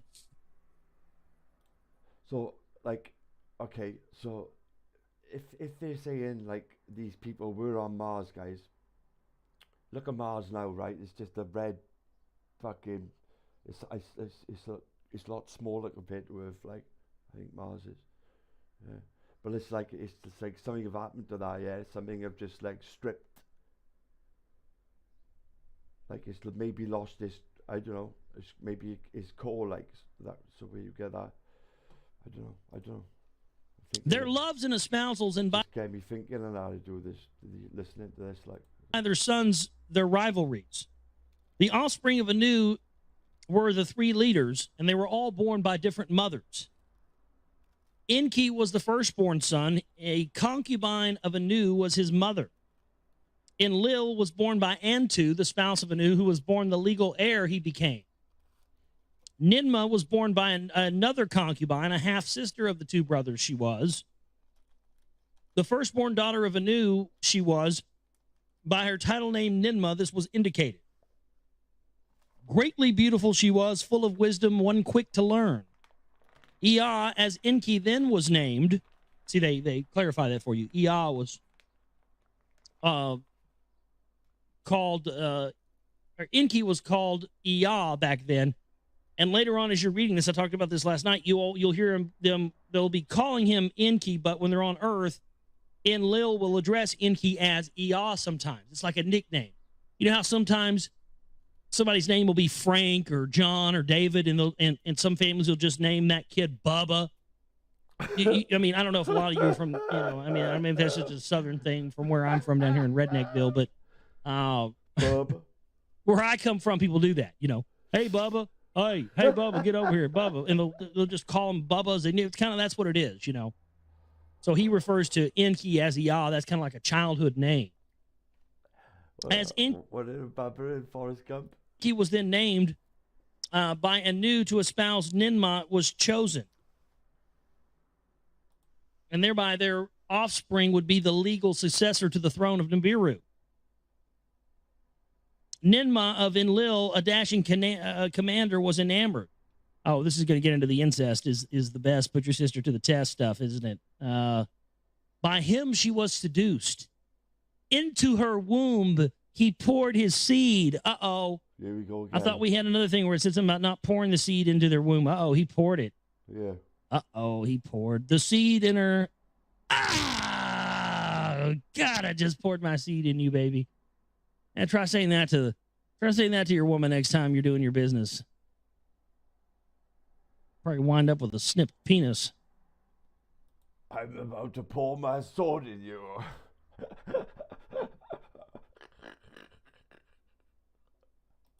A son. Are you ready? From Enlil's seed she bore, and Inerta, the two have named him. What's going on? Anu was angered by the deed. The dirty deed. Yeah, baby. As punishment, he forbade Ninmah to ever be the spouse of Enlil. I mean, as we listening now, we're going to be listening to that. Listen to how fucking filthy these fuckers are. And made her be Ea's. Wow, that's fucked up. So Ea, his bride-to-be, by Anu's decree, abandoned a princess named Damkina he instead espoused. Okay. A son and heir to them was born. Marduk, they named him. One in a pure pace born it meant. As for Enlil, a son not by espousal he had, a spouse by his side he did not have. It was on earth, not Nibiru, that Enlil found a wife. Ah, there you go. Okay. So they're on Nibiru, and they're kind of passing out wives and setting up who's going to be with who to continue the bloodline. But then it says here it wasn't on Nibiru that Enlil became espoused, meaning Enlil found and acquired a spouse. He acquired a spouse on earth. So this must have been what the Bible talks about with the Nephilim and mating with the daughters of man. Enlil, got down there and did some banging and created mankind and said, oh, we got a slave race. But unfortunately, because these folks who we're talking about here, obviously, if they're talking about the succession of their bloodlines, it's pretty clear these people weren't slaves, right? No, we're not talking about. So it was the arrogance of these royal genetic seed bloodline Anunnaki. It was their arrogance to believe that they could create a slave race using their own DNA that would want to be or would be okay with their enslavement. It is not in our DNA to be enslaved. That's why it is natural to rebel against your slavery. Spiritual slavery, money slavery, job slavery, whatever it may be, relationship slavery. It is not within our construct to be enslaved. We didn't come from that. That's why we feel the need to break free from it. But they'll tell you you're crazy. Yeah, you smoke too much bongs. If you don't want to go along with it and be a good slave. Leave the bong alone. The account is one of rape and exile, a love that brought forgiveness, and of more sons that were only half-brothers. On earth it was summer. To his abode in the cedar forest Enlil retreated. In the cedar forest, Enlil was walking in the cool of the day. In a cool mountain stream, some of Ninma's young ones that were assigned to the landing place were bathing. By the beauty and grace of one, Sud was her name, Enlil was enchanted. Here we go. To his cedarwood abode, Enlil invited her. Oh, my Oh, it's getting word. hot now. Oh, yeah. Here we go. We're going to get into some hot Sumerian text for you tonight here. Oh, yeah. It's going to get hot. Listen to how filthy these To his fuckers are. cedarwood abode, Enlil invited her. Come partake with me in the elixir of Nibiru's fruit that grew here. To her, he said. Sud entered Enlil's abode, and he gave her a cup of elixir. Oh, what's in that elixir? Sud drank, Enlil drank it too. To her, Enlil, of intercourse he was speaking. Whoa, shit! Enlil is a pimp. P-I-M-P. The dude doesn't waste any time. So he rolls up on the and sees this chick playing in the water. He ain't there 2 seconds. He's already inviting her back to the cedarwood abode. He hands her a cup of an elixir, and she doesn't even take more than a couple sips off this, and dude's standing over there with his cock out. Well, what do you think about it, baby? We're going to have intercourse or what? Jesus Christ, slow down, dude. You know? We get to know each other first before you go right into just, bam, cock is just out. No wonder humans are a bunch of fuck crazy maniacs. You know? All we do is, Can I fuck it? No. Can I eat it? No. Can I kill it? No. Well, then I'm bored with it. Fuck it. Yeah. I mean, seriously. And then you go down. No wonder we want to fuck everything that moves. We were created by a bunch of horny maniacs. We wonder why there's fucking 500 trillion of us on this planet. My God. The people that created us were fucking all the time. What do you think we want to fuck all the time? When we look at, oh my God, we have to have eugenics. You have to kill us. There's so many of us. Well, my God. Well, maybe go talk to your bloodline ancestors about that then, Rockefeller. Filthy fuckers. Fuck. This guy gives her a sip of some drink, man. She didn't get 2 drinks down. He's like, oh, wow, look. Now listen to this. Listen to what she says. I'm not kidding you. You can get a copy of this book. I'm not making this up. I'm not trying to be perverted. This is what it says. So he was talking about intercourse, and it says, unwilling was the lass. Aye, unwilling was the lass. This is written by a fucking drunkard and Irishman? Aye. Enlil was speaking of intercourse, but aye, unwilling was the lass. It's a bunch of pirates. Pirate aliens.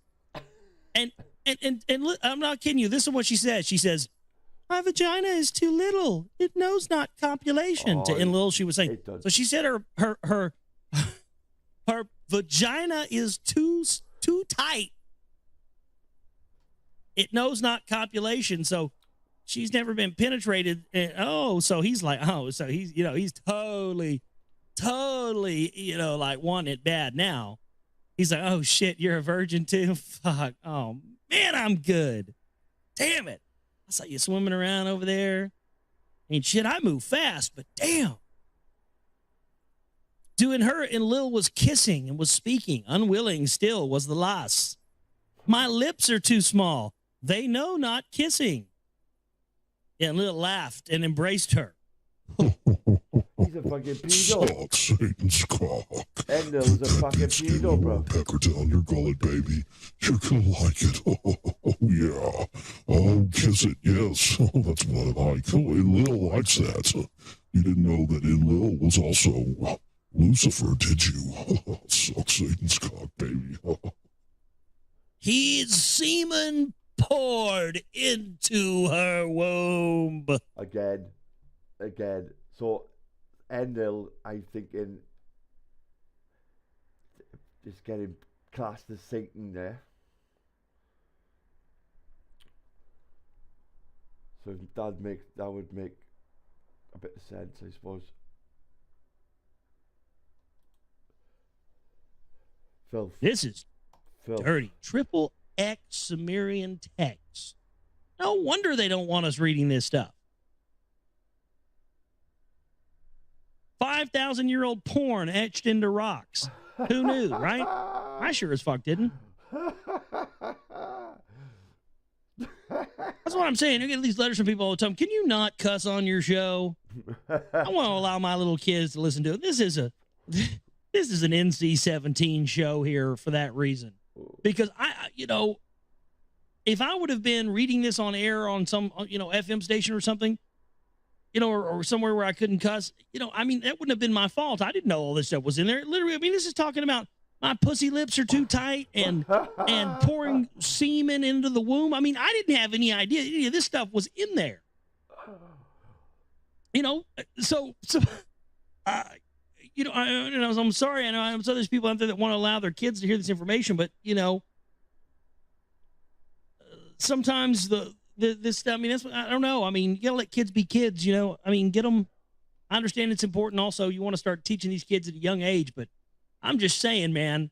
Sometimes this stuff gets into dirty territory. It's not necessarily just me, up here ranting and raving and using cuss words.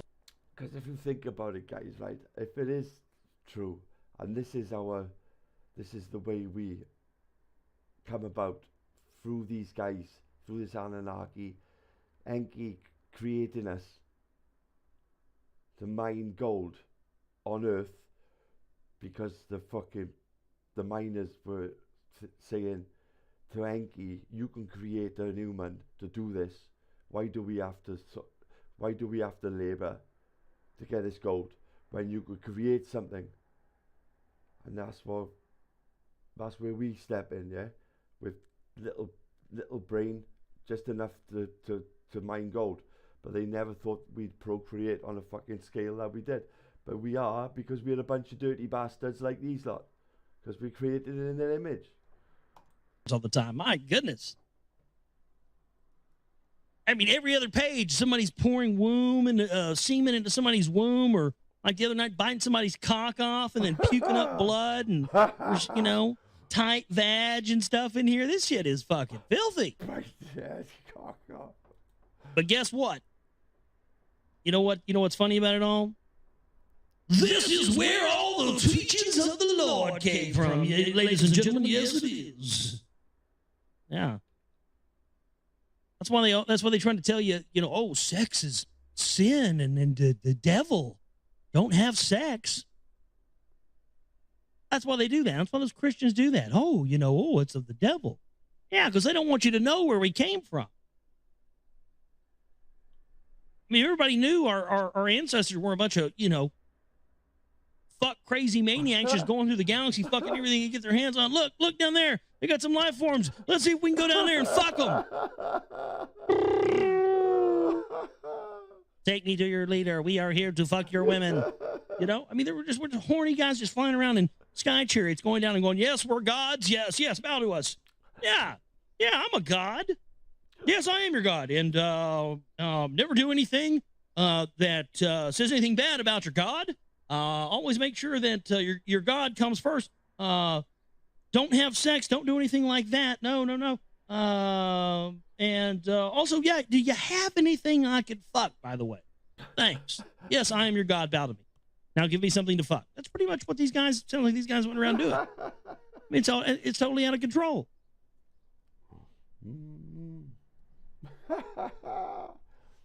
This is just filthy. Filth. To Ninmah, Sud's commander, the immoral deed was reported. Enlil, immoral one, for your deed judgment you shall face. So did Ninmah to Enlil in anger say. In the presence of 50 Anunnaki, 7 who judge were assembled. 7 who judge on Enlil a punishment decreed. Let Enlil from all cities be banished. To a land of no return let him be exiled. In a sky chamber they made Enlil leave the landing place. Abgal was his pilot. To a land of no return, Enlil was taken, never to return. Well, that's why they call it the fucking land of no return, isn't it? But you don't return from it. Idiots! My God. A little editing, please. You guys are etching this out on fucking, clay tablets and shit, and you had time to repeat yourselves? I mean, you had room to repeat yourselves? Wow. In the sky chamber, the 2 of them journeyed to another land was their direction. There, amidst forbidding mountains at a place of desolation, Abgal, the sky chamber, landed. This, your place of exiles, shall be, Abgal to Enlil was saying. Not perchance have I chosen it, to Enlil he was saying. A secret of Enki in it is hidden. In the nearby cave, Enki 7 weapons of terror has hidden. Also, he hid 7 nuclear weapons in there. Oh, that was smart. This guy's going around banging your half-sister, getting her pregnant, and, you want to give him nuclear weapons? Again, we have to start coming to grips with the fact that it could be possible the people that we think are gods were very smart. Just as dumb and irrational and as any of our elite leaders are today, it sounds like, doesn't it? Kind of bumbling their way through things. Everything's new. That's why it seems that the spirit world is so much more removed from that reality. Because we're still talking about the physical plane here. But now that we get into the stuff where, these people have the technology to manipulate that as well, it's a totally different thing. From Alalu's celestial chariot, he had them removed. Take the weapons into your possession. With the weapons, you will attain your freedom. So was Abigail to his commander, saying, a secret of Enki to Enlil he did reveal. Then Abigail departed from the secret place, and Enlil was alone left there. In the Eden Sud to Ninmah, her commander's words were speaking. By Enlil's seed I am pregnant. A child of Enlil in my womb has been conceived. Ninmah Sud's words to Enki conveyed, the Lord of the earth he was. On earth he was supreme. They summoned Sud before 7 who judge. Will you take Enlil as your spouse? They asked her. She said yes. To espouse Sud Enlil from his exile was returned. By that, Enki and Ninmah to him gave a pardon. So they pardoned him. So, think about it. It's like, do you, when we get married these days, and we still say the same words. Do you take, to be your, and these are from, this text is off from tablets 4,000 years old. Allowed him to come to earth. Enlil's official spouse was Sud. It was declared her name title to be Ninlil, Lady of the Command. She was bestowed. Thereafter to Ninlil and Enlil a son was born, Nanar, the bright one. Ninlil named him. He was the first of the Anunnaki on earth to be conceived. One of Nibiru's royal seed on an alien planet was born. It was after that Enki to Ninmah was speaking. Come be with me in the Abzu. Oh, kinky. In the midst of the Abzu, in a place of pure waters, an abode I have established. With a bright metal, silver is its name. It is embellished. With a deep blue stone, lapis lazuli, it is adorned. Come, Ninmah, be with me. your adoration of Enlil to be abandoned. So he's saying, okay, he's now, now you've banged my brother. You shit out one of his kids. Now, make it fair. And let's get some double incest going on over here and come back to my abode. Let me hit it too. And, pour the royal water in you, and we'll just have us a whole little clusterfuck here. Oh, fucking shit. No wonder the people that run our planet are sick, incestuous, inbreeding bastards. Sounds like that's what these fuckers were.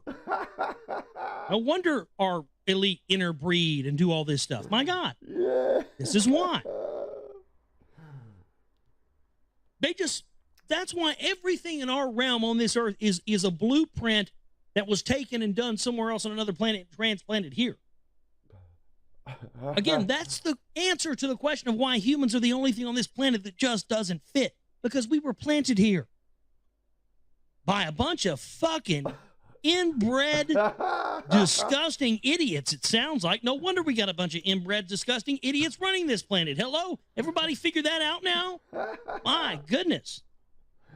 I'm glad we figured that out. I'm glad we now know where the source of this comes from. It all makes sense to me now. No wonder these fuckers are like this. Sick. Gotcha. Enlil spoke loving words to her of how he intended, of what he intended for her. He spoke sweet words. You are still my beloved, he said to her. He embraced her and kissed her, and she caused his phallus to water. She caused his phallus to... Oh, shit. He starts like, oh, fuck, stuff's coming out of it. We haven't even done anything yet. Oh, my God. Enki, his semen into the womb of Nimma poured. Give me a son. Give me a son, he cried out. Damn, that's fucked up. Like this dude's like, pounding away and like he's rolling dice or something, Give me a son. Give me a son. Bet I'll six. Fuck, you rolling dice over there, dude? Oh, these people are fucked up. She took the semen into her womb. God. The semen of Enki impregnated her. Pastor Hage. One day of Nibiru was a month of Earth time for her. Come on. 2 days, 3 days, 4 days of Nibiru, like months of Earth they were. 5 and 6 and 7 and 8 days of month were completed. The 9th count of motherhood was completed. 9 months. Ninmah was in travail. 9 months, love. To a child she gave birth. The newborn was a female. On the banks of the river in the Abzu, a daughter to Enki and Ninmah was born. Enki, by a daughter, was disappointed. Kiss the young one, to him, Ninmah said. Kiss the young one. Enki to his vizier Ismid said, I desired a son. A son by my half-sister I must have. Again, he kissed Ninmah by her loins and grabbed her. His semen into her womb. Again, he poured. God! I think, guys, this is like all about, I guess YouTube as well, it's about lineage, like this lineage of this bloodline, yeah? This is what all this fucking incest and all that is about, like, it's this keeping this lineage to this bloodline. Damn, he didn't even... That's where I see it. Wait! She just shits one out. He walks over there and goes, I wanted a son. You gotta wait a little while, dude. You can't just go sticking it in there right after she popped one out. Again, these are some dumb motherfuckers that created us. Dirty bastards.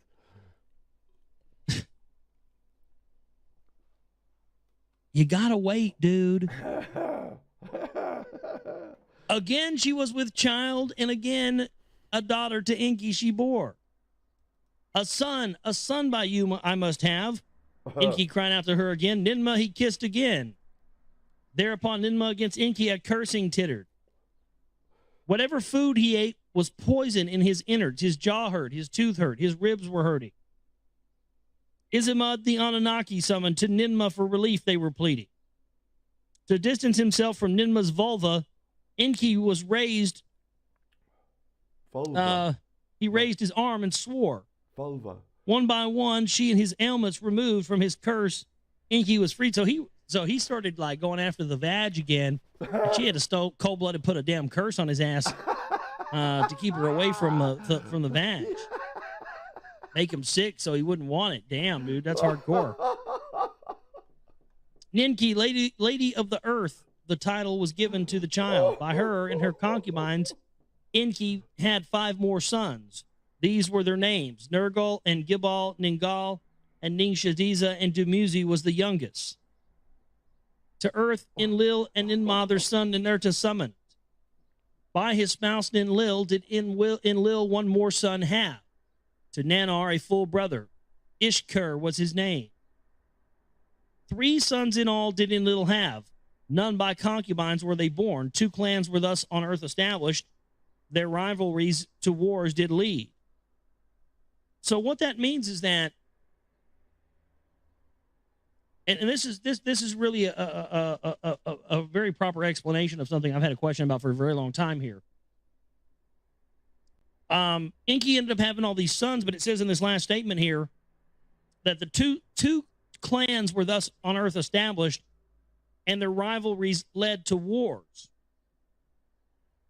So they established 2 clans on earth that were both based on Enlil and Enki's family. This was the same family. They created one tribe over here. Another tribe over here didn't tell them they were family, and then pitted them against each other, and this led to wars. So this is proof that they've been pitting us against each other, man against man, family against family, since time immemorial. And why would they do this? They had to do this to set up a culture of war, a culture that established itself on that so that they could control it. That's unbelievable to me. So, and that makes so much more sense. This is why the elite have tried to wipe out these certain bloodlines in the Middle East, the Arabic blood. I mean, fucking hell, come on. It do make sense. It do make sense. Lines in Iraq and Sumir, because supposedly there are people there that still have this royal blood in their systems, and the elite for some reason see it as a threat to them. Because if some of these people that are descendants of these original Anunnaki,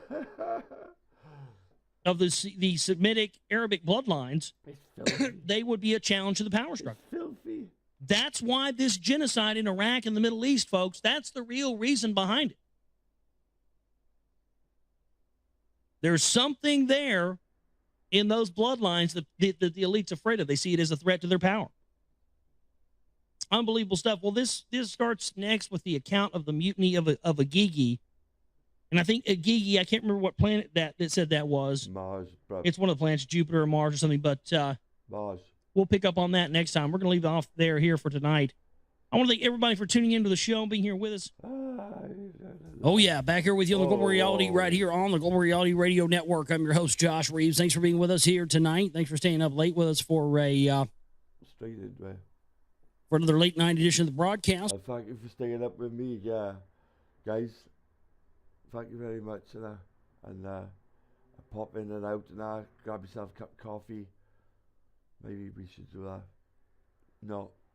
We're going to be getting I got to fucking get through hours of this shit, so I got to... into Lost... Get it on. Book of Enki here. Get it on. In this segment of the show tonight. It's been a good time reading that book so far. I always enjoy reading books with you here on the show. I got to go back, and this always happens. I don't know what it is. When I first heard this, guys, it blew me away, It did blow me away, and I listened to it in the car. I had it on my phone, and I had it fucking going through the car, just going back and forth to work, listening to it. I've listened to this now, it's about 11 hours worth it is in total, all of it, 13 tablets. Mind-blowing knowledge, it is and it's a lot to take in, guys, isn't it? I understand, because it's you watch Pulp Fiction for the first time, and you've got to watch it again, you just have to watch it again just to make, it's just shaking your head at the end of it. You've got to watch that again. This is the same, I won't touch this PDF at all. It'll just automatically scroll to another page once. But I've got back to where we had left off last time. Now where we're getting into now is the account of the mutiny of the Agigi, and as we've established in our previous readings, the Agigi is the name for the people that were brought to Nibiru, to Earth from Nibiru, and were put in charge of mining the gold, and essentially started to revolt because they felt that the labor was too heavy and they couldn't get all the gold mined. So allegedly, this is why the Anunnaki created mankind as going on strike is a fucking like the earliest form of strike, like a slave race to mine the gold for them. So that's what we're going to be getting into now, is this mutiny of the Agigi, and these workers basically saying, we're tired of this, no more. Now this is the account of the mutiny of the Agigi, and how Anzu was put to death for stealing the tablets of destiny and was punished. From the Abzu, gold from Earth's veins was carried to the landing place. And they transported them in rocket ships to the way station on Lamu, which, of course, we have established Lamu as being Mars. So right there, they sent rocket ships. And this is a 5,000-year-old text openly talking about rocket ships being sent to the way station, also on the 33rd degree parallel, from the transport station on the 33rd degree parallel in Cydonia on Earth, which is what we know as modern-day Mesopotamia, modern-day Iraq. From the planet Mars, the celestial chariots brought the precious metal gold to Nibiru. On Nibiru, the gold was fashioned into the finest dust, and it was employed to protect the atmosphere. That's what I said earlier. Slowly, the breach... Said earlier, guys, I was on about monatomic gold. It's called monatomic gold, where it's down in this dust. So you just dusting it down. It's complete dust. They chuck it in their atmosphere on Nibiru. In the heavens was healing. Slowly, Nibiru was saved. In the Eden, and here, of course, Eden is E-D-I-N, but we know it to be the same thing as what we know in biblical text as Eden. Wales. E-D-E-N. It's the origination. Again, it's just puts holes in modern-day Christianity left and right here. In the Eden, the 5 cities were perfected. Enki in Eridu, a sparkling abode made upon the soil and raised it skyward. So he built a large house that was basically a skyscraper. Like the ziggurats at Ur is what I believe those to be. You ever seen the ziggurats at Ur? That's essentially what that is. Like a mountain, he raised it above the ground and built it in a good place. Damkina, his spouse, dwelt there, and he taught his son Marduk. Enki taught his son Marduk wisdom there. In Nibiru Key, in Lil, the bond heaven earth established, a sight it was to see. So he's talking about establishing, in Lil was basically the one in charge of establishing this link with heaven and earth, and establishing Nibiru as heaven.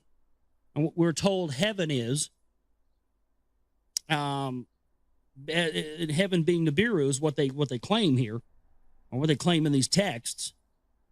As above, so below. At its center, a heavenward tall pillar was reaching the sky itself. On a platform that cannot be overturned, it was placed. There, with the words of Enlil, all settlements encompassed on Lamu and in Nibiru, they were heard. For their beams were raised, the heart of all the lands they could search. So they're talking about a beam that they can shoot on across great distances on any planet and tell if there's life there. Its eyes could scan all the lands, its net unwanted approach impossible made. In its lofty house, a crown-like chamber was the center. To the distant heavens it peered. This is like setting up the Watchers. This is where the term the Watchers came up. They had a beam that could look over everything and a tower that was up and into the heavens. So this is where the biblical term the Watchers came from. This is why they were called that. They had a beam. They could scan across the sky and they could scan every living thing with it. So this is where the idea of the all-knowing God came from. It's not an all-knowing God. It's a technology that enables the user to be virtually an all-knowing God. You see? This is where all the mythologies of religion are held within these texts, if we're brave enough to look at them and not just dismiss them as, the ramblings of the crazy CIA agent Zachariah Sitchin. Again, as I talked about earlier, associating real truths with people who are easy to discredit. So then you attempt to use cognitive dissonance to try and negate the information. That's what that Zachariah Sitchin, another case of that. Towards the heavens, horizon was its gaze. The heavenly zenith was perfected. In its dark, hallowed chamber, 12 emblems was the family of the sun marked. Now that's interesting. 12 emblems. 12 tribes of Israel that allegedly correspond with 12 extraterrestrial races, which can then be communicated 12 days of Christmas using the 12 jewels and the 12 stones of the ephod. Starting to see the pattern here. Ephod being, highly regarded in religious practice, Kabbalistic practices. It's extraterrestrial technology. On Emmys were the secret formulas of the sun and the moon, Nibiru and earth, and 8 celestial gods recorded. The tablets of destinies in the chamber their hues emitted. With them Enlil saw all comings and all goings on. So these tablets of destiny, guys, they're obviously highly guarded, yeah. And that's what they're looking for in Iraq. That's what they're looking for in Iraq. So Enlil was the one that was put in charge. That's why we went to Iraq in 91 when Tony Blair, motherfucker, went followed George Bush into Iraq. They were looking for something. Part of this all-seeing technology, the real all-seeing eye. That's what the real all-seeing eye represents. The all-seeing eye of Enlil. Representing his, that's why you saw the government group, Total Information Awareness. That's why they use that. The eye in the sky. You've heard that song, right? I am the eye in the sky, looking at you. I can read your mind. There you go. Who better than me? By Earthquake orbit, they were disturbed. Of the elixir, they had only small rations. See, that's another thing. These Anunnaki started noticing that when they came to Earth, because our orbit is so quick, they age a lot quicker. Which goes to explain why the elite are wanting these portals and stuff to open, because allegedly they can't break free of the Earth because of the etherical barrier, the Van Allen radiation belts that's placed around our Earth, which won't permit humans to break free from it without massive exposure to radiation. So building these stargates and these different things where they can jump from one planet to another very easily is very important to the elite, because they want to be able to jump to another planet that has a different orbit and thus slow down their aging cycles. Mm. That's undoubtedly what they've been doing. This, of course, this technology goes back. It's admitted that the Anunnaki have this technology. Hell, they admit that they had the technology to shear off the tops of the mountains down there where the Nazca lions are in Peru, to carve the lion, half man, half lion helmet face on Mars that we talked about earlier here. Yeah, they must have, guys, they must have, like, for the way the stones have been cut and that, the old stones, laser cut and that, they had to have some shit hot laser technology, like, for that. Shit hot, like. They talked about another device that would bring back a dead man to life. In the Eden, the Anunnaki toiled. In the Abzu, the work was more backbreaking. By teams, the Anunnaki were sent back to Nibiru, and new teams were bearing that in mind, and this is 4,000-year-old text, arriving on Earth. The Agigi on the Lamu dwelling were the loudest in complaining. So it was the ones that were on Mars, essentially, I guess, that were complaining the most. When from Lamu to Earth they descend, a rest place, they were demanding a rest place on Earth. With Anu, did Enlil and Enki exchange words, and then they consulted the king. Let the leader come to earth and with Anzu have discussions. So Anu did say to them. Anzu to earth from the heavens descended, the words of the complaints to Enlil and Enki he delivered. Let Anzu of the workings gain understanding. Enki to Enlil was saying, I will the Abzu show him and reveal to him the bond of heaven and earth. To the words of Enki, Enlil consented. Enki to Anzu, the Abzu did show, the toil in the mines to him he presented. Enlil invited Anzu to Nibiru, and it let him enter the hallowed dark chamber. In the innermost sanctuary of the tablets of destiny to Anzu, he explained. What the Anunnaki were doing in the 5 cities was explained and shown to Anzu. To the Igigi who at the landing place were arriving, he promised relief. To discuss the complaints of the Igigi, he then returned to Nibiru. A prince among the princes was Anzu, of royal seed his ancestry could be counted. Evil thoughts filled his heart when to the bond of heaven and earth he returned. He was scheming to take away the tablets of destiny. Right, here we go. In his heart, he was planning to take control of the decrees, D-E-C-R-E-E-S.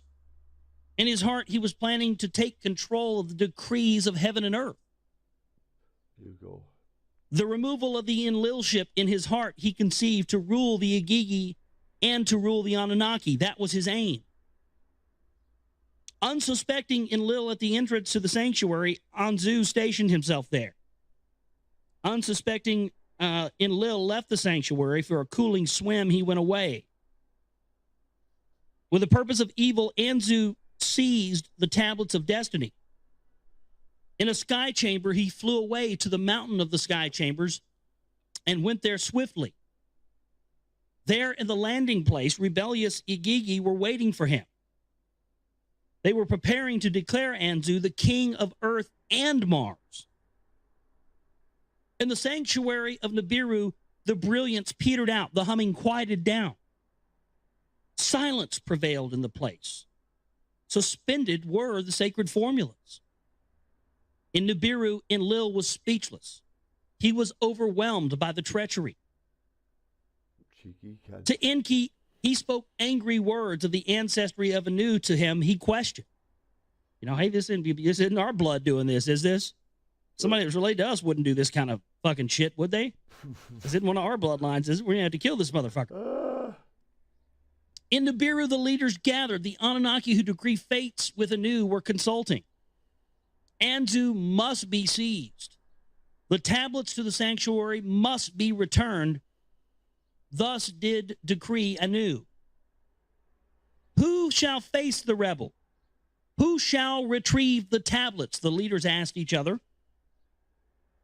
With the tablets of destiny in his possession, Anzu is invincible. Here you go. They were saying to each other.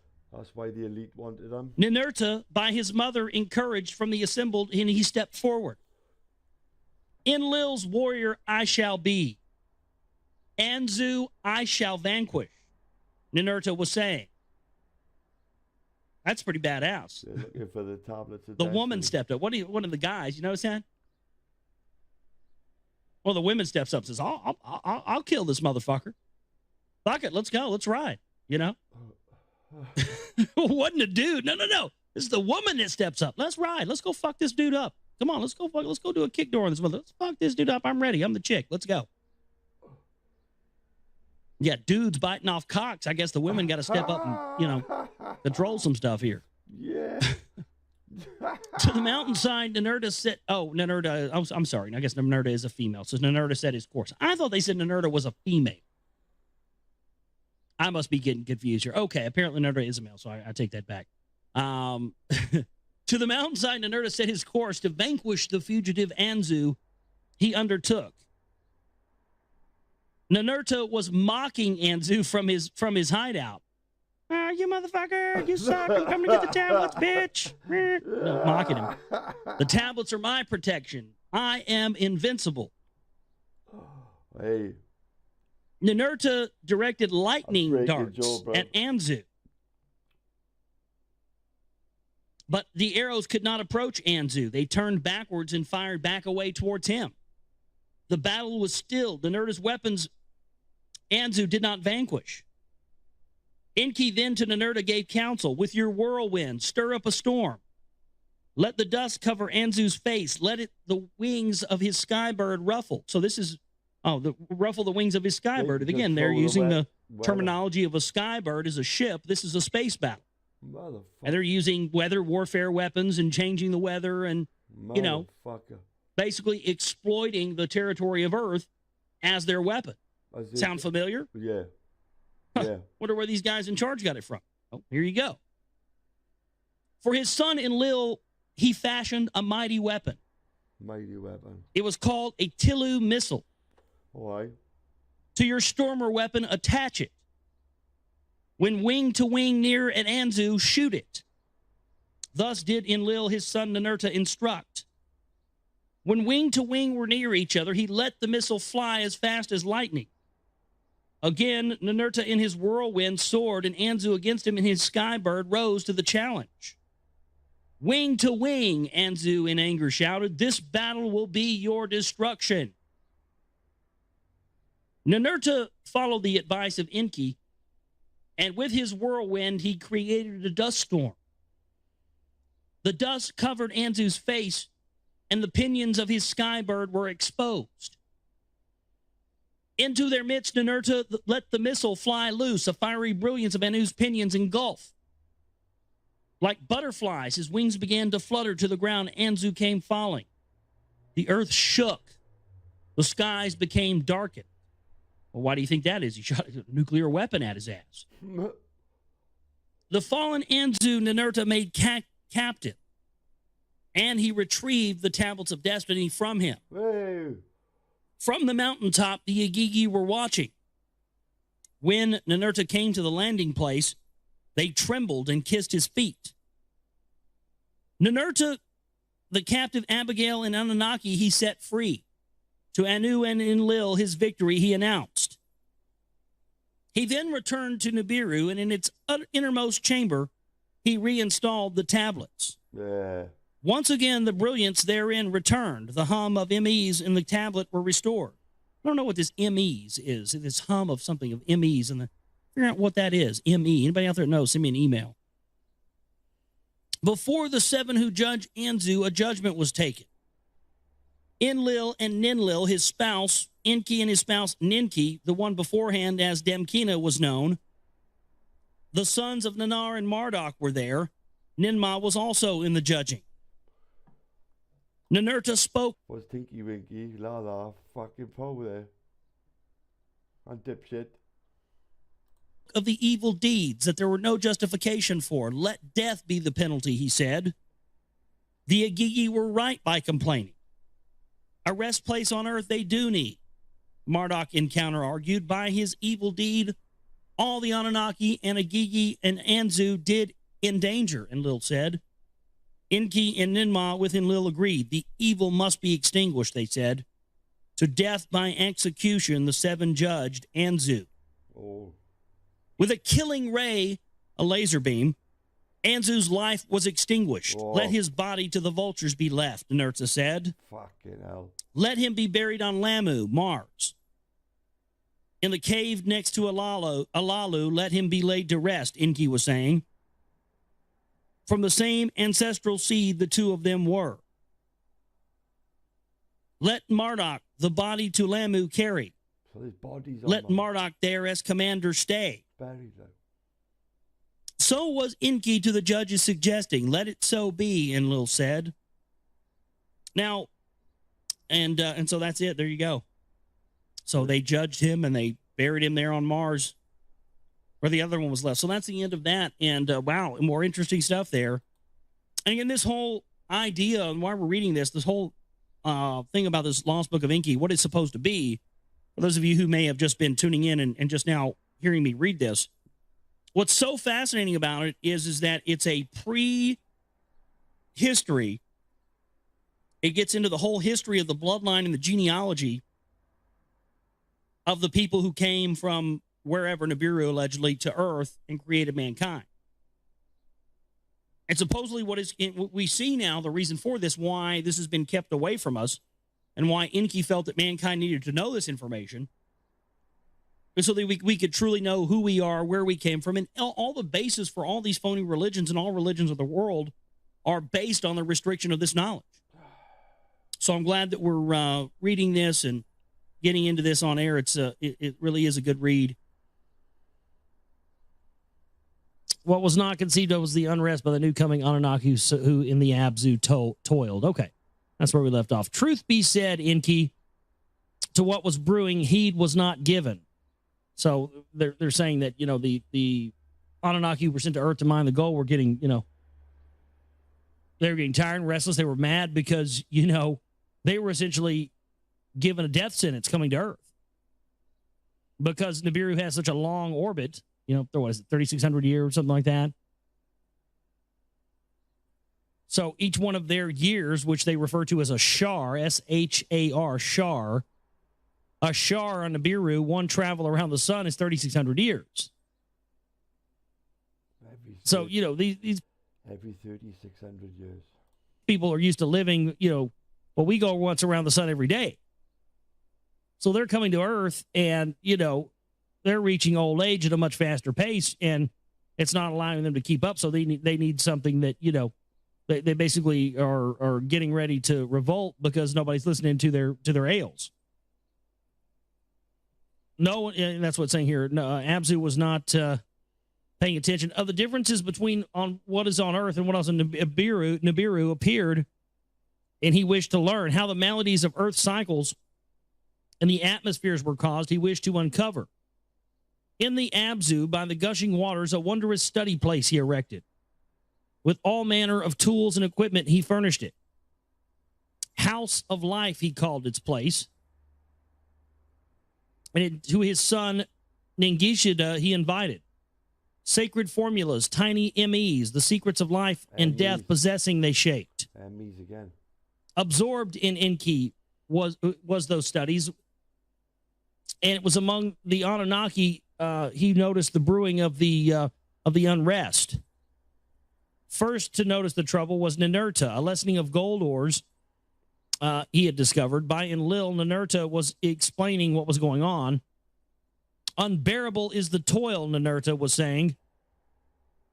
Ninurta said this to his uncle Enki. Let us summon Enlil, Enki said. Enlil arrived in the Abzu in a house near the excavations he was stationed. Let us unnerve Enlil in his dwelling, the mine-working heroes shouted. Of the heavy work, let him relieve us. Let us proclaim war with hostilities. Let us gain relief, others shouted. The Anunnaki in the excavations, the words of incitement heeded. To their tools they set fire. Fire to their axes they put. What? They troubled Inugi, chief officer of the mining in the tunnels. They seized him. They held him as they went to the doorway of Enlil's dwelling. It was night and halfway through the watch. So the take it style, you play a game and you get you're wandering around with your axe and you can just do normal axey things and then all of a sudden you pick up a talking super axe, yeah, and you put fire on the end of your motherfucking axe, they could do that, they could do that. What's about? Excuse me. Sorry about that. No, pleasure. I knew. I felt it coming.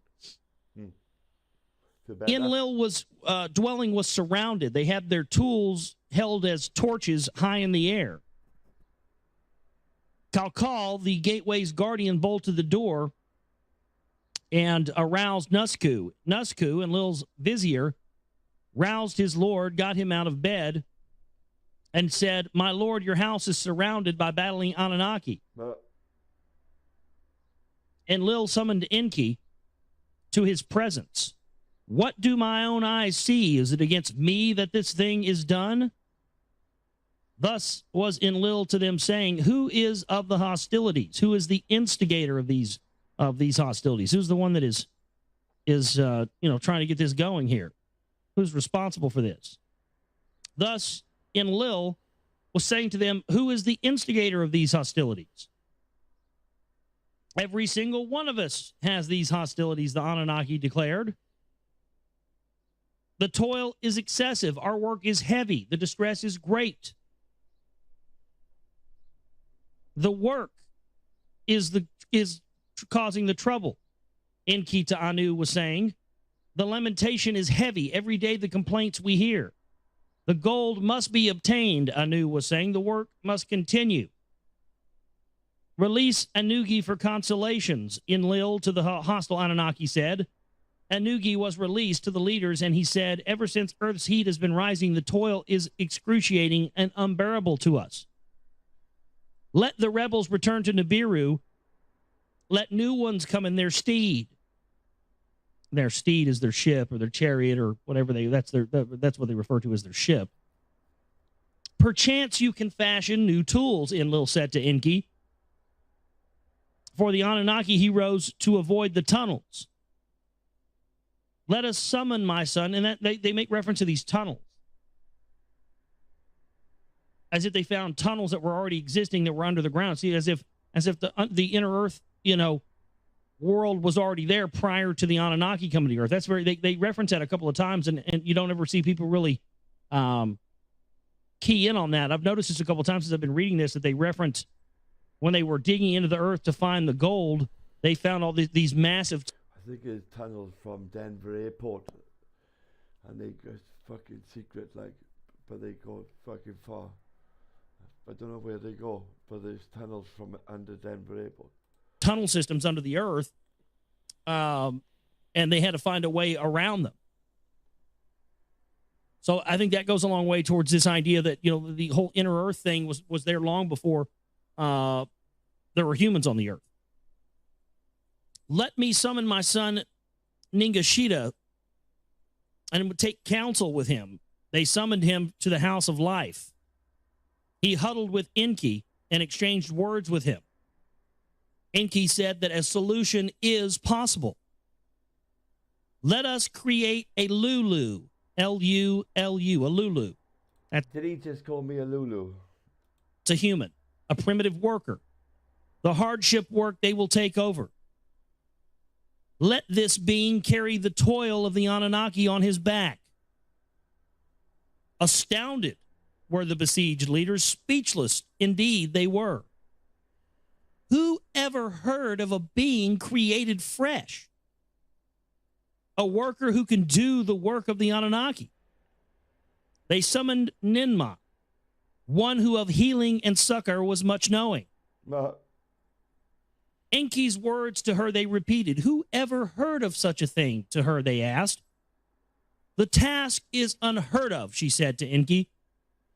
All beings have a seed from which they have descended. So that's an interesting conundrum there, isn't it?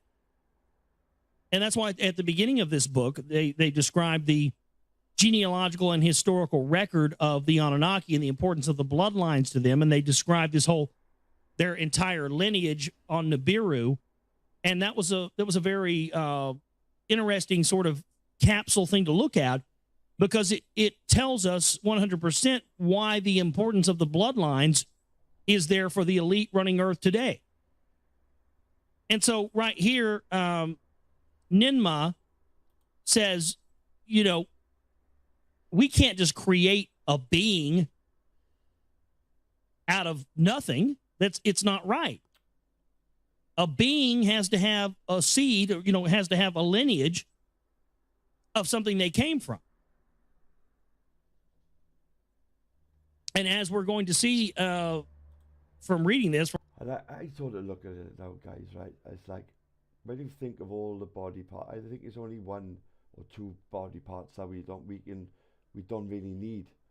But if you think about everything which we got, like down from our feet to our fucking heads, like, it's and then inside, the mechanics of the inside, like, it's incredible, like, yeah, how we have been created by these fuckers, like, in their image, like, because that's everything that's we've heard about these guys getting away with the fucking fuckery, you know, yeah. It's what we fucking do today. It's fucking insane, like. The good ends and the bad ends. You know what I mean? You got the good ends and the bad ends, like. From what I understand from my research, the problem they had with humans and why they wanted humans to be destroyed, and Lil wanted humans to be destroyed, was the fact that, well, the humans started to revolt. Because when they used their own DNA to make this slave worker, as we've read here, these Anunnaki weren't slaves. We were the fucking slaves. It was genetically imbibed into their structure of their bodies. You know, they're not slaves. They were princes. They were kings. Makes sense, though. And so they overlooked the fact that when they tried to make their slave race out of them, they were inadvertently created a being, us humans, who will never, ever succumb to being enslaved. Come on. That's why they've had to resort to fluoride in the water and MSG in the food and chemtrails and electromagnetic brain entrainment like HARP and the programming of Madison Avenue and Edward Bernays and of the school systems. They had to create all of this stuff, folks, to distract us from the fact that we are genetically not inclined to be slaves. It ain't in our DNA. And so each and every one of you out there, from now on, in your daily life, when you're doing your slave job or whatever it is, always remember, never forget that you are not designed to be a slave. So your lack of wanting to participate in their system has, people try to tell you, oh, you're just a bum, or you're just lazy, or you blah, blah, blah, because you don't want to have a job and work in their system. You're a bum, you're lazy. No. You are trying to call me names because you are not hip to the fact that you are not supposed to be a slave. Just because you're comfortable in your slavery doesn't mean me or you or anybody else has to be. No, got a point. Good point. We were not meant to be slaves. It was a misjudgment. They made a mistake. You were a slave. They thought they could just, create something on this planet out of some stuff that was existing there and have themselves a slave race and, to do their work, and they'd be done with it. You were my slave. But it was a big time error in judgment on their fact, and we see that from their other history of what we've read. And this is why Enki, who was also what y'all wanted. These texts that we're reading, the Lost Book of Enki. For those of you that don't know, these texts are the very core texts that the elite have not wanted us to see for years and years and years, and have wanted us to misinterpret, because these are the texts that he set up the Brotherhood of the Snake with, the Brotherhood of the Serpent. Yeah. This is the stuff that mankind is supposed to know. And the reason we're supposed to know this is we're supposed to know that our true ancestors made all of the mistakes. Nuclear war, they killed their planet. They made all these mistakes with technology, warfare. They wiped out most of their... But no, what they do to us and is give us some bullshit about our fucking history in school, that we were in caves 6,000 years ago. Yeah? Their planet with nuclear weapons. And Enki says at the beginning of this... Where's this knowledge? Why isn't this knowledge being given to us? The reason he's having the person scribe this and write it down and put it there for mankind is so that mankind can find out what their forefathers did. They say his stuff, guys, in the bottom, or the dingliest of down the bottom of the Vatican, that these priests and all, they could, when a priest dies, he can take and his sort of belongings and his diaries and whatever and stuff like that. You got to keep them for 72 years. You got to keep them on a big earth, like, yeah.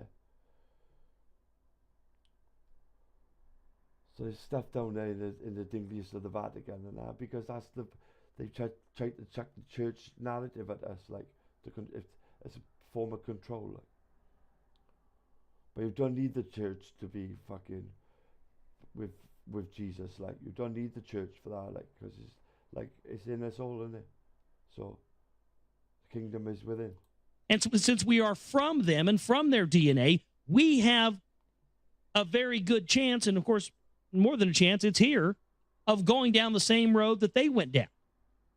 But if you have this information, you can keep our planet from going down the same road these Anunnaki went down, allegedly, then their whole system comes crumbling down, doesn't it? This is why the priest class and the Vatican and the Jesuit order and all this stuff were created.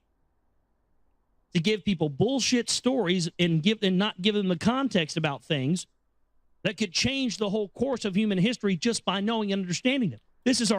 In my opinion, our Pope and the popes that were before him, I believe he's still going to be the last Pope, they say, right?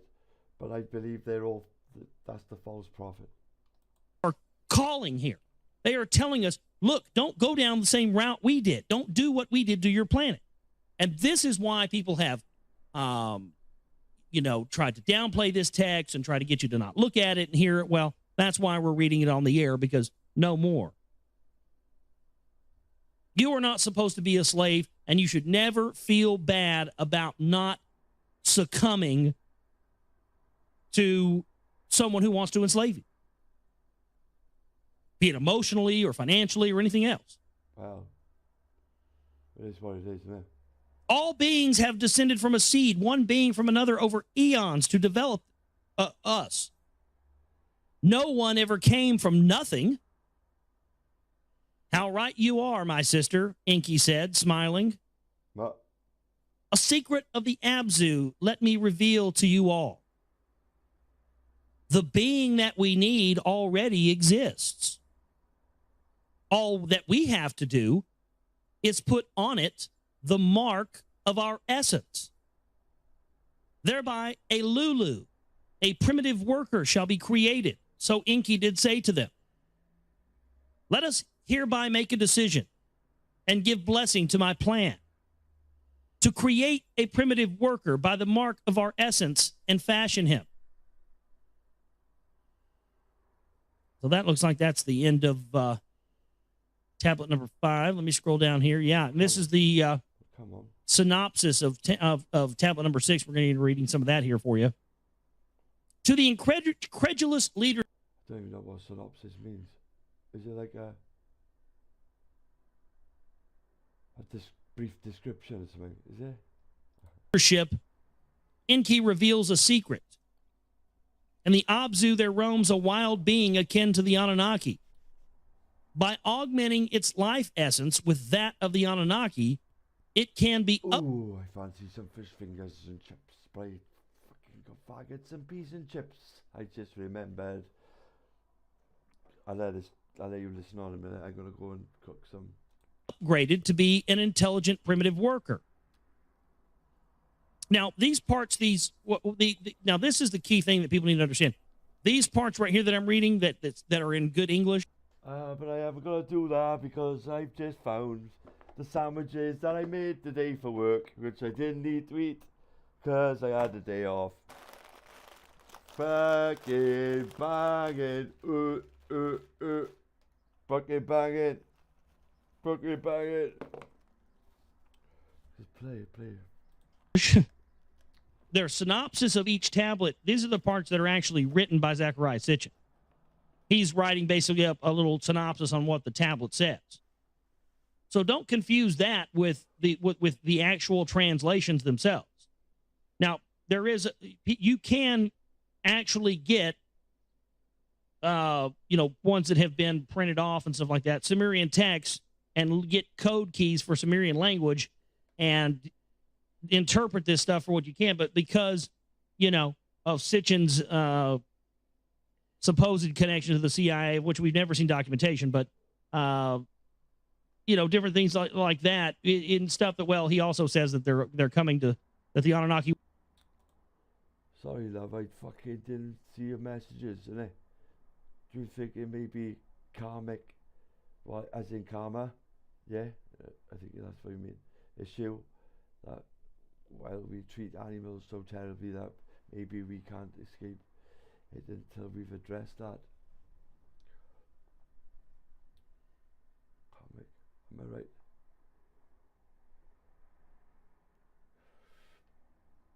Yeah, I do.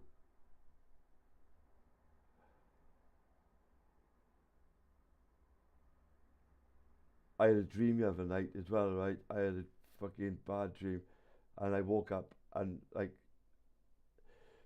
all my teeth were falling out of my mouth. Oh, it was horrific. I couldn't wait to wake up. Like,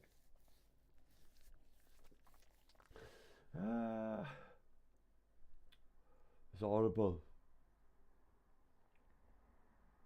Horrible. Like, what we got here? The OST won't let me be. They tried to shut me down on MTV. The OST, frustrating thing about Christianity is the verse that we should all bow to Caesar. I think. I mean, yeah. Basically, do whatever your slave masters. I have so many heated debate with my mum over that one. Yeah, I am a true believer in karma, and we are creators and masters of our own destiny. We are, and the potential in us all is whereas there's like a side things that our eyes can't see in it because they're just not good enough to see it, like, but like the other spectrums of light, and certain animals can see it in a like infrared and whatnot. Yeah, they can go to the other spectrums, and that's why dogs and cats see the ghosts, because they're more tuned into it, like, yeah. Whereas like everything that we are getting is to get us tuned out of it, so we end vibrating on that level that we should be as humans. They're keeping us off it's the God frequency. That's what I was looking for. Is keeping us off the God frequency.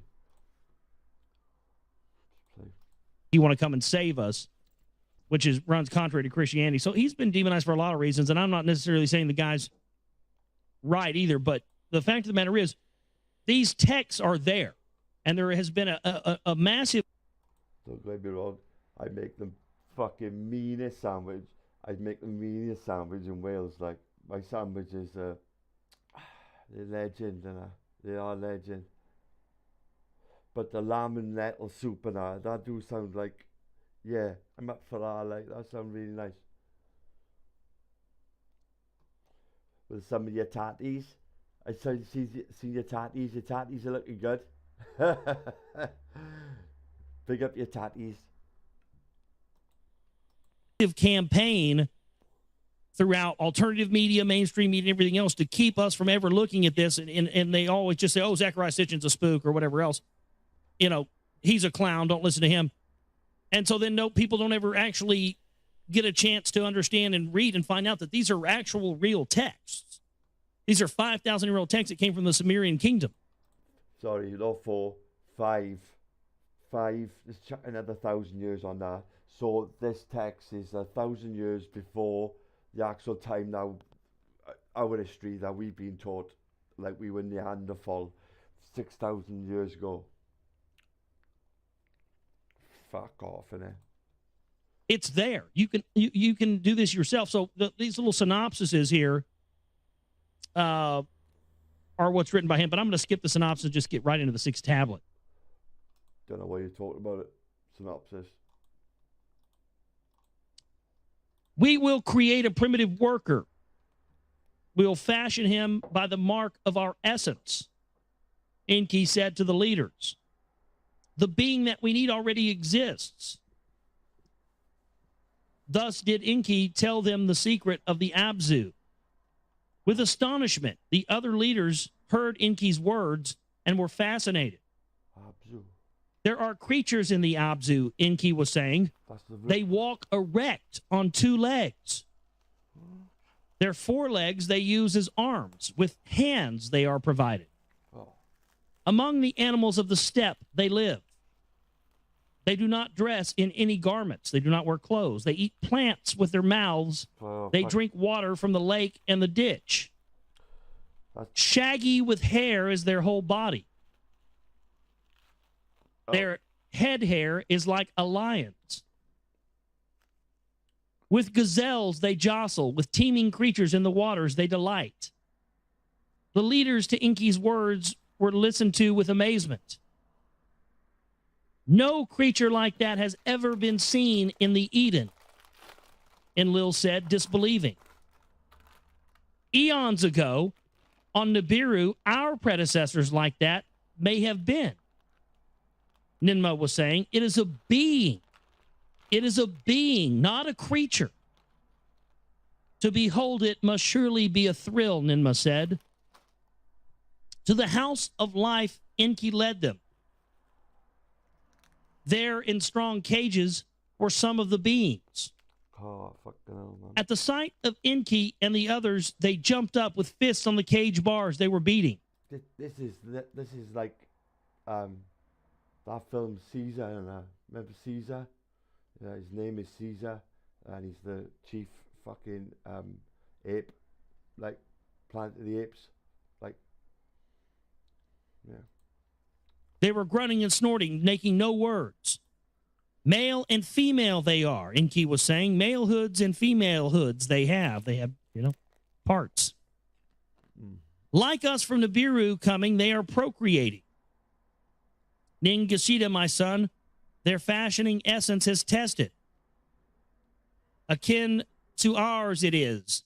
Like two serpents, it is intertwined. Right there. So the essence... That's why he said we had to give them add our essence to them. So when they refer to essence, they're talking about DNA. Because he says, just like ours, it is entwined like two serpents. That's why in the ancient Sumerian different buildings and stuff and structures that you see the caduceus there for the first time. That's what that represented. When their life essence and our life essence is combined, our mark shall be upon them. A primitive worker shall be created. Our commands he will understand. Our tools he will handle. He shall perform the toil in the excavations. To the Anunnaki, in the form of the Abzu, relief shall come. So with enthusiasm, Enki was saying, with the excitement of his words, and Lil was hesitating. This matter is one of great importance. On our planet, slavery has been abolished long ago. Tools are the slaves, not other beings. So you see, they're having problems with this because, they know slavery's not right. They know they're not slaves. So, they're having a sort of moral conflict here of making another being, enslaved, which well, with good reason, you should always be against enslaving another being of any kind. A new creature, non-existing, you wish to bring into being. Creation in the hands of the Father of all beginning alone is hell. See, they're saying, no, we can't play God. But that's exactly what they did. And these fuckers just went around all over the planet setting up shop, telling the poor people of Earth they were gods. And giving them some technology. I mean, all the religions of the world are based on this. So Enlil, in opposing, was saying, in stern in his words, Enki said to his brother, not slaves, but helpers is my plan. It sounds like New World Order speak, doesn't it? Oh, no, they're not slaves. They're helpers. It's not a draft. It's a mandatory service. Nice doublespeak there. Nice to see the doublespeak goes back, longer than just our civilization. To doublespeak in Machiavellianism is nothing new. It's been around for a very long time. Not a new creature, but one existing more in our image will be made, Enki said. With a little change, it can be achieved. Only a drop of our essence is needed. So only a drop, only a little bit of our DNA is, that's what they thought. That's what they thought. They thought that only a little bit, but what they found out is to get what they really want to get a really good one, they had to use the most of their DNA. And what they ended up doing was they ended up using the most of their DNA with the white-skinned people that were found in the Caucasus Mountains region. And those became the Caucasoids, and those were the ones that were made with the most Anunnaki DNA. And since they were white, those are the ones that were put in positions of kingship. And to this day, that's where the whole origins of white power and white supremacy and all that stuff come from, because they believe that because they were made with the most essence of the gods, that's why, the divine right to rule for white people is there. That's honestly, that's where it comes from. That's the root of it. Fucking hell. A grave matter it is. It is not to my liking, Enlil was saying. It is against the rules of planets. By the rules of Earth, coming to it was forbidden. To obtain gold was our purpose. To replace the father of all beginning, it was not. So we came here to get gold. We didn't come here to become God. After Enlil thus had spoken, Ninmah was the one to respond. My brother, Ninmah said to Enlil, with wisdom and understanding has the Father of all beginning endowed to us. To what purpose have we so been perfected, unless it is to make use of it? With wisdom and understanding, the Creator of all has filled our essence. To whatever using it we are capable of, is it not that for which we have been destined? With that which in our essence was granted, tools and chariots we have perfected. Mountains with terror weapons we have shattered. Skies with gold we are healing. So was Ninurta to his giving birth mother, saying, let us with wisdom fashion new tools, not create new beings. Let by new equipments the toil be relieved, not by slave beings. Where does our understanding lead us? Does it lead us to that which we have been destined? What knowledge we possess, we cannot prevent its use. Destiny indeed cannot be altered. From the beginning to the end, it has been determined. To them, Enlil was saying, destiny it is, or fate it is. That to this planet we have brought no gold from the waters. To put Anunnaki heroes excavating the toil a primitive worker created to do its planning. My kinfolk, is the question. So they're saying, is it destiny or is it fate? Because, the Anunnaki are saying, we believe that everything that is supposed to happen is going to happen. But how do they know if it's destiny or if it's fate for them to create the slave race? I think it would be very realistic from our perspective right now today to say that it was destiny, wouldn't it? Is it from the beginning ordained, or is this coming about from us choosing it? See, it's a quandary. It's a philosophical quandary, because they're saying, by us creating this new people, we're going to change the whole face of everything, of the whole universe. For the first time, we're going to create that's why we have so many questions. That's why we don't know where we came from. We haven't been allowed to know where we've come from. Because according to the Anunnaki, everything else in the universe, every other creature in the universe knows full well where their species originated from, but we don't. And so they're saying, is that destiny? Is that fate? If we make it happen, then it's fate. It's not destiny. So it's a philosophical quandary. They decided to put the matter before Anu. And they presented the council, the matter before the council. The elders, the savants, the commanders were all consulted. Long and bitter were the discussions of life and death, fate and destiny. Can there be another way to obtain the gold? Survival is in danger. If gold must be obtained, let the being be fashioned. The council decided. So it shows you here that, sort of the regular people on the ground of the situation were having, philosophical quandaries about whether or not they should do this genetic manipulation or not. But of course, much of the same way as it is on Earth, they went and took it before, the High Council. The High Council says, yeah, fuck it, do it. Do whatever you're going to do. We've got to achieve our master plan. So who gives a fuck if we mess up the natural order of things? Create a fucking being, get the fucking gold. Let's go. Let's do this right now. What are you waiting for? Go, go, go. Don't ask questions. Do it. Sounds familiar, doesn't it? Yeah. Let Anu forsake the rules of planetary journeys. Let Nibiru be saved. From Anu's palace, the decision to Earth was beamed. It delighted Enki. Let Ninmah be the helper of such matters. She has understanding in this. At Ninmah with a longing he was gazing. Let it so be, Ninmah was saying. Let it so be, Enlil said. Let it be. By Inugi was the decision to the Anunnaki and the Abzu announced. Until the being is achieved, to the toil willingly you must return. So they said, hey, that's fine. We'll build you guys a new fucking slave race, but your asses are going to have to get in there and mine that gold till we get this shit done, We can breed enough of these fuckers to take over. And so they were like, all right, we won't rebel.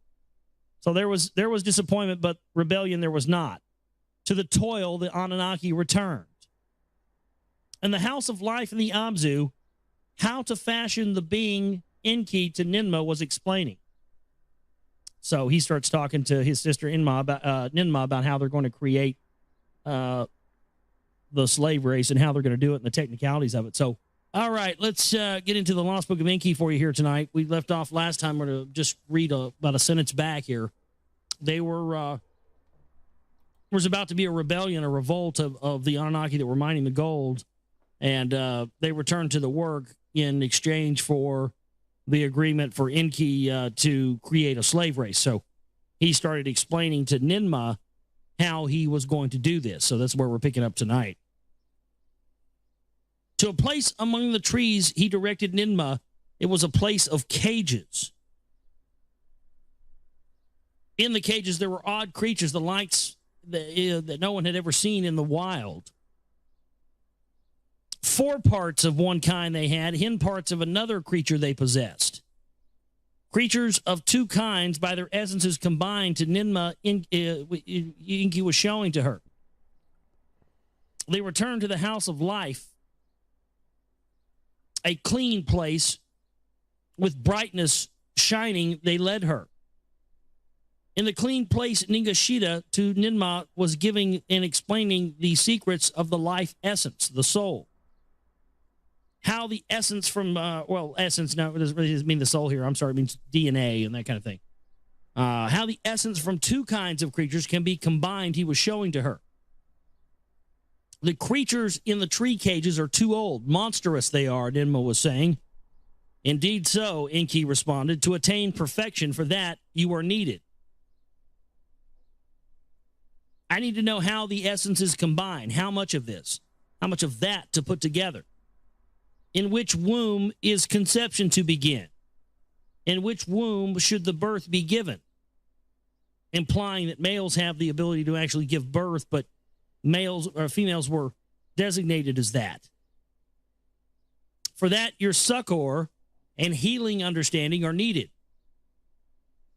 The understanding of one who gave birth, who is a mother, is required. A smile on the face of Ninmah because of the 2 daughters that by Enki she mothered and she well remembered. With Ningashita, she surveyed the sacred formulas that on MEs were secreted. How this and that were done of him, she inquired. The creatures in the tree cages. What do you think MEs is? That's a couple of times I've heard that now. MEs.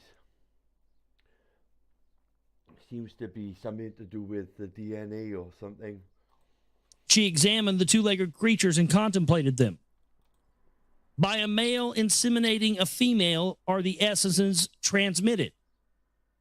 The two entwined strands separate and combine an offspring to fashion.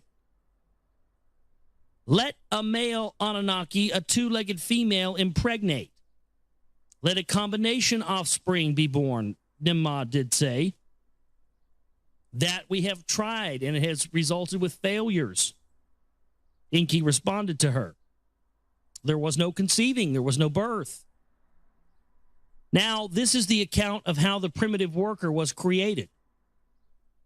How Enki and Ninmah, with Ningish Zeta assisting, this is how the being was fashioned. They tried another way to obtain the admixture of essences. How the two strands, the double-strand DNA, how to combine another, how to combine the two strands of essences together, another way must be found. That which from the earth is the portion that must not be harmed. To receive our essence in graduations, it must be shaped. So they want to slowly add more and more of their own DNA to these earthbound creatures. From the ME formulas of Nibiru's essence, only bit by bit could be attempted. Right. In a crystal vessel, Ninmah was preparing a mixture. The oval of a female two-legged creature she gently placed. With ME Anunnaki seed, she impregnated the oval. That oval she put back into the womb of the two-legged female. This time there was conceiving. A birth was indeed forthcoming. The allotted time for birth giving the leaders awaited with anxious hearts, seeking the results. The allotted time arrived and there was no birth giving. In desperation, Ninmah made a cutting. That which was conceived with tongs, she drew out. A living being. Fucking hell, if I had forceps, I don't know what it is. That's forceps, isn't it? Being it was. With glee, Enki shouted, "We attained." Ningazita with joy cried out. In her hands, Ninmah, so I guess they had to cut the umbilical cord. They didn't know about that. Once they did that, they were like, okay, cool, we got this. With joy, she was not filled. Shaggy with hair all over was the newborn. His foreparts like that of the earth creatures. His hind parts like that of the Anunnaki. They let the two-legged female nurse the newborn with her milk for him to suckle. Fast growing was the newborn. What was a day on Nibiru was a month in the Abzu. Taller the earth child grew. In the image of the Anunnaki, he was not. His hands were not suited for tools, and his speech was only a grunting sound. So they basically made a Cro-Magnon man. We must try once more, Ninmah was saying. The mixture needs adjusting. Let me try this or that, and let me try this endeavor again, she says. With Enki and Ningazita assisting, they repeated the procedures. The essences in the MEs, Ninmah carefully considered. One bit she took from one bit she took out from another. Then in the crystal bowl, the oval of an earth female she inseminated. There was conception. At the appropriate time, there was birth giving. This one more in the likeness was in the likeness of the Anunnaki. They let his birth mother suckle him. They let the newborn child grow. Appealing he was by his looks. His hands were shapen to hold tools. His senses they tested. They found they're deficient. This earth child could not hear. His eyesight was faltered. Again and again, Ninmah rearranged the mixtures of the ME formulas. She took bits and pieces. One being had paralyzed feet. Another, his semen was dripping. So there's just sperm just falling out of this creature. What the hell is that? One hand had trembling hands. Another had a malfunctioning liver. One had hands too short to reach his mouth. One had lungs that were unsuited for breathing. One looked like he saw. Enki was disappointed by the results. A primitive worker is not attained to Ninmah, he was saying. What is good or is bad in this being by trials I am discovering. Ninmah responded to Enki, to continue for success, my heart prompts me. Once more an admixture she made. Once more the newborn was deficient. Perchance the shortfall is not in the admixture, Enki was saying to her. Perchance neither in the female's oval nor in the essences is the hindrance. Of what the earth itself is fashioned of, perhaps this is what is missing. Dirt. Not of Nibiru's crystals use the vessel, of the clay of the earth make it. So this is the idea, mankind being created in God's image. Or I'm sorry, the idea of God creating mankind out of clay, these clay vessels. We have the reptilian statues that were stolen out of the Iraq National Museum that were also made out of clay. So she was putting the oval, the egg, in this crystal vessel that came from Nibiru, and Enki saying, no, make it from the earth. You're going to make a human creature. It has to come from the earth. The earth has to be involved in it. You can't just put it in the stuff that came from another planet. It's got to come from the earth because you're making it out of the earth.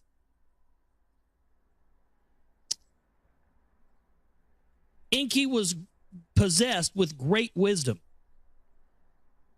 Perchance what is earth's own mixture of gold and copper is required. Thus Enki, who knows things, prompting her to use the clay of the Abzu, made a vessel in the house of life and made it from the Abzu, or earth's clay. As a purifying bath, that's why they call clay earth.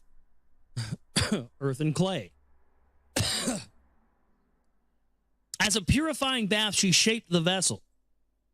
Within it to make the mixture. Gently into the clay vessel, the oval of an earth female was placed. The life essence from an Anunnaki's blood she extracted and placed in the vessel. By the ME formulas, the essence was directed, bit by bit, correct bit in the vessel was placed. ME formulas. Thus, the oval fertilized into the womb of the earth female, and she inserted it.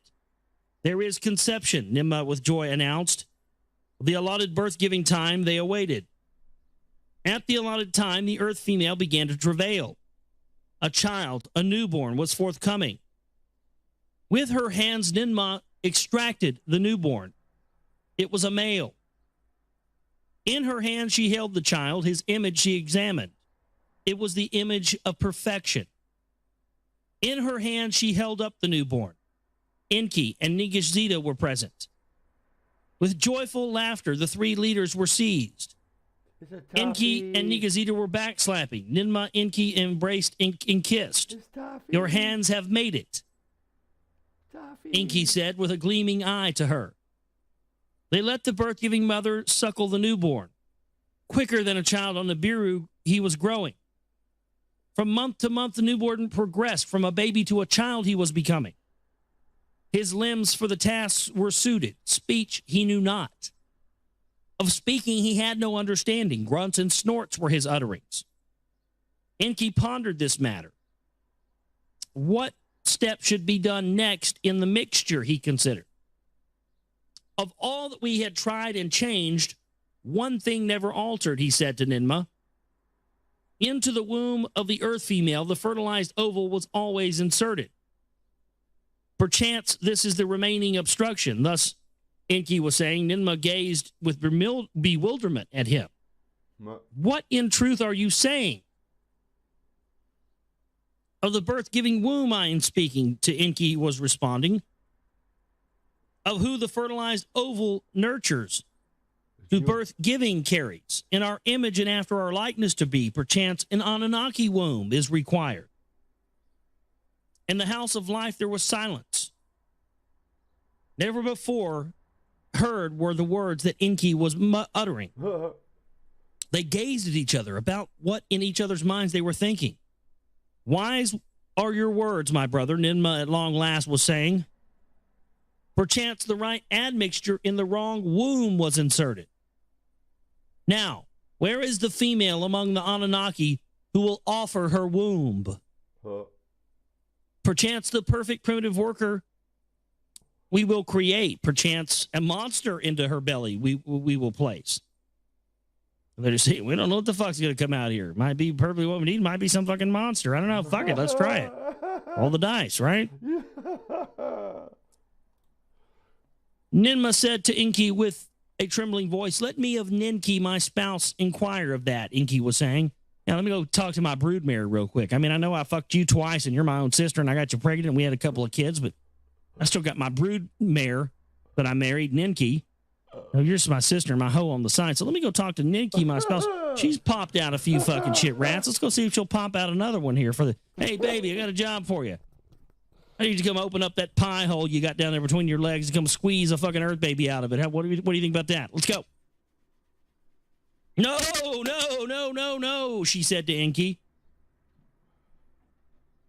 The admixtures were made. Reward and endangerment should be mine. I shall be the one Anunnaki womb to provide for good or evil, fate to face. Enki bowed his head, gently embraced her. So be it to her, he said. In the clay vessel, the admixture was made. The oval of an earth female with Anunnaki male essence they put together. The fertilized egg Ninmah put into the womb of Ninmah by Enki was inserted. There was conception. The pregnancy by an admixture was conceived. How long will it last? To each other they wondered. Will it be 9 months of Nibiru or will it be 9 months of Earth? Longer than on Earth, quicker than on Nibiru, travail came. To a male child, Ninmah was giving birth. Enki, the boy child, held in his hands the image of perfection he was. Taffy. He slapped the newborn on his hind parts, and the newborn uttered proper sounds. Laughed at him. So that's where we're told that comes from. Is that if you don't slap the baby on the ass, they don't learn how to speak properly. Yeah. And that's why they always do that. You know, people always, why do they always slap the baby on the ass when they're born? I laughed at Oh, you know, it's just a tradition. They just do that. Or, you know, they give you whatever bullshit explanation. No. That's not what they're saying here. He handed the newborn to Ninmah and she held him in her hands. My hands have made it victoriously, she shouted. And that's the end of that section. Happy days. Let me get a drink here. All right, nice. Cheers. All right. Cheers. Now this is the account of how Adamu, by his name, was called Adamu, being Adam. And the beginning of the Adamic race. In Wales. And how Tiamat, as in Tiamat, as a counterpart female, was fashioned for him. The newborn's visage and limbs were carefully examined by the leaders. His ears were in good shape and they were not clogged. His limbs were proper, his hind parts like legs, foreparts were shaped like hands. Shaggy like the wild ones, he was not. Dark black his head hair was. Smooth was his skin, smooth as the Anunnaki skin was. Like dark red blood was its color. Like the clay of the Abzu was its hue. Right, well They looked at its malehood. Odd was its shape. That's got to be like Aboriginal, like that color they described then.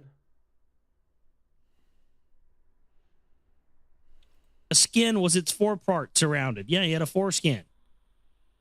Unlike that of the Anunnaki malehood, it was a skin from its forepart was hanging. That's supposedly why they do that. That's why the Jews do the circumcision. You know, I mean, you've got the 12 tribes of Israel, the 12 tribes of Judah, 12 extraterrestrial races. Supposedly that's why they cut the foreskin off and the rabbis suck the blood out of it and shit. And they literally do that. You can look it up. I'm not making that up. There's pictures of it online. If you don't fucking believe me, look it up. Rabbis cut the fucking foreskin off and suck the blood out of it off of the baby. It's a fact. They do that because they are trying to make the offspring of the Anunnaki. It's to take us and The fucking fuck is he on about? basically make us like them. Keeping the foreskin is supposed to make you, actually make you more human, I suppose. Is it? Let the earthling from us, the Anunnaki, by this foreskin be distinguished, so Enki was saying. The newborn was beginning to cry. Ninmah held him close to her chest. Her breast she gave him, the breast he began to suckle. And supposedly that's what one of these reptilian clay statues stolen from Iraq depicts. You can see the depictions of it, but supposedly that's what it is.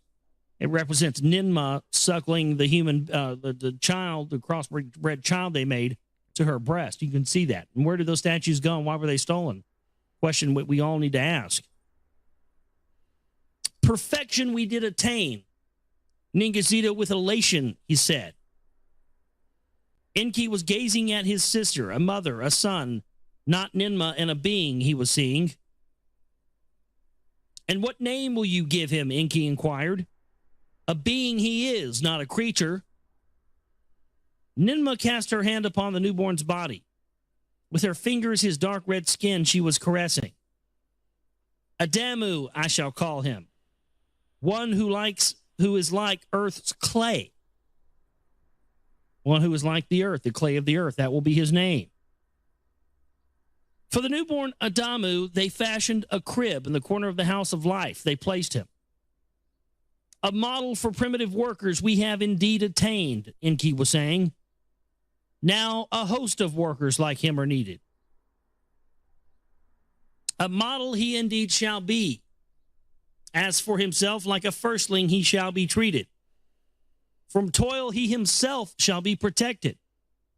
His essence alone as a mold shall be. So was Enki saying, by this degree, Ninmah was greatly pleased. From here on out, whose fertilized ovals, whose womb are going to carry the fertilized ovals, Ningishita was asking. The leaders pondered the matter, and Ninmah offered a solution. From her city Shurabak, Ninmah summoned female healers, and she explained the task required to them. To the crib of the Adamu she led them, the newborn earthling to perceive. To perform the task is not a commandment, Ninmah said to them. Your own wish is the decision. Of the female Anunnaki assembled, 7 stepped forward. 7 accepted the task. That's an interesting number. Let their names for all time be remembered, Ninmah said to Enki. Their task is heroic. By them, a race of primitive workers shall come into being. The 7 stepped forward, each one on her name was announcing the names Ningishita had recorded. Ninima, Shuziana, Ninmada, Ninbara, Ninmug, Musardu, and Ninguna. So they were the original mothers. They were the original 7. And was there 7 crystal skulls? These were the names of the 7 who, by their own wish, were to be birth mothers on earth. Earthlings they were to conceive and carry in their wombs. Primitive workers they were to create. In 7 vessels of the clay of the Abzu they were made. Ninmah placed ovals of the 2-legged females in their wombs. She extracted the life essence of Adamu, and bit by bit she inserted into the vessels. Then in the male part of Adamu, an incision she made, a drop of blood to let out. This is a sign of life be that the flesh and soul have combined. Let it forever proclaim. So the combining, it represents, okay, they let the drop of blood out when they circumcise them, and it represents the combining of the flesh and the soul, which is exactly what the Rosy Cross on the Rosicrucian order means. I mean, fucking hell, guys, this is you couldn't make this shit up. Like, every time I'd listen to this, right, I'd have the same revelation, and the realization, like, it's like, fucking hell, it's uncanny, like. And this is 5,000 years ago, remember? The flower, the rose on top of the cross, represents the soul, the non-material part of the body, being crucified upon the body, the physical being trapped. So what they're saying here is that when the drop of blood comes out from the circumcision, that is a sign of life and the combination of the flesh and soul. So if a rabbi sucks that blood out, they take the blood of the combination of the flesh and soul into their bodies. I don't know about that. I don't know if I can think of like that's quite fucking rude, that is. I don't know about you, but that sounds like some cannibalistic alien shit right there if I've ever heard of it. Ugh. She squeezed the male part for blood, 1 drop of blood in each vessel she added to the mixture. In this clay mixture, earthling with the Anunnaki shall be bound. In this clay mixture, earthling to the Anunnaki shall be bound, Ninmah was saying. She was pronouncing an incantation. Now, that's interesting. You read Jews again. Masonic historians, people like Manly P. Hall, they talk about the Kabbalistic origins of the creation of life. In the beginning, there was the Word. And that when you master the Kabbalistic system, of which I don't think you can even go into until you're what, in your 40s or something like that? Right then. But supposedly, if you really, truly master it, you can master the ability to create material life, material being, anything into creation using only the voice. So it's interesting that they do the circumcision, then she starts doing an incantation. Again, you see where the tradition of the Jewish rabbis and the Jewish stuff comes from. 12 extraterrestrial races, 12 tribes of Israel, 12 stones on the ephod communication alien device.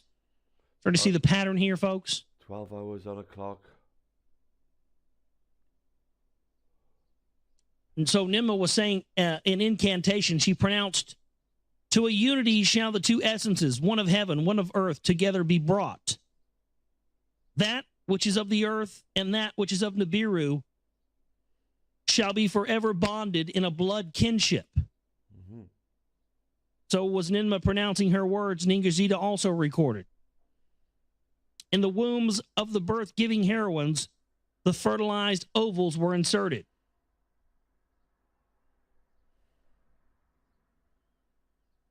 There was conception with fucking Adams popping out everywhere now. Anticipation was the allotted time counted.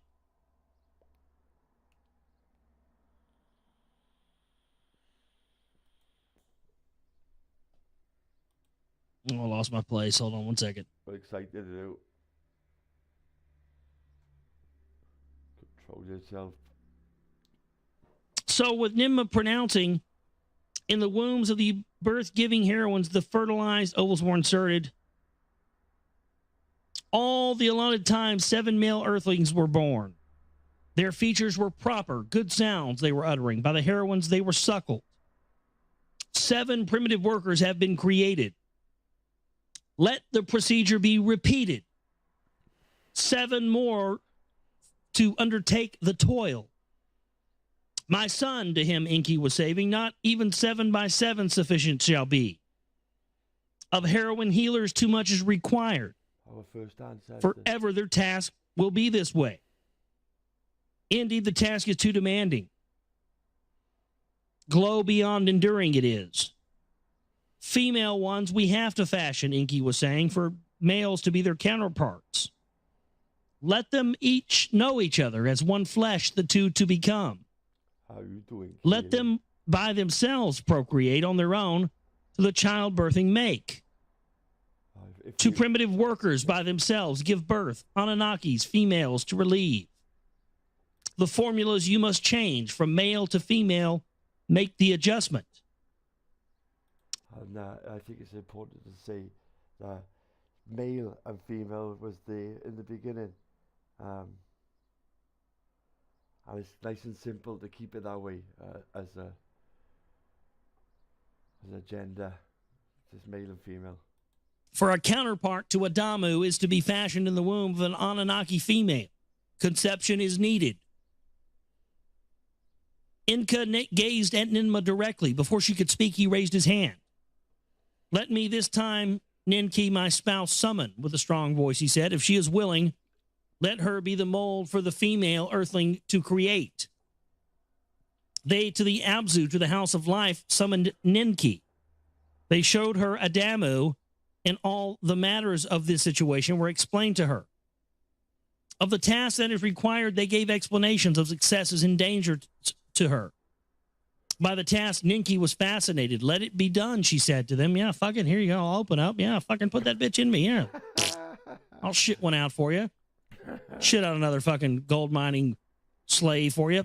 Here you go. There's another one. Let's keep cranking them out here. Maybe we can get this fucking gold in our atmosphere and save our asses here. Come on, let's go. It's fucking 9 months for one of these things to be born. I've said that for the longest time. It seems that they allowed a population to explosion to happen on this planet to get, their agenda achieved. And once they've got their agenda achieved, now they've started instituting eugenics to get rid of those extra people that they created to get their agenda this far. It's sick, man. But it's very much the real reality that's going on in this world. There was conception in the allotted time. Enki was in travail. A birth there was not. Enki counted the months. At the 10th month, the month of evil fates, they began to call.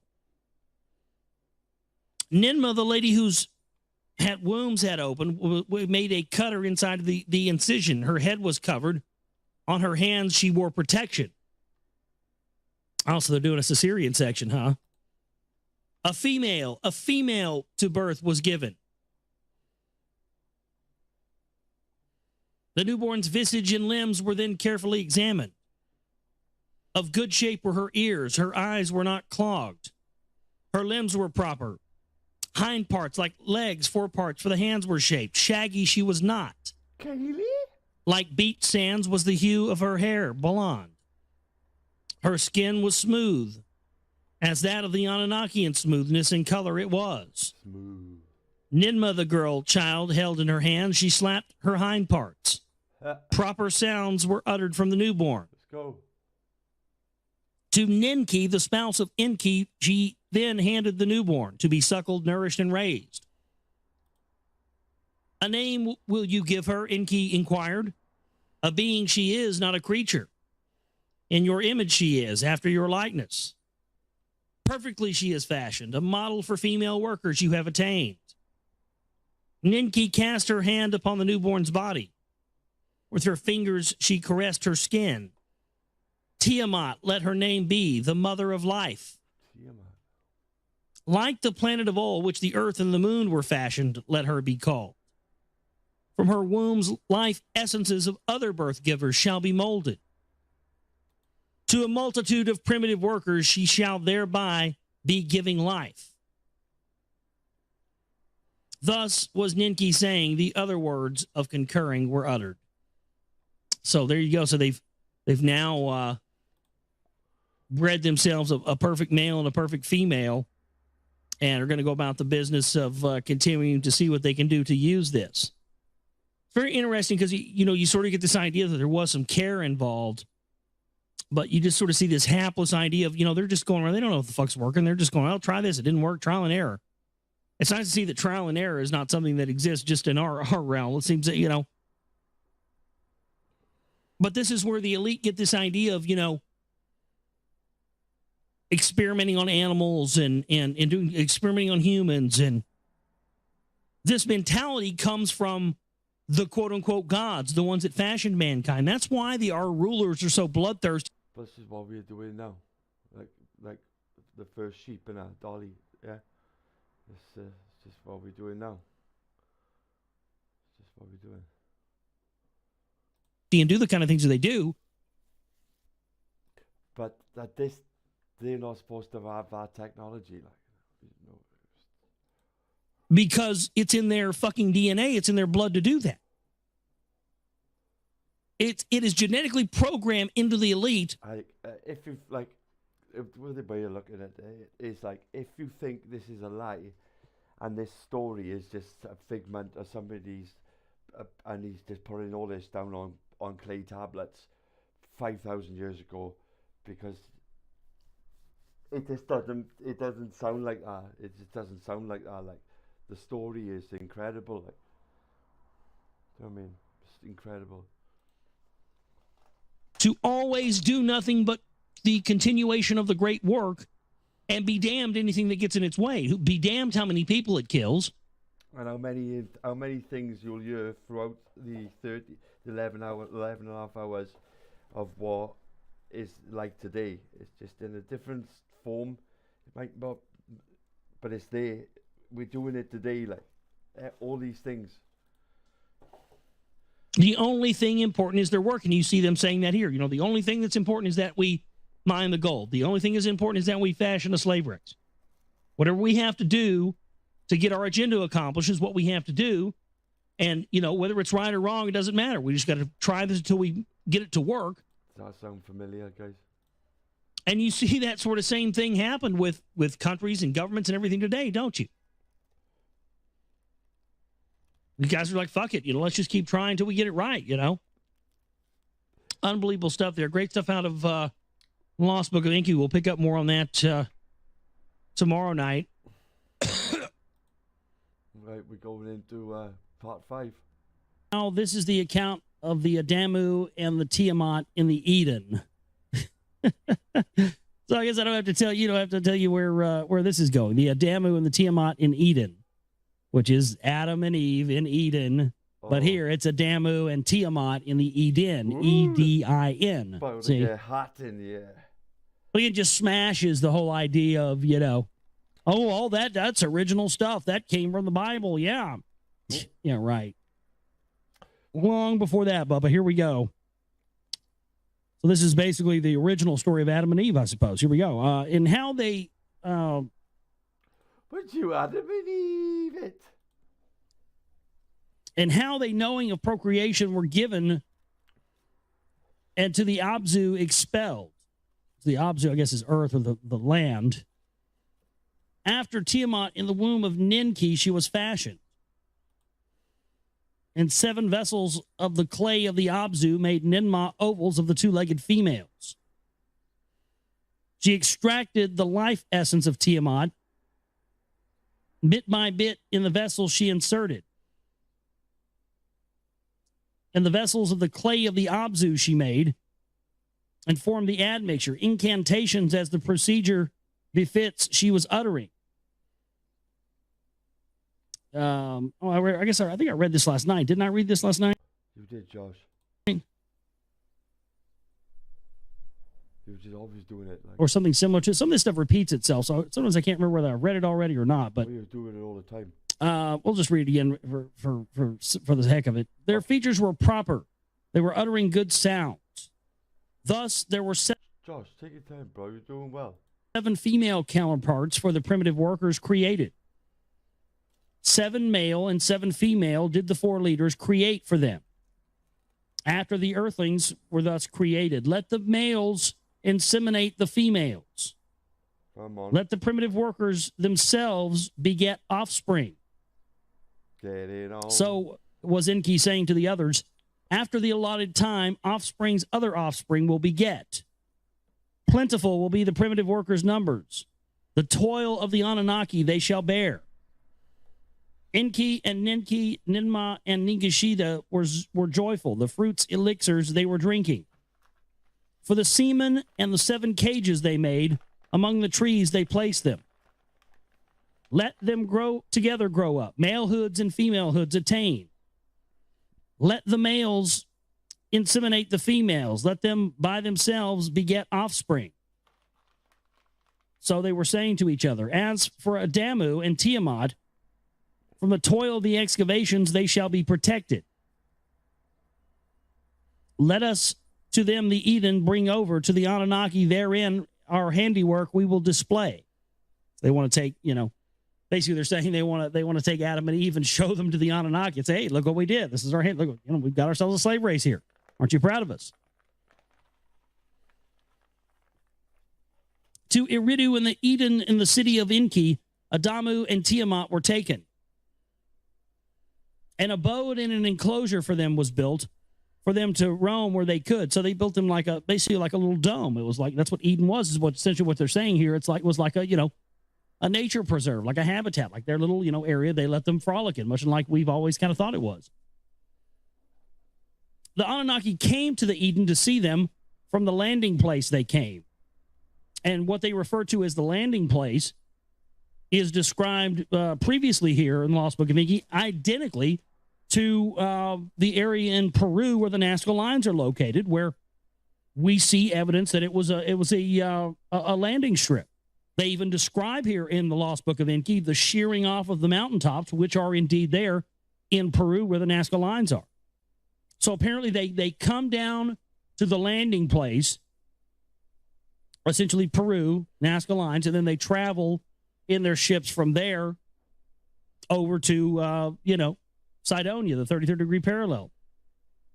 What later became Samaria, Iraq. Motherfuckers. Enlil came to see them, and his displeasure was diminished once he saw them. Ninurta came to see them. Ninlil did as well. From the way station on Lamu, which is Mars, Marduk, the son of Enki, also came down to see. It was a sight most astounding. A wonder of wonders it was to behold. Your hands have made it. The Anunnaki were the fashioners. The Agigi, who were between Earth and Lamu, shuttled and were also agog. Primitive workers have been fashioned. Our days of toil now can end, they were all saying. In the Abzu, the newborns were growing. For their maturing, the Anunnaki were anticipating. Enki was the supervisor. Ninma and Ningishita also came. In the excavations, the Anunnaki were grumbling. Patience to impatience gave way. Inugi, their overseer of Enki, was often inquiring. For primitive workers, the outcry he conveyed. The circuits of Earth, the orbits of Earth, rather, grew in number. Maturity of the earthlings was overdue. No conceiving among the females was observed. There was no birth giving. By the cages among the trees, Ningishita a couch of grass made for himself. Day and night he watched the earthlings to ascertain their doings. Indeed, he saw them mating. The males were inseminating the females. Conceiving there was not. Birth giving there was not. Enki pondered the matter deeply. The creatures once combined, he contemplated, none of them had offspring, had begotten any offspring. By combining the two kinds, by combining the Anunnaki and the humans, a curse had been created, Enki said to the others. Let us afresh examine the essences of the Adamu and the Tiamat, Ningishita was saying. Their MEs, which we're assuming is their DNA, right, will be studied bit by bit to ascertain what is wrong. In Shurabak, in the House of Healing, the essences of Adamu and Tiamat were contemplated. With the life essence of the Anunnaki males and the females, they were compared. Listen to this. Like two entwined serpents, Ningishita separated the essences. Arranged like 22 branches on a tree of life were the essences. Oh, my God. So, wow, 22 branches of the DNA corresponded to the, 22 branches on the tree of life. No coincidence there. Hell. Their bits were comparable. The images and likeness they properly determined. 22 they were in number. The ability to procreate they did not include. Another 2 bits of the essence of the Anunnaki present Ningazita to the others showed. 1 male, 1 female. Without them, there was no procreating. So they had to add extra little bits of their DNA to that. Extra chromosome. Like. And the molds of Adamu and Tiamat, they were not included in the combining. Ninmah heard this and was distraught, and with frustration she seized Enki. The clamor in the Abzu is great. Mutiny is again in the making. Enki said, primitive workers must be procured lest the gold extraction shall be ceasing. Ningazita in these matters learned a solution was proposed. To his elders, Enki and Ninmah in the house of healing, he whispered, let all the heroines who Ninmah were assisting sin away. They locked the door behind them, the 3 with the 2 earthlings alone remaining. Upon the 4 others, Ningazita, a deep sleep, descended into a deep sleep. The 4 he made unfeeling. From the rib of Enki, he extracted the life essence. There's the part with the rib. Motherfucker. Whose rib? The rib of Enki. Into the rib of Adamu, the life essence of Enki he inserted. From the rib of Ninmah, a.k.a. Isis, the gene of Isis, here we go. The life essence he extracted. Into the rib of Tiamat, the life essence he inserted. Where the incisions were made, the flesh thereon closed up. Then the 4 of them by Ningazita were awakened. It is done, he proudly declared. To their tree of life, 2 branches have been added. With procreating power, their life essences are now intertwined. Let them freely roam as one flesh, let thorn knots each other, Ninmah was saying. In the Eden's orchards to freely roam, Adamu and Tiamat were placed. Of their nakedness, they became aware. Of malehood and femalehood, they were knowing. Damn, you naked girl. Tiamat made aprons of leaves, so they would be distinguished from the wild beasts. In the heat of the day, Enlil was strolling in the orchard. He was enjoying the shade there. Without expectation, Adamu and Tiamat he encountered. He noticed the aprons on their loins. What is the meaning of this? Enlil wondered. He summoned Enki to explain it to him. The matter of procreation Enki explained to Enlil. The 7 and 7 had failed to Enlil, he admitted. Ningazita examined the life essence and noticed that an additional combining was needed. Great was Enlil's anger. Furious his words were. The whole thing was not to my liking. For acting as creators, gods, I had opposed. The being that we need, it already exists. Even you said this, Enki. All we needed to do was put our mark on it. Thereby we would fashion primitive workers. Healing heroines put them at risk. Ninmah and Ninki were in danger. To no avail it was all. Your handiwork was a failure. Now the last bits of our essence to these creatures you have given. To be like us in procreation, knowing, perchance our life cycles on them you will bestow. He's saying, yeah, this is where you get into the moral conflict between the brothers Enlil and Enki.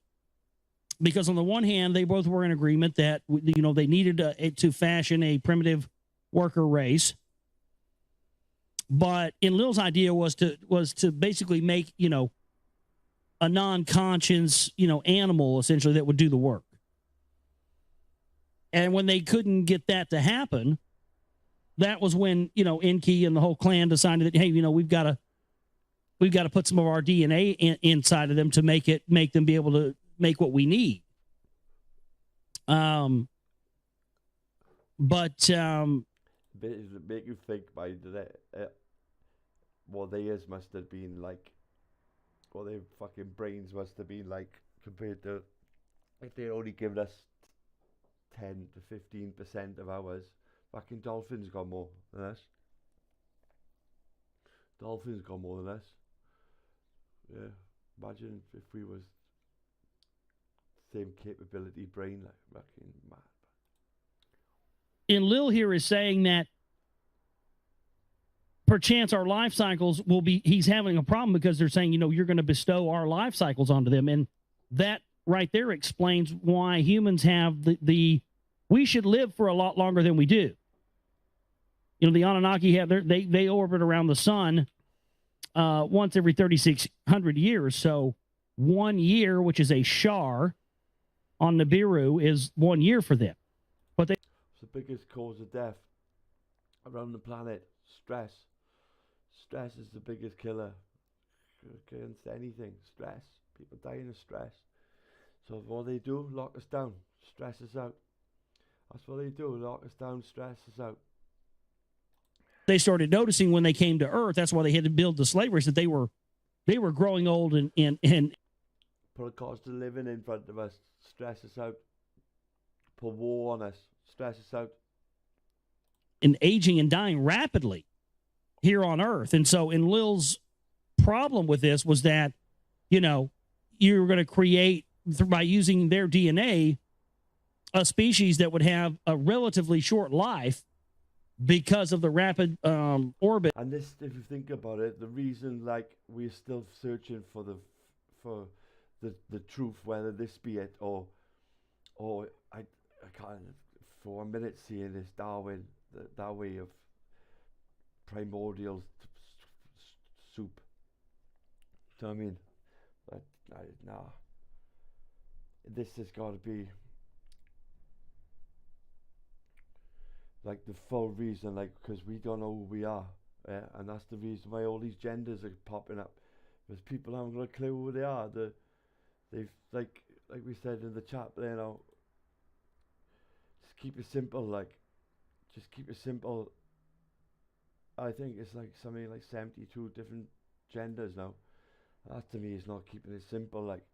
I seen one of them, right, and one of the genders was some people that would like to be classed as they. Well, they to me in the English Oxford English fucking dictionary is plural. They is plural, so it's more than one person. Whereas you're just one person, so I'm not going to address you as they. Well, but that's how silly it's gone. They want to be addressing you. You go to address me as they. You know what I mean? What the fuck? What the fuck? Bit of the Earth around the sun, so he was concerned with that. And we'll find out later. This is why, of course, Enlil ordered the Great Flood and ordered mankind to be wiped out. But because Enki had love and compassion and saw the primitive workers as his creations, this is where he allegedly created the ark, the spaceship, and Oh, so this is the story, the original story of Noah. This will be fucking interesting. Hit the old fucking 200 million of you listening. Big up, Kaylee. Much love. And Morpheus. I hope you're not sleeping. No. Kept the DNA essences inside. Pick up yourself, you sheep shagging legend. Of them so that they could, continue to thrive.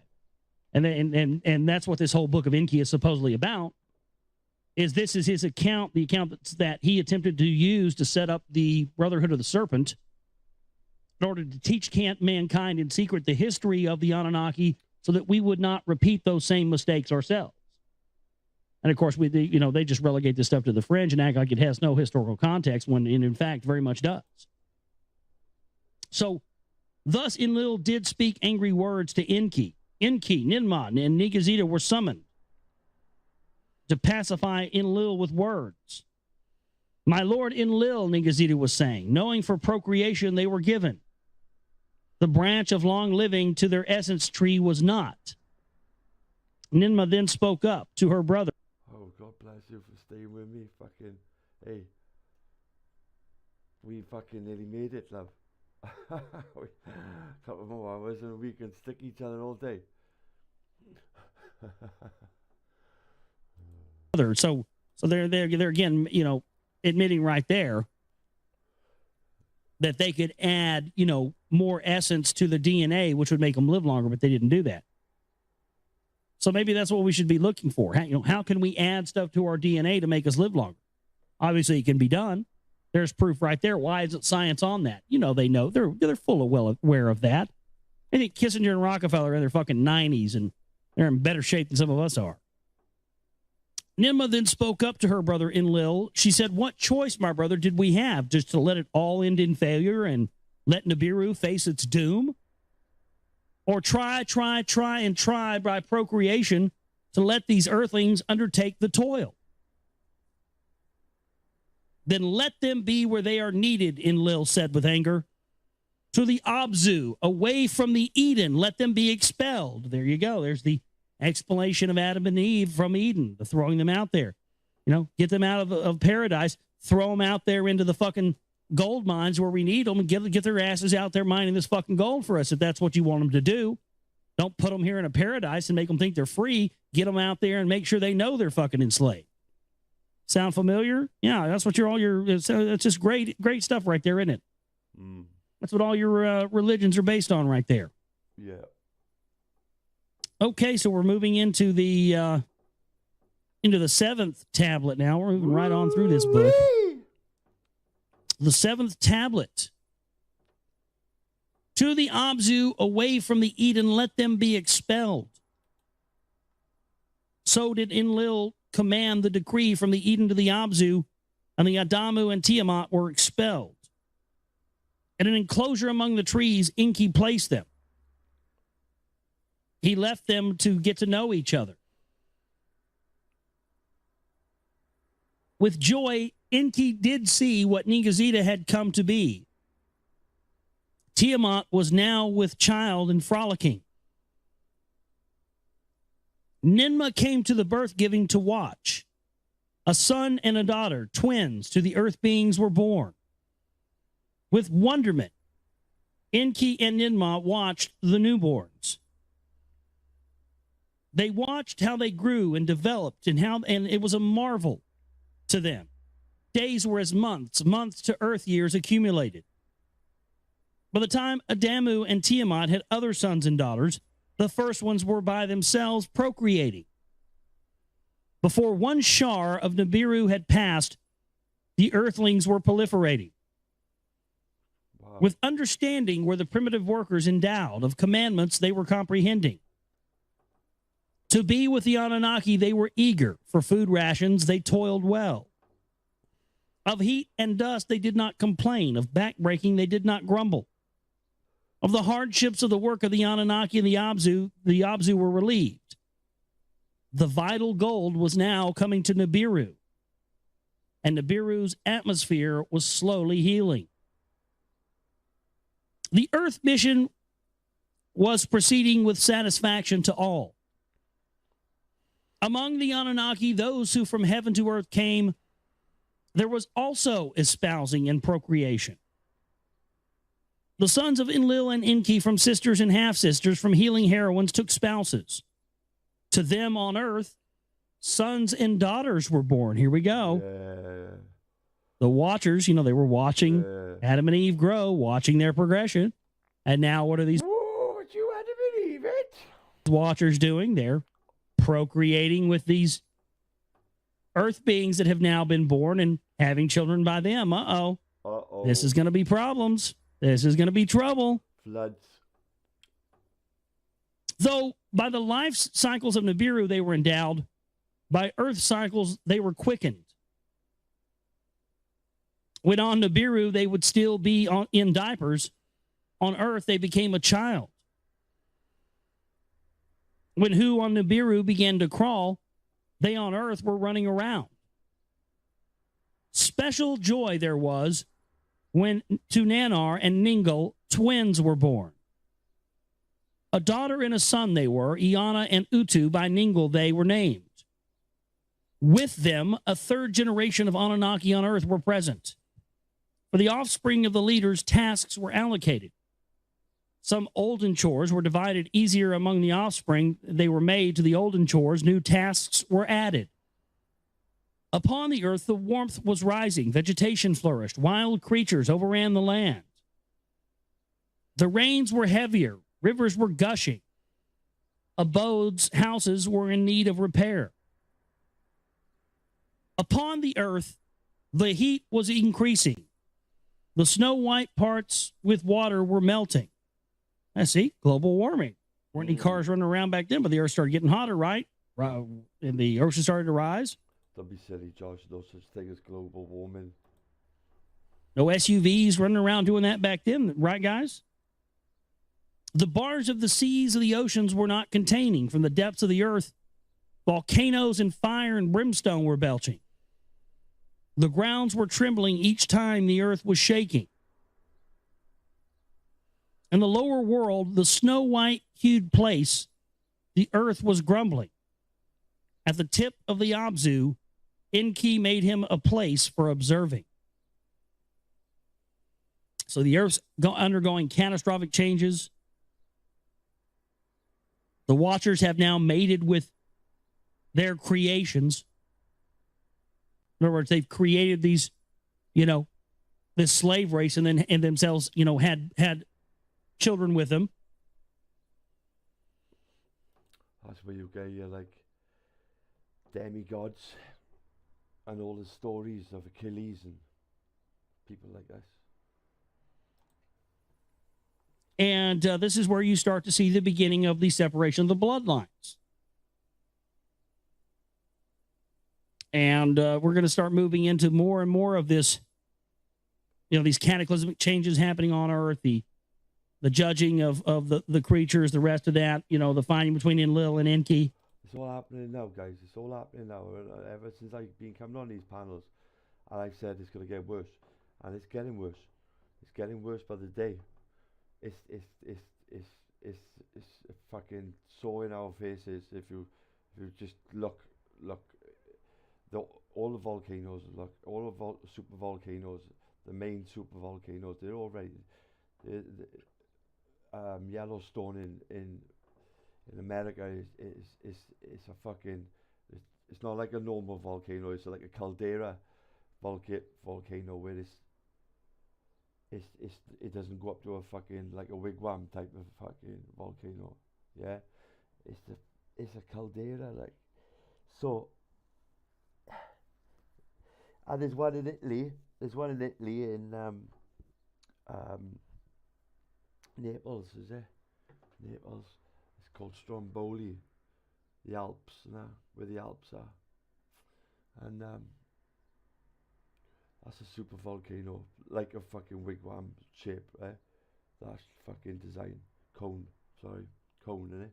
Yeah, cone shape volcano, and we'll hear that.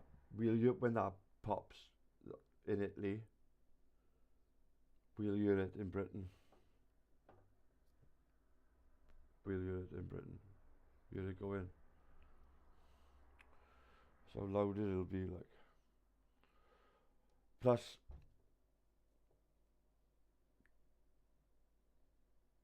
you got some fucking freaky weather and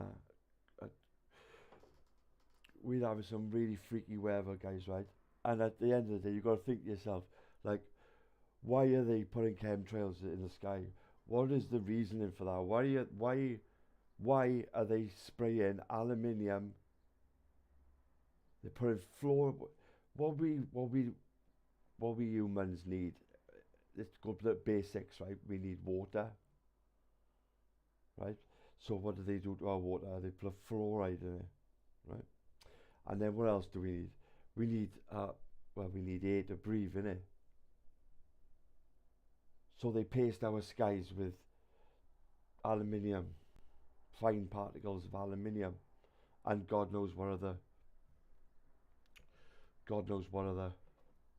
And as this says, like they did back then, the Anunnaki, we are controlling the weather. Now, on the planet, we're controlling the weather. So, it's at that time where it's going to reset again. Do you know what I mean? It's coming to that time where it's going to be another reset. And like with Nibiru and that, Nibiru, Nemesis, the Dark Star, our sun's binary star, brother or sister, call it. Yeah, it just does. It's not burning like our sun. It's done. It's burnt. It's just a lump of iron. Yeah, the only heat it's getting now is off our sun, as it's coming round, and it's doing that orbit. This 3,600 years, as it's doing that orbit. We're in it now, and it's on its way back out. It's coming around us, you know, and it's coming and it's going back out now. Yeah, and that's why it's pulling on the earth. All the volcanoes, all the river of fire, going round the earth. Yeah, going round the earth or on the flat earth even. It's but like say if it is around Earth, it's like a baseball. The ring of fire goes all the way around it, like a baseball seam, isn't it? And it's all fucking. It's got tits up, guys. It's just a matter of time. It's getting interesting. So page 152, remember that page 152. That's what we'll pick up next time. We left off last night, page 152, and the earth is starting to tremble and shake, and the children of the sun began to wake. No, that's a Zeppelin song. Sorry, never mind. But yeah, that's pretty much what happens. Is the grounds were trembling, and each time the earth was shaking, hey, maybe that's where Zeppelin got that shit from. Most of their stuff came from, a lot of their lyrics came from occultic stuff, and left and right. And Jimmy Page is a fucking warlock, man. To his son Nergal and his spouse Ereshkigal, he therefore entrusted command to them. A thing unknown, an untoward thing thereunder is brewing. Nergal to his father Enki said, in Nibiru Key, the place of the bond of heaven and earth, Enlil was watching the heavenly orbits go by. By the emise of the tablets of destiny, celestial motions he was comparing. There is turmoil in the heavens, Enlil said to his brother Enki. From the planet Laranu, the place of the way station, Marduk to Enki, his father, was complaining. Strong winds are disturbing us, and annoying dust storms they are raising on earth. So Marduk to his father Enki was beaming his words. In the hammered bracelet, turmoils are occurring. Upon the earth, brimstones from the skies were falling. Pitless demons, havoc causing violently, they approach the earth. Now, what's interesting is this being caused because of the orbit of Nibiru coming close to the earth and the cataclysmic effects that it's said to have on our planet when it gets close to it? That's what I think this is. That's what I think they're referring to. I could be wrong about that. You're damn right it is. And, in the flaming... And in the Bible, guys, it's called wormwood. Fires in the sky, they were bursting. In a clear day darkness, they were causing storms with evil winds that raged around. Like stony missiles to the earth, they were attacking. Well, the hammered bracelet is the asteroid belt. So I guess the asteroid belt started hammering the earth with asteroids. Kingu, Earth's moon, and Lamu, which is Mars, was too affected by these havocs. The faces of all three were covered with countless scars. Enlil and Enki to Anu. So that's what's happened to Mars. That's why Mars is it looks like a dust bowl, like, because it's been Nibiru on his passing in previous. I've whipped his atmosphere away, like totally just whipped his atmosphere away. Anu the king were beaming urgent words. They alerted Nibiru's savants. The Earth and the moon and Lamu, Mars, are facing an unknown calamity. From Nibiru, the savants were responding, and their words from the leaders' hearts were not calming.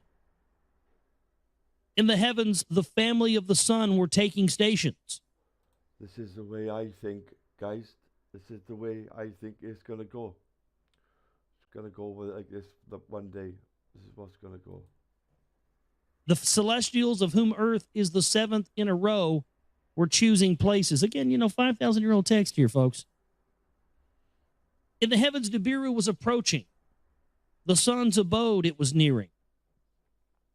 By the seven in a row arraigned was Nibiru distracted. That's what the chemtrails are for, if you wanted it. That's what the chemtrails are for. To cover up what's coming from behind the sun. Nibiru. That's what the chemtrails are for. That's what the chemtrails are for. The path through the hammered bracelet, it was missing.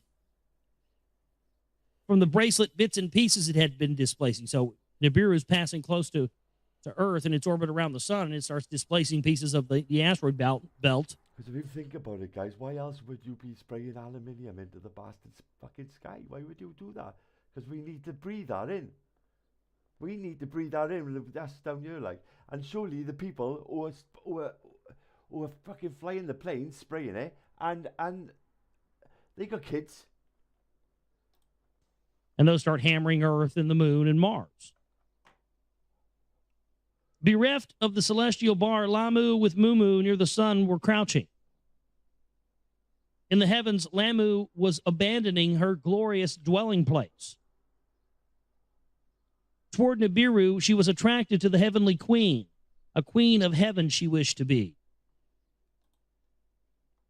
To quell her, Nibiru made a monstrous demon appear from the celestial deep.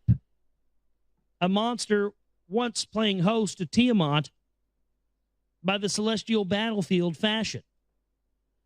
From this celestial deep made its way by Nibiru and was from its slumber awakened. From the horizon to the midst of heaven like a flaming dragon it was stretched. 1 league was its head, 50 leagues was its length, awesome was its tail. The Chinese call by it, day the skies of earth it darkened. the Chinese call it the Red Dragon. By night, upon the face of the moon, a spell of darkness it cast. To her brothers, the celestials, Lamu was calling for help. Who will obstruct the dragon? Who will stop and kill it? She was asking. Only valiant Kingu, once Tiamat's protector, stepped forward to respond. We're fucked. To intercept the dragon in its path, Kingu was making haste. Fierce was the encounter. A tempest of clouds upon Kingu was raised. By its foundations, Kingu was shaken from the impact, and the moon quaked and shaked. Then the heavenly havoc was calmed. Nibiru was returning to its distant abode in the deep, meaning it was going back to its normal orbit. Lamu did not abandon its place of dwelling. The stony missiles upon the earth in Lamu ceased their raining. Enki and Enlil with Marduk and Ninurta gathered. This is the thing, right, guys? It's like this planet Nibiru and a basically a lump of iron, a dun star, yeah, right, is going now back out, right? But this fucking lump of iron has got a tail of asteroids and debris, like thousands of miles long, and the tail is what it's gonna hit one side of the earth bad. We're seeing a lot more now, asteroids, fireballs coming in. They're coming more and more. They undertook a surveying of the havoc on Earth.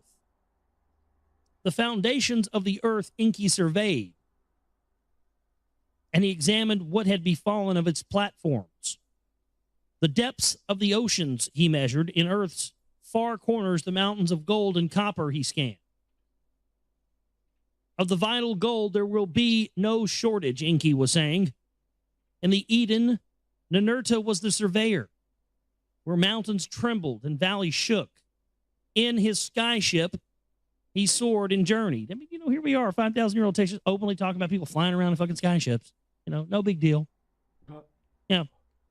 Again, ask yourself why this is the first thing they did when they invaded the Iraq National Museum in 2003. Why did the first thing they did was go in and get, text like this so we can't see them anymore? I mean, duh, hello. The landing platform was intact in the valleys of the north. The Earth's fiery liquids were pouring. So Ninurta was telling his father Enlil about sulfuric mists and bitumens that he was discovering. On Mars, the atmosphere was damaged. Dust storms were interfering with life and work. So Marduk said to Enki, I wish to return to Earth. He disclosed to his father. Enlil, to his olden plans, betook himself. What cities and their tasks he planned, he reconsidered. A chariot place in the Eden must be established, to the others he was saying. So he wants he wants a landing pad in the Eden. He doesn't want to have to land over at the Nazca lines in Peru and fly all the way over anymore. No, he wants front row service. The olden designs of the layout on the crystal tablet he showed to them. The conveying from the landing place to the way station on Lamu is no longer certain. To soar toward Nibiru from Earth, we must be able to do, Enlil was saying to them. For the count since the first splashdown, the count of 80 shars it was. So they've now been on Earth 80 shars, which a shar is how long it takes the Nibiru to go around the Earth, but the Earth goes around the sun, to go around the sun, but the Earth goes around the sun much quicker than that. So they age a lot faster. Now, this is the account of the journey to the moon by Enki and Marduk. Oh, you've seen some of David Hatcher Childress's research. He's got some evidence, pictures, photographs, where he's taken, a picture of the moon, and it serves a close-up, from telescopes from 1 year, and then shows that same area 2 years later, and you can see tracks, and you can tell where stuff has been mined. Somebody's been up there mining on the moon for a very long time. Who? Well, I'll leave that up to you to guess. It was a monkey they sent up there. I have a feeling that's where it's going to go here. They're probably looking for gold and all that stuff on the moon. Now this is the account of the journey to the moon by Enki and Marduk, and how Enki determined the 3 ways of heaven and the constellations. Let the place of the chariots near Bad Tibiara, the metal city, be established. From there, let the gold from Earth to Nibiru in the chariots be directly carried. So Ninurta of Bad Tibira, the commander. Fuck me. Oh, I bet there must have been loads of gold before these bastards. I bet they mined the fuck out of the... Oh, I bet there was loads of... I bet there's still loads of gold on the Earth now, isn't there? Do you know what I mean? But like... To them, the words he was saying. Enlil, to the words of Ninurta, his son, gave heed. He was proud of his son's wisdom. I would bet these fuckers were mining gold on a scale. Oh, do you know what I mean? Like, it would make your fucking eyes so.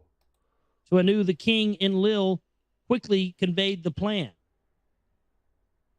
He said to Anu, let a place of celestial chariots in the Eden be established. Near the place where the gold ores are smelted and refined, let it be built. Let the pure gold in the chariots directly from Earth to Nibiru be carried. Directly to Earth from Nibiru, let heroes and supplies be coming. Of great merit is the plan, my brother, Enki was saying to his father Anu. A great disadvantage it is holding in its core. The net pull of Earth, its gravity,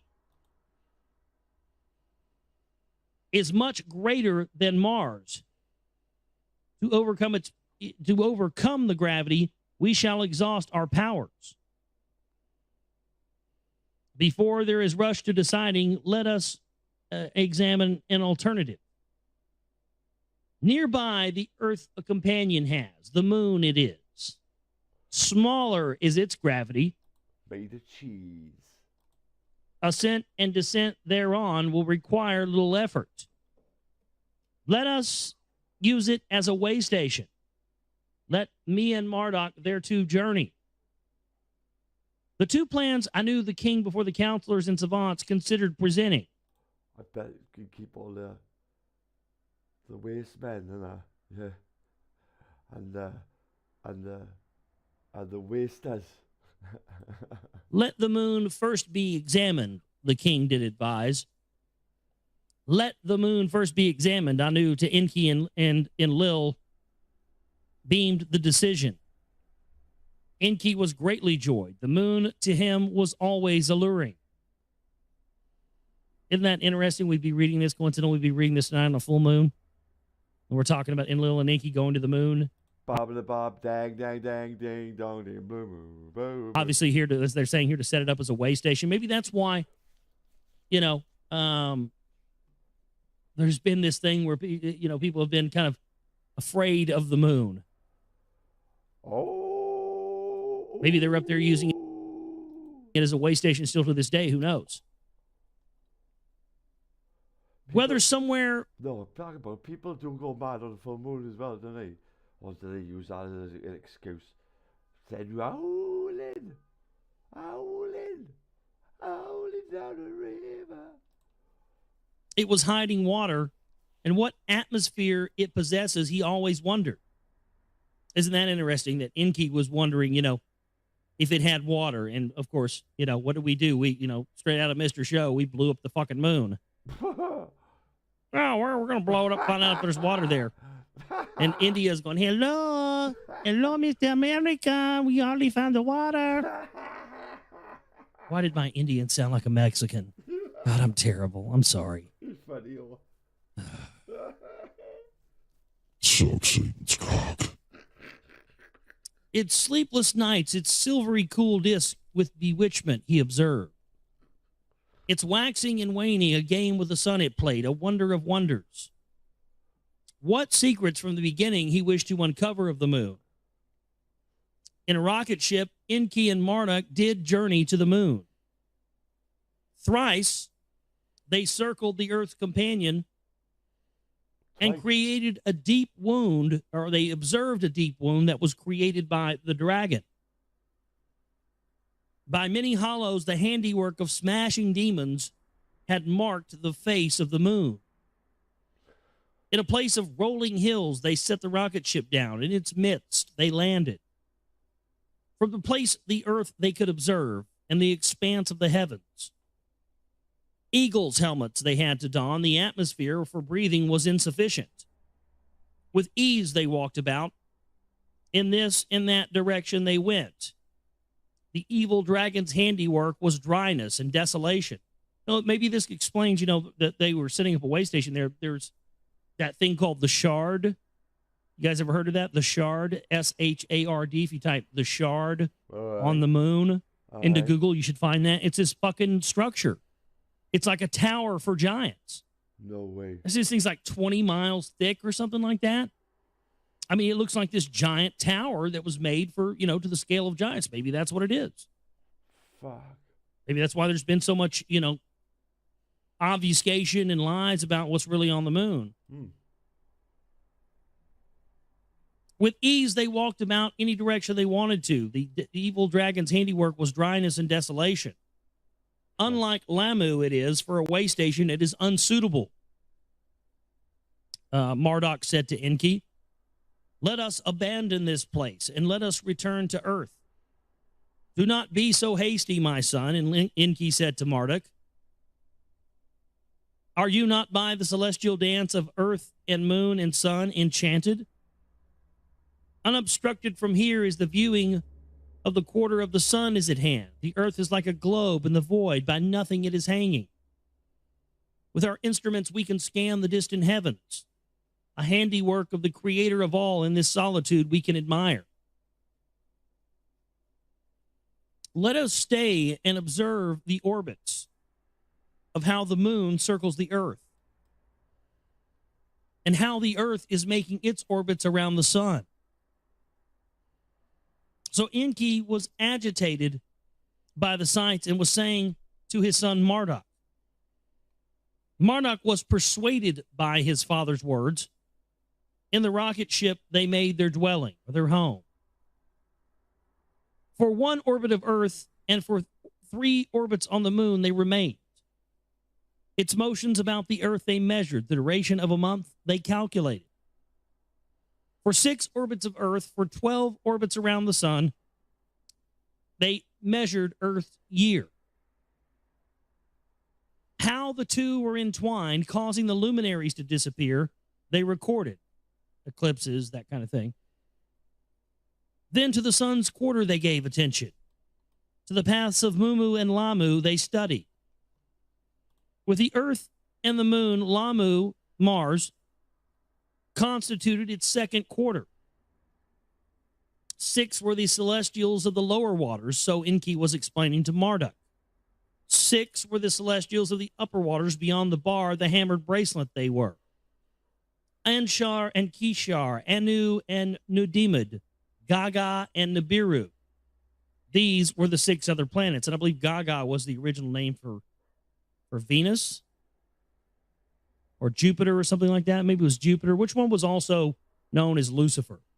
Is that Venus or Jupiter? One of those. Well, whichever one it is, that's what Gaga relates to. So there you go. Lady Gaga, Lady Lucifer, blah, blah, blah. We already see that. We already knew that. But, you know, I want to point that out since we're reading from 5,000-year-old text here. It becomes pretty obvious where these occultists that run the music industry get their fucking stuff from. If you read, that's why they don't want you to know this stuff. Come on, Josh. Because then you'll be able to point out, when you see Lady Gaga on TV and you see, some video where she's got Sirius in the background and 2 dogs flanking on both sides. You go, oh my God, the dog star, rising star. I mean, my God, that doesn't get any more Illuminati than that. And most people just don't see it because they don't read. Yeah, you got a point. 12 they were in all. Of 12 did the sun and its family finally make the count. Of the most recent upheavals, Marduk was inquiring to his father Enki, why have 7 celestials in a row taken place? Their circuits about the sun, their orbits, Enki then considered. Their grand band around the sun, their progenitor, Enki carefully observed. The positions of Earth and Moon therein on a chart Enki marked out. Now, my question is that he's talking about marking out the positions of the Earth and the Moon on a chart and showing, where the planets are in relation to the sun. My question about that is that the same thing that we've seen in some of the Sumerian artifacts? There's a Sumerian artifact that I've seen that's over 5,000 years old, long before the times of telescopes or anything else, and it's exactly that. It shows the planets, in addition to 2 that we allegedly don't know about or talk about right now, added to it, and they're all in the right position around the sun. So this could be where this information originally came from. They got it on the moon and then brought it back to Earth and gave it to the primitive people later on.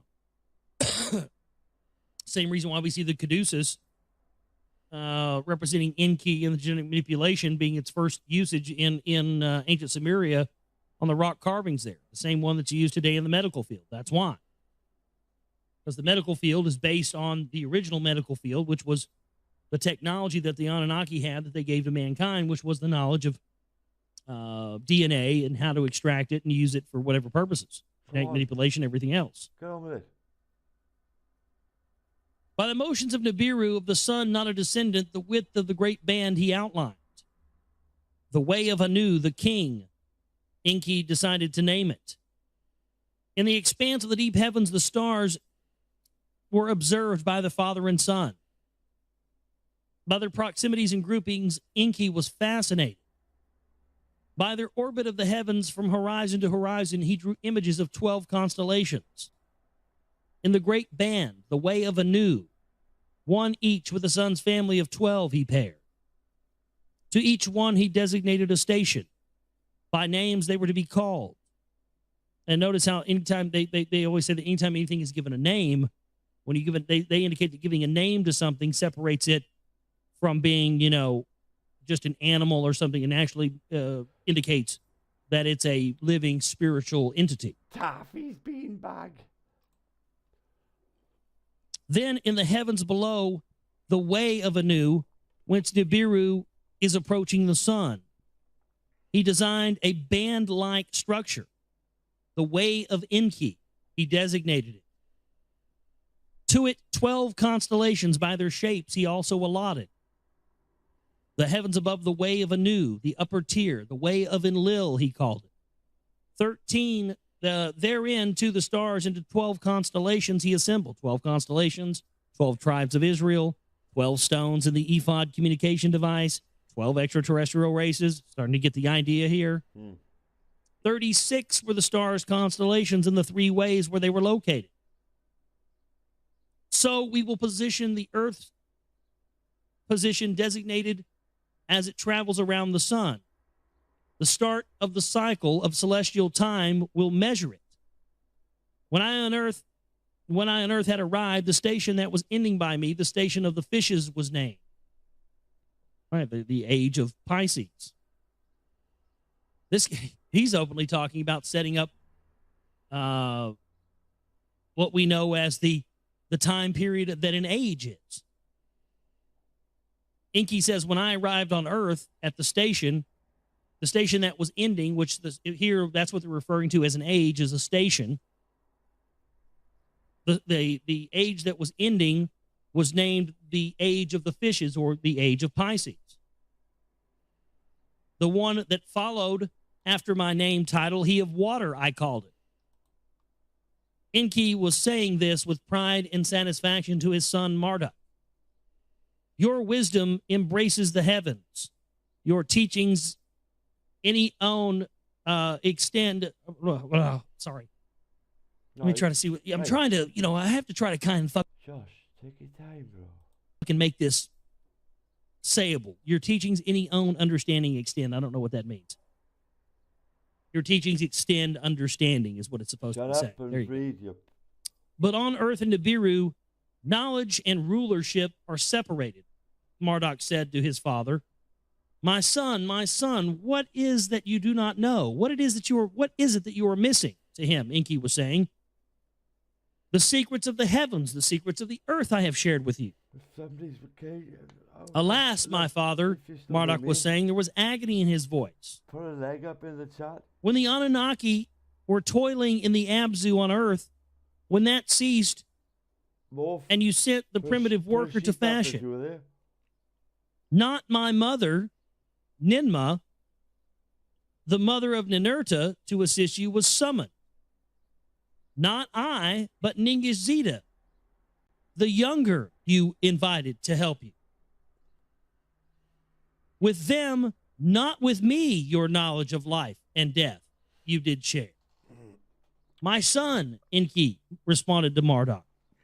To you, command was given of the Agigi, the workers, and of Mars to be supreme. You were given rulership over Mars and its workers. Alas, my father, of supremacy by fate we are deprived.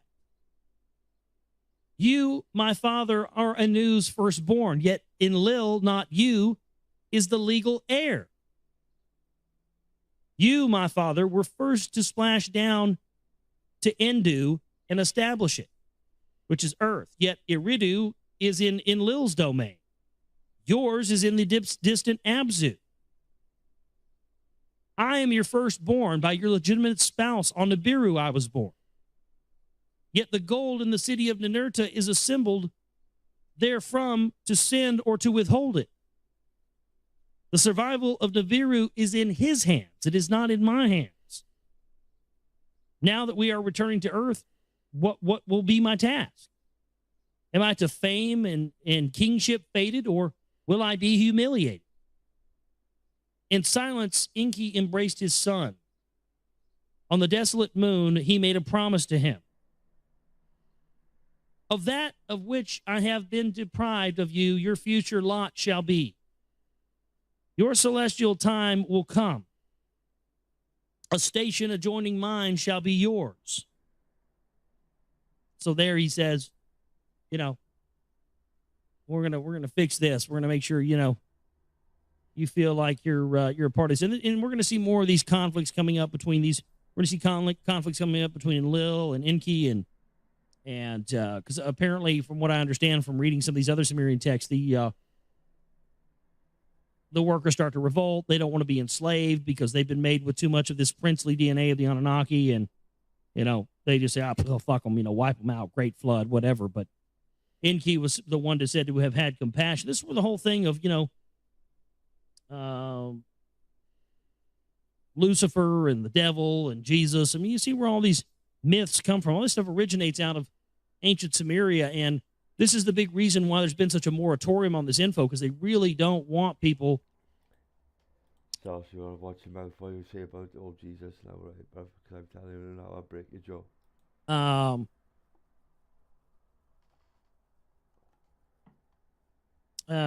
You know, that's right. You fucking think about what you were saying, bro. It really just don't want people to see that. Unbelievable stuff there. Well, I'm glad you guys tuned into the show with me tonight. We're going to leave it right there and pick up next time. Right, that's right. On the account of Sipar and the place of the chariots in the Eden. Let me make sure, see what place this is. 160, I guess, is the page. Sort your head out now, bruv. I'm telling you now. Get your shit together.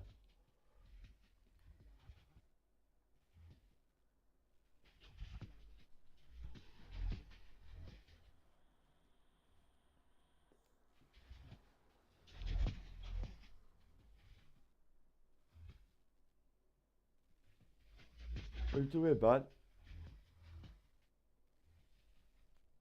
Josh.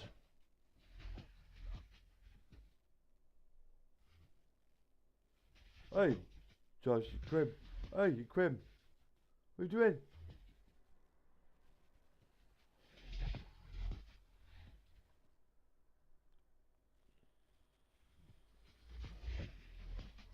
Oh, I'm gonna phone the ambulance then.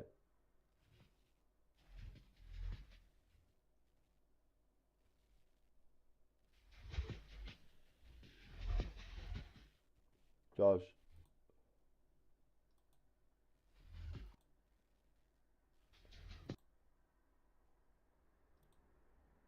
I'm reading some of this and I feel what the here with you in the global fuck? Where the fuck did you go, you prick?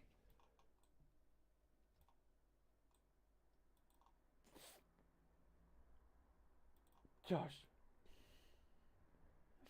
Fucking prick. And you can also join us in the chat room for the interactive part of the show. Interact with other people during the show there. GlobalReality.com, theglobalreality.com chat room. Thanks to everybody hanging out in there tonight. We're going to be getting into the Lost Book of Enki in this chapter. I know roughly, as somebody said, I was on page 154, page 160. And all those seem to be pretty close. I don't really know. I'm reading some of this, and I feel like I've already read it. Yeah, well, fucking read it again, innit? Come on. But I guess we'll just read it again here. Bottling it now. Come on. For many orbits of the Earth, from the Earth were father and son absent. Oh, wait. Aye. Here we go. What are you doing, man? Now this is the account of Sipar, the place of chariots in the Eden. And we've established that the Eden, E-D-I-N, is, of course, the Eden that we all are familiar with already. I play with it. I play with the... For many, this is the account of the Sipar, the place of the chariots in the Eden, and how the primitive workers were returned to Eden. So the primitive workers that were cast out of Eden were then returned to Eden. So this is where we're picking up tonight. For many circuits of the earth, from the earth were father and son absent. No plans were implemented on earth. And on Lamu, Mars, the Agigi workers were in turmoil. Enlil sent Anu secret words about his concern and beamed them from Nibiru to Anu. Enki and Marduk have gone to the moon. For countless orbits now they are staying. What they are doing is a mystery. What they are scheming is not known. Marduk has abandoned the way station on Lamu, on Mars, the Agigi or Agog. By dust storms, the way station has been affected. What damage there is to us is not known. The place of the chariots in the Eden must be established. Therefrom, the gold can be carried directly from Earth to Nibiru. No way station on Mars shall henceforth be needed. The plan of Ninurta it is. Great matters, great understanding in these matters he has. Let him establish a place of the chariots near the Bad Tibiara establishment. Let Ninurta be its first commander. Anu gave much consideration to the words of Enlil and said to him, Enki and Marduk are returning to the earth. What have they found out about the moon? From the moon, Enki and Marduk departed and returned to earth.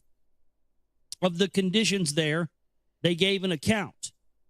A way station is unfeasible now, they reported. Let the place of the chariots be built, Anu was saying. Taffy saying, can't build on cheese, bruv. Let Marduk be its commander, Enki was saying to Anu. The task is set aside for Ninurta, Enlil was shouting angrily. For the Agigi, the Anunnaki workers, their command is no longer needed. Marduk has knowledge of these tasks. Of the gateway to heaven, let Marduk be in charge. So Enki did say to his father. Anu contemplated the matter with much concern. Rivalries have now affected the sons. With wisdom, Anu was endowed. With wisdom were his directions. The place of the chariots for the new ways the gold is to handle is designated. Let us henceforth come in the hands of a new generation place. Neither Enlil nor Enki, neither Ninurta nor Marduk shall be in command. Let the third generation take responsibility. Let Utu be the commander. Let the celestial place of the chariots be built. Let Sipar, the bird city, be its name. This was the word of Anu, unalterable. It was the word of a king. In the 81st Shar, or year of Nibiru, was the construction started. The plans of Enlil it followed. Nibiru Ki was in the center. A navel of the earth by Enlil it was designated. As on circles by their place and distances in the olden cities they were located. Which is another reference to what we discussed earlier here in the book with the creation of the face on Mars. See, they like to, the interesting thing about, according to these texts, is that the Anunnaki had a hard-on for building stuff in similar locations as to how they built it on Nibiru. It's very premeditated. See, this is why you had the face on Mars on the 33-degree parallel on the place on Mars known as Cydonia, where pyramids were also found. And then, of course, in the area of ancient Mesopotamia, which is now Iraq, it was once firstly known as Cydonia as well, also located on the 33rd-degree parallel. So they really had a penchant for building things where they liked building things that was familiar to them. They would build things, it seemed, that were very close and similar to how they had it on their own planet, so it would remind them of that. Like an arrow from the lower sea, they were arrayed pointing towards the mountains. A line on the twin peaks of Arata to the skies in the north reaching, he drew. Where the pointing arrow, the Arata line, intersected. The place for Sipar, the earth's place of the chariots, he marked out. To it the arrow directly led from Nibiru Ki by an equal circle, precisely located. Ingenious was the plan. By its precision, all were made to wonder. In the 82nd Shar, the construction of Sippar was completed. To the Hero Utu of Enlil, the grandson, its command was given. An eagle's helmet was fashioned for him, and with eagle's wings he was decorated. It was the first chariot from Nibiru to come directly from Sippar, and Anu was traveling there as well, to view for himself the installations that he desired and to marvel at what was attained that he wanted. For the occasion, the Agigi by Marduk commanded from Mars to come to Earth. From the landing place from the Abzu, the Anunnaki were assembled. There was backslapping and hailing, a feast and a celebration. For Anu Mana, Enlil's granddaughter, singing and dancing presented. With affection, Anu kissed her. Anu-Nitu, Anu's beloved, he fondly called her. Before departing, Anu assembled the heroes and the heroines. A new era has begun, he was saying to them. Supplied directly with the golden salvation, forthcoming is the end of our toil. Once enough gold for protecting has been piled in storage on Nibiru, the toil on earth can be diminished. Heroes and heroines can return to Nibiru. Thus did Anu the king promise the assembled and extend a great hope for the future to them. A few more shars of toil, and homeward bound they shall be. With much pomp did Anu to Nibiru soar back. Gold, pure gold, with him was carried. His new task, Utu, with cherish performed. Ninurta of Bad Tibara retained command. Marduk did not return to Lamu with his father. Over the lands he wished to roam in his skyship to comprehend the earth. So he just said, fuck it, I'm not going back. I'm going to fly around Earth and see if I can go set myself up as a god somewhere, I'll find myself a fucking primitive people, give them technology, give them some little knowledge, have sex with their daughters, and set myself up as a god. Fuck, I got things to do. I'm out. Sounds like that's exactly what these guys did, right? Of the Agigi, some on Mars and some on Earth, Utu was made the commander of. Anu returned to Nibiru. He had great expectations of the leaders on Earth. Right. With renewed vigor, they returned to their labor. Gold began to quickly amass, and thereby the Anunnaki believed they were going to be homeward bound quicker. It says gold, it just, words it in a weird way, but that's what they're saying. That, alas, was not what came to pass. And the Abzu relief, not continued toil, was the Anunnaki's expectation. Now that the Earthlings are proliferating, let them provide the labor. So were the Anunnaki and the Abzu saying. In the Eden, the tasks were greater. More abodes, more provisions were required. For primitive workers, to the Abzu, they were confined. In the Eden, the heroes clamored. For 40 shars, only relief the Abzu provided. The heroes in the Eden shouted, our toil has increased beyond endurance. Let us have the workers too. While Enlil and Enki were debating the matter, Ninurta took the decision into his own hands. With 50 heroes, he led an expedition to the Abzu. They were armed with weapons. In the forests and the steppes of the Abzu, they chased the Earthlings. They captured them with nets, male and female, and brought them to the Eden. They made them do all manner of chores in the orchids in the cities and trained them. Enlil was angered by these doings. Enlil was enraged. My expelling of Adamu and Tiamat, Adam and Eve, you have overturned. So Enlil said to Ninurta, let the mutiny once in the Abzu occurring not in the Eden be repeated. With the Earthlings in the Eden, the heroes have been calmed. A few more shars, and it will no longer matter, Enlil said to Ninurta. Enlil was not appeased with the grumbling. He said, let it Oh, would you Adam believe it? so be, to his son. Let the gold pile up quickly. Let us all soon return to Nibiru. In the Eden, the Anunnaki and the Earthlings were observing the Earthlings with admiration. They possessed intelligence, and of commands they had understanding. They took over all manner of chores, unclothed they were for the tasks that they were performing.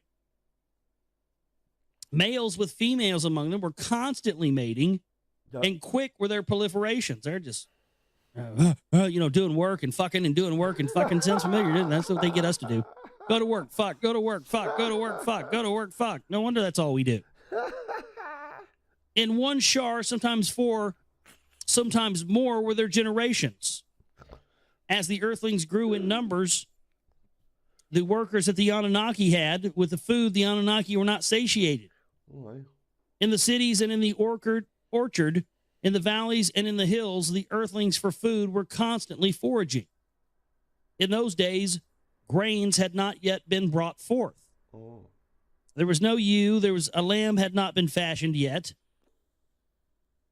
So they're basically saying here that they're genetically responsible for creating, the animals that we use for food. That's an interesting thought. Yeah. About these matters, Enlil was saying angry words to Enki. And there's another interesting thought. It's funny, all the sheep are in Wales. By your doings, confusion was created. You must devise a salvation. So that stops there. Now, this is the account of how civilized man was brought about. Now, this is going to get really juicy and interesting here, folks.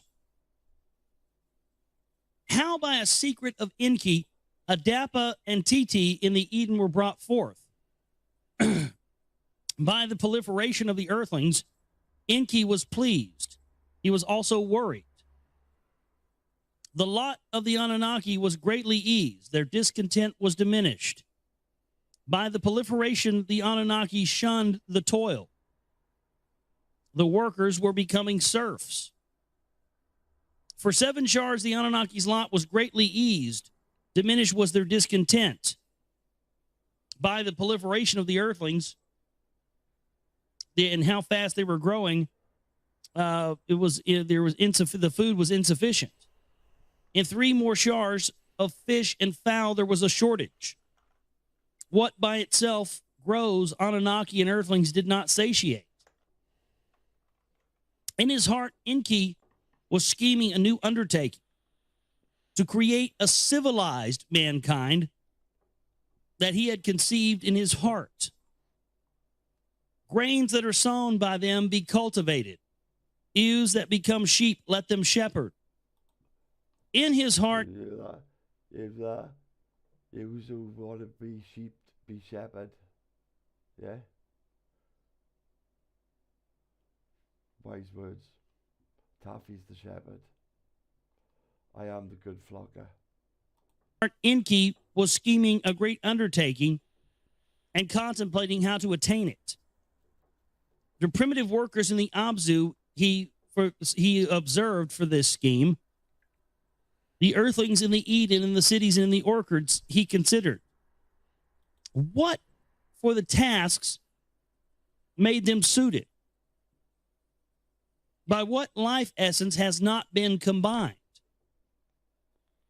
The offspring of the Earthlings he observed. An alarming matter he noticed. By their repeated copulations back toward their wild forebears, they were degraded. So they're de-evolving with each successive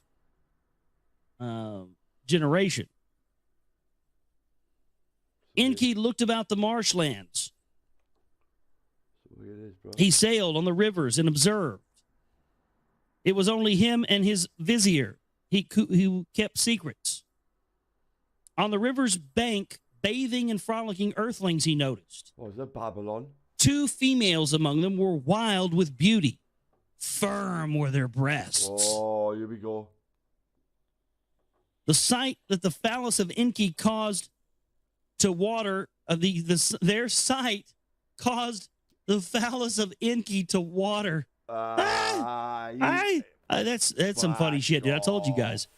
5,000-year-old alien porn is just great. Yeah, you got me. So he rolls up and sees these chicks and their tits out bathing in the water, and he just nuts himself right there. I mean, that's what it says. He saw him, was like, just auto rubbed one out just right there, dude. Their sight caused the phallus of Enki to water. I want to hear. I'd like to hear. Here we go. Captain Kirk say that line. The sight caused the phallus of Enki to water. A burning desire he had. No. Shall I not kiss the young ones? Enki was asking. I will row the boat for you to kiss the young ones, Izimud said to Enki. Enki stepped onto dry land. A young one, Enki called to him, a tree from the fruit she offered him. Enki bent down to the young one and embraced her and kissed her lips. Lips, sweet were her lips, firm with ripeness were her breasts. Into her womb he poured his semen. In a mating he knew her. It didn't take long. Into her womb she took the holy semen. By the semen of the Lord Enki she was impregnated. The second young one called to him. She offered him berries from the field. Enki bent down and embraced her and kissed her on the lips. Sweet were her lips, firm with ripeness were her breasts. This guy didn't waste any time, man. Rolls up, sees him, kisses on the lips, and just proceeds to pouring the semen. Not squirting it or spurting it, just straight pouring it, as if Enki's just rolling around with like pitchers full of sperm, dude. Here, I'm gonna pour this shit in you, girl. Bend over. I mean, that's fucking dirty. Into her womb he poured his semen. In a mating he knew her. Into her womb she took the holy semen. By the semen of the Lord Enki she was impregnated. Stay with the young ones and ascertain whether or not their pregnancies come about, Enki said to Vizier. Izimud sat down by the young ones. By the 4th count, their bulges appeared. By the 10th count, the 9th having been completed, the first young one squatted and gave birth. By her, a male child was born. What? The second young one squatted and gave birth. By her, a female child was born. At dawn and dusk, on the same day, the two were born. So one was born at dawn, the other at dusk. The gracious ones, dawn and dusk, thereafter in legends they were known. No way. In the 93rd shard, the 2 that were fathered by Enki were born in the Eden. Word of the births Izimud quickly brought to Enki. By their births, Enki was ecstatic. Whoever has known such a thing? Between Anunnaki and Earthling, conception was attained. Civilized man I have brought into being. That's an important distinction, you know. That's where the whole thing with the Nephilim and stuff comes in. Anunnaki created man. They did genetic manipulation to create a worker race. Then after the worker race had been, basically multiplying itself, Enki steps in, gets 2 of these pregnant, and then that's where you had the first real crossbreeding come in. A lot of people forget that. It seems that, according to the Anunnaki, we're a result of not just a genetic creation, but then a crossbreeding between them after the creation took place. A lot of times people leave that out. I think that's a very, very important thing to understand. It's not just that they created us through genetic manipulation. Once they created us, they had sex with us and made a crossbreed. Fucking dirty bastards. Civilized man I have brought into being. Enki gave instructions to Izimud, a secret my deed must remain. Let the newborns be suckled by their mothers. Therefore, after that, bring them into my household. Among the bulrushes and reed baskets I have found them. Thus to all you will say, by their mothers, the newborns they were suckled and nurtured. To Enki's household in the Ridu, Izmid brought the children. Ninki took the foundlings took a liking to the foundlings as her own children and raised them. Adapa, the foundling, the boy she called, Titi, one with life, the girl she named. Unlike all other earthling children, the twosome were. Slower to grow up than earthlings they were, much quicker in understanding. They were endowed with intelligence. They were capable of speaking with words. Beautiful and pleasant was the girl, and her hands were greatly dexterous. Ninki, the spouse of Enki, to Titi took a liking. All manner of crafts to her she was teaching. To Adapa, Enki himself gave the teachings. How to keep records he was instructing him in. The achievements with pride Enki to Izimid was showing. A civilized man I have brought forth. A new kind of earthling from my seed has been created in my image and after my likeness. There you go. Man was created in God's image. There you go. From seed, they will grow food. From ewes and sheep, they will shepherd. Anunnaki and earthlings henceforth shall all be satiated. Enki sent word to Enlil, and from Nibiru to the Eridu, Enlil came. In the wilderness, a new kind of earthling has come forth, to Enlil, Enki was saying. Quick of learning they are, knowledge and craftwork to them can be taught. Let us bring down seeds to be sown from Nibiru. Let us bring ewes that sheep can come from Nibiru to earth and deliver them. Let us the new breed of earthlings farming and shepherding teach. Wales. Welsh. Let the Anunnaki and earthlings together satiated be, so Enki was saying to Enlil. Akin to us Anunnaki in many ways, indeed they are, Enlil said to his brother. A wonder of wonders it is, in the wilderness by themselves they have come about. Izimud was summoned. Among the bulrushes and the reed baskets I found them, he said. No way. Enlil pondered the matter with graveness. No fucking way. With amazement, his head he shook. I'm Antafias. Indeed, a wonder of wonders it is. A new breed of earthling on earth has emerged. I've heard that story before. A civilized man has the earth itself brought forth. Moses! Farming and shepherding, crafts and tool making he can be taught. Fucking Moses! Let us send word of the new breed to Anu, Enki said to Enlil. Of the new breed, word was beamed from earth to Anu on Nibiru. Let seeds that can be sown and sheep come to earth, he said. And so Enki did make a suggestion, and so Enki and Enlil to Anu made the suggestion.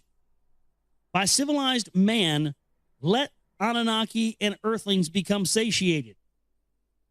Anu heard the words and was amazed by them. Aye, Taffy, civilized That man. by life essences one kind to another leads is not unheard of. To them he sent word back that on earth a civilized man from the Adamu so quickly appeared, that is unheard of. Word to your mother. For sowing and husbanding great numbers are needed. Perchance the beings are unable to proliferate.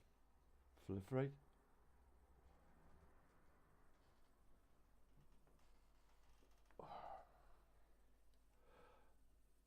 I'll just... Did I lose my spot? No, No, I didn't. No, stop you. Fucking going on. Let Adapa the earthling be brought to Nibiru. Anu declared. Enlil was not pleased by this decision. Who would have ever thought that this would happen? that by a primitive worker fashioning like us, we would become with knowledge endowed between heaven and earth to travel. On Nibiru, the waters of long life he will drink. The food of long life he will eat. Let one of us Anunnaki become the one of earth. So was Enlil to Enki in the other Lee saying that by the decision of Anu, Enki too was not pleased. Sullen was his face after Anu had spoken.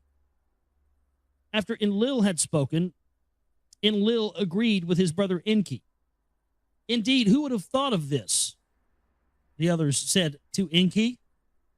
The brothers sat and contemplated. Ninmah was also deliberating with them. The command of Anu cannot be avoided to them, she said. Let Adapa by our young ones to Nibiru be accompanied, his fright to diminish, to Anu things to explain. So Enki did say to the others, let Ningishzida and Dumuzi his companions be. By the way, Nibiru for the first time, with their eyes they shall also see. By Ninmah was the suggestion favored. Our young ones born on earth of Nibiru are forgetting its life cycles by those of earth and are overwhelmed. Let the two sons of Enki, as yet unmarried, also travel to Nibiru. Perchance brides there for themselves they shall find. When the next celestial chamber from Nibiru arrived in Sipar, Elbrat, a vizier of Anu, stepped off from the chamber. I have come to earth to fetch the earthling Adapa, he said to the leaders. The leaders to Labrat presented Adapa. Titi and her sons to them they also showed. Indeed, in our image and after our likeness they are, so did Elabrat say.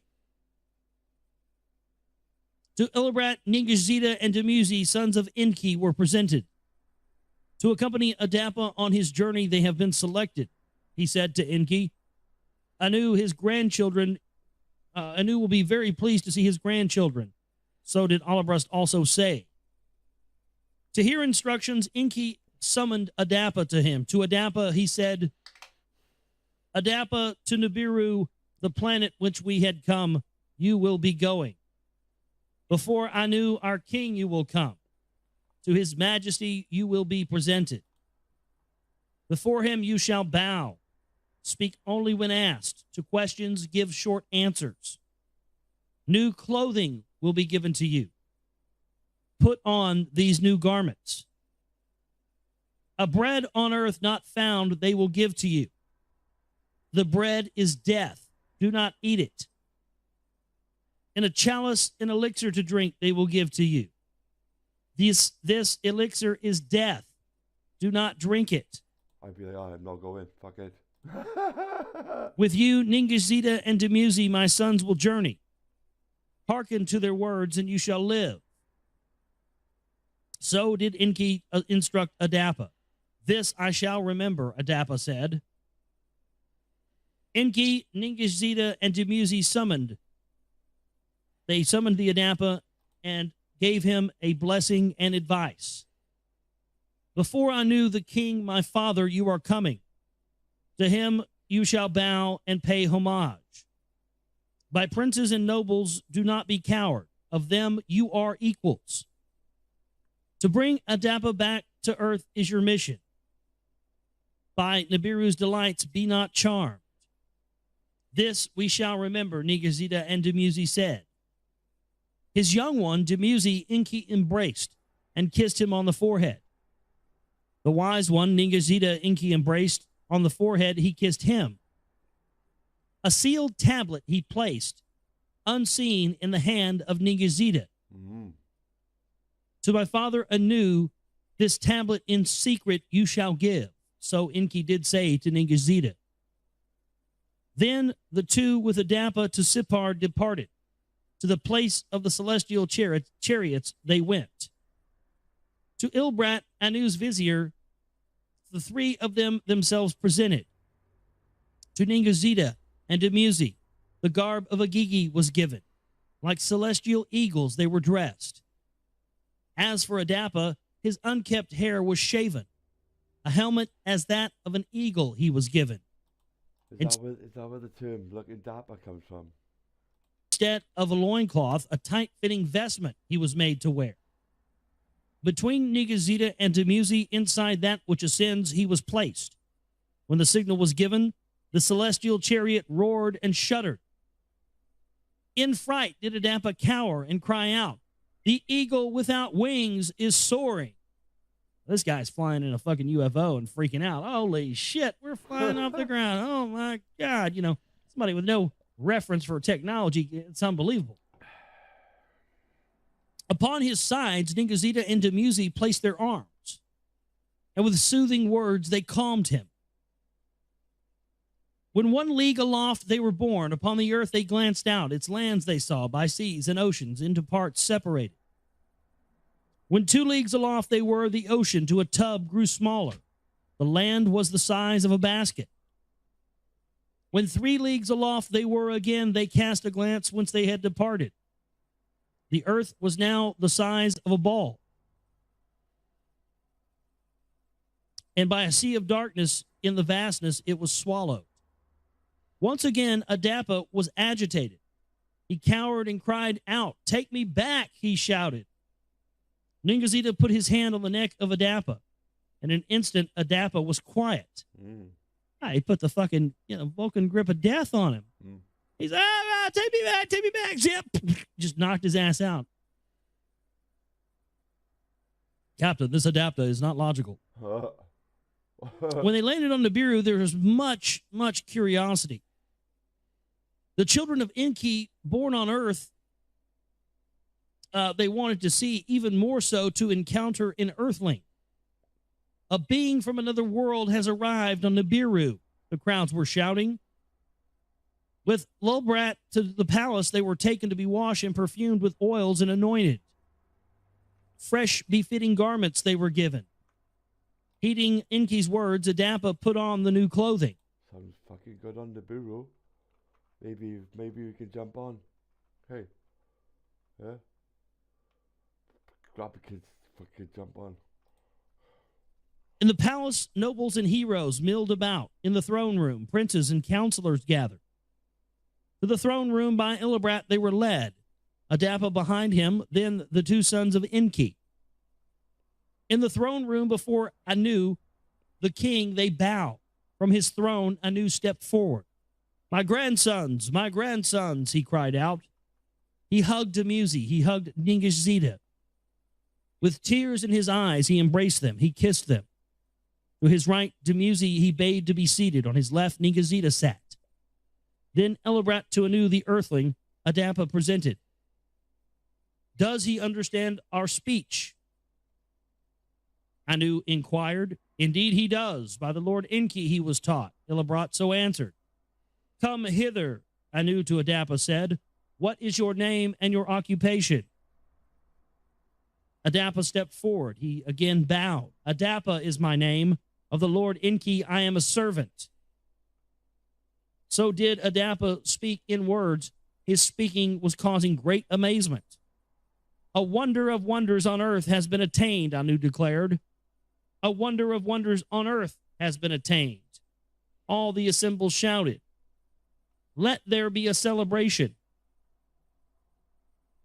Let us, our guests, thus welcome, Anu was saying. To the banquet room, Anu, all who were assembled, led to the laden tablets that he happily gestured. I just want to say this. Let's stop right there. Just going through my head as I'm reading this. If there's nothing to all of this Enki stuff and Eon, if there's absolutely nothing to it, this is all hogwash. The fact that our planet we call our planet Earth, which has the root Ea, Enki in it, the realm of Enki, the realm of Ea. If it's all bullshit, man, that's kind of coincidental, don't you think? At the laden table bread of Nibiru, Adapa was offered. He did not eat it. At the laden table's elixir of Nibiru, Adapa was offered. He did not drink it. Anu was puzzled by this and was offended. Why has Enki sent this ill-mannered earthling to earth? To reveal the celestial ways to him? Come now, Adapa, Anu said. Why did you neither eat nor drink and reject our hospitality? My master, the Lord Enki, commanded me, the bread do not eat, the elixir do not drink. So Adapa did say to Anu, how odd is this thing, Anu was saying, for what has Enki from an earthling our food and elixir prevented? He asked Illibrot, he asked Dumuzi. Illibrot did not know the answer. Dumuzi could not explain either. He asked Ningazida, perchance in this lies the answer, Ningazida said to Anu. The secret tablet that he carried hidden to Anu, to give to Anu the king. Anu was puzzled and concerned. He went to his private chamber with the tablet to attempt to decipher it. Now, this is the account of Adapa, of civilized mankind, the progenitor, and how by his sons Cain and Abel, satiation on earth was started. In his private chamber, Anu broke the tablet seal open. Into the scanner tablet, he inserted it and began to decipher the message from Enki. Adapa by my seed to an earthling woman was born. So did the message from Enki say. Likewise was Titi by another earthling woman of my seed conceived. With wisdom and speech they are endowed. With Nibiru's long lifetime they are not. The bread of long life giving he should not eat. The elixir of long life he should not drink. To live and die on earth, Adapa must return. Mortality his lot must be. By the sowing and shepherding of his offspring on earth, satiation shall be known.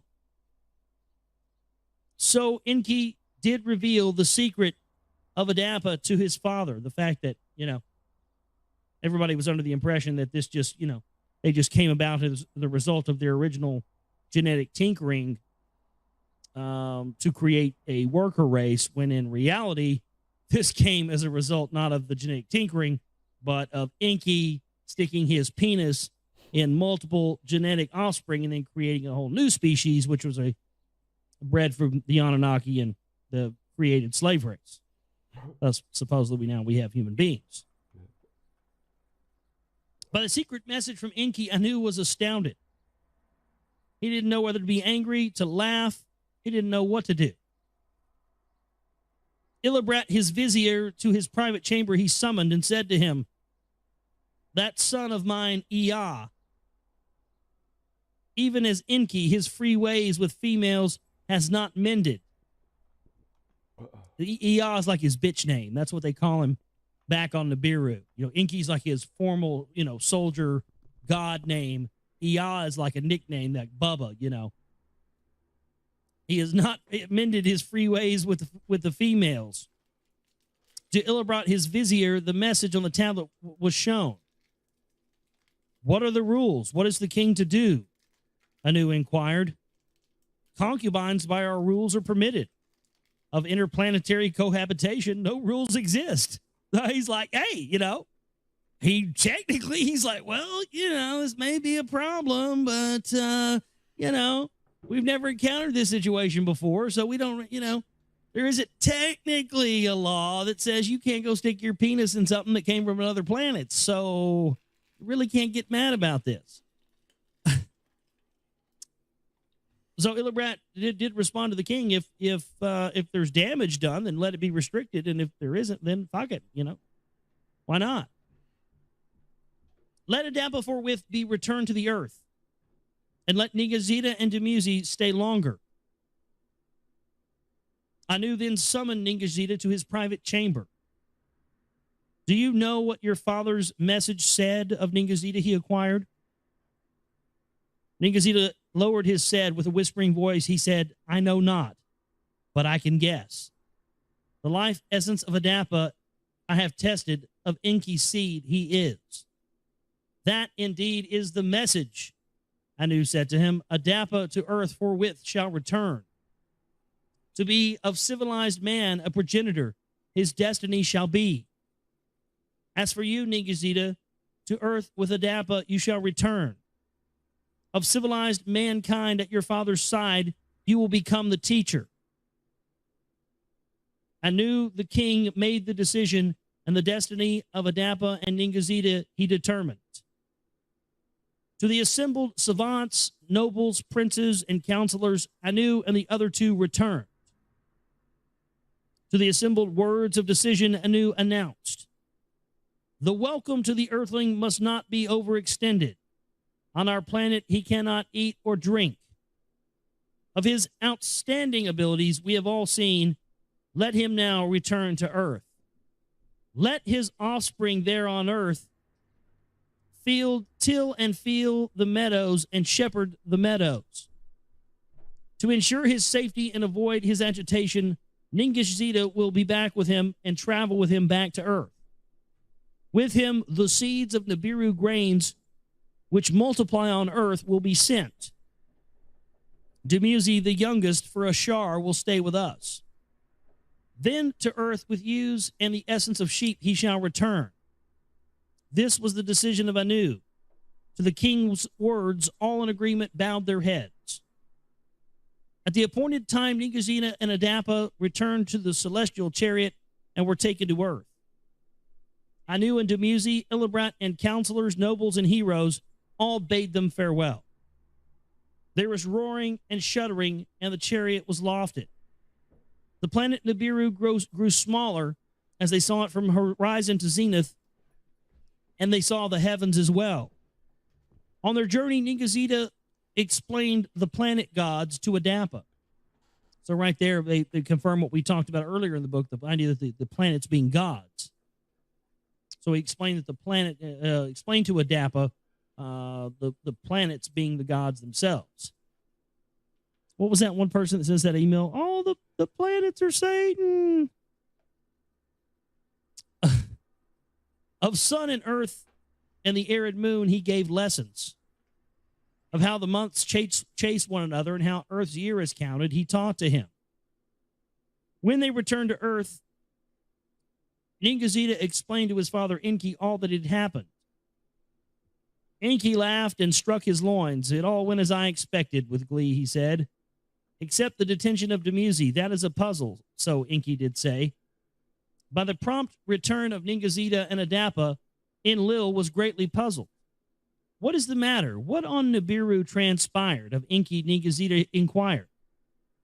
Let Ninma too be summoned. Let me hear from her also what transpired, Enki said to him. So we're going to stop right there, and we're going to pick up next time on the show, page 180. Remember that, chat room Denzians, because I probably won't remember it, and I probably won't go back and listen to the archive, but page 180. 180. We will pick up there on the broadcast tomorrow. Man, good stuff. Just good stuff there tonight. I'm glad I decided to read that stuff. But man, just continues to get interesting and interesting. And again, the reason I've decided to read this is for this exact reason: gaining a greater understanding about this stuff and separating from ourselves, what we believe is the fact or fiction concerning what is in these Sumerian clay tablets. And I always, have been a firm believer in putting stuff out there in the court of public opinion and letting people decide for themselves what's what. Instead of having somebody decide for you, this is all crap, this is all horse shit, you shouldn't look into it, you shouldn't read about it. Well, maybe there's a reason why they've been telling us that all along. Obviously, I think with the CMP priest class information, we can now confirm that pretty well. What is the matter? What transpired on Nibiru?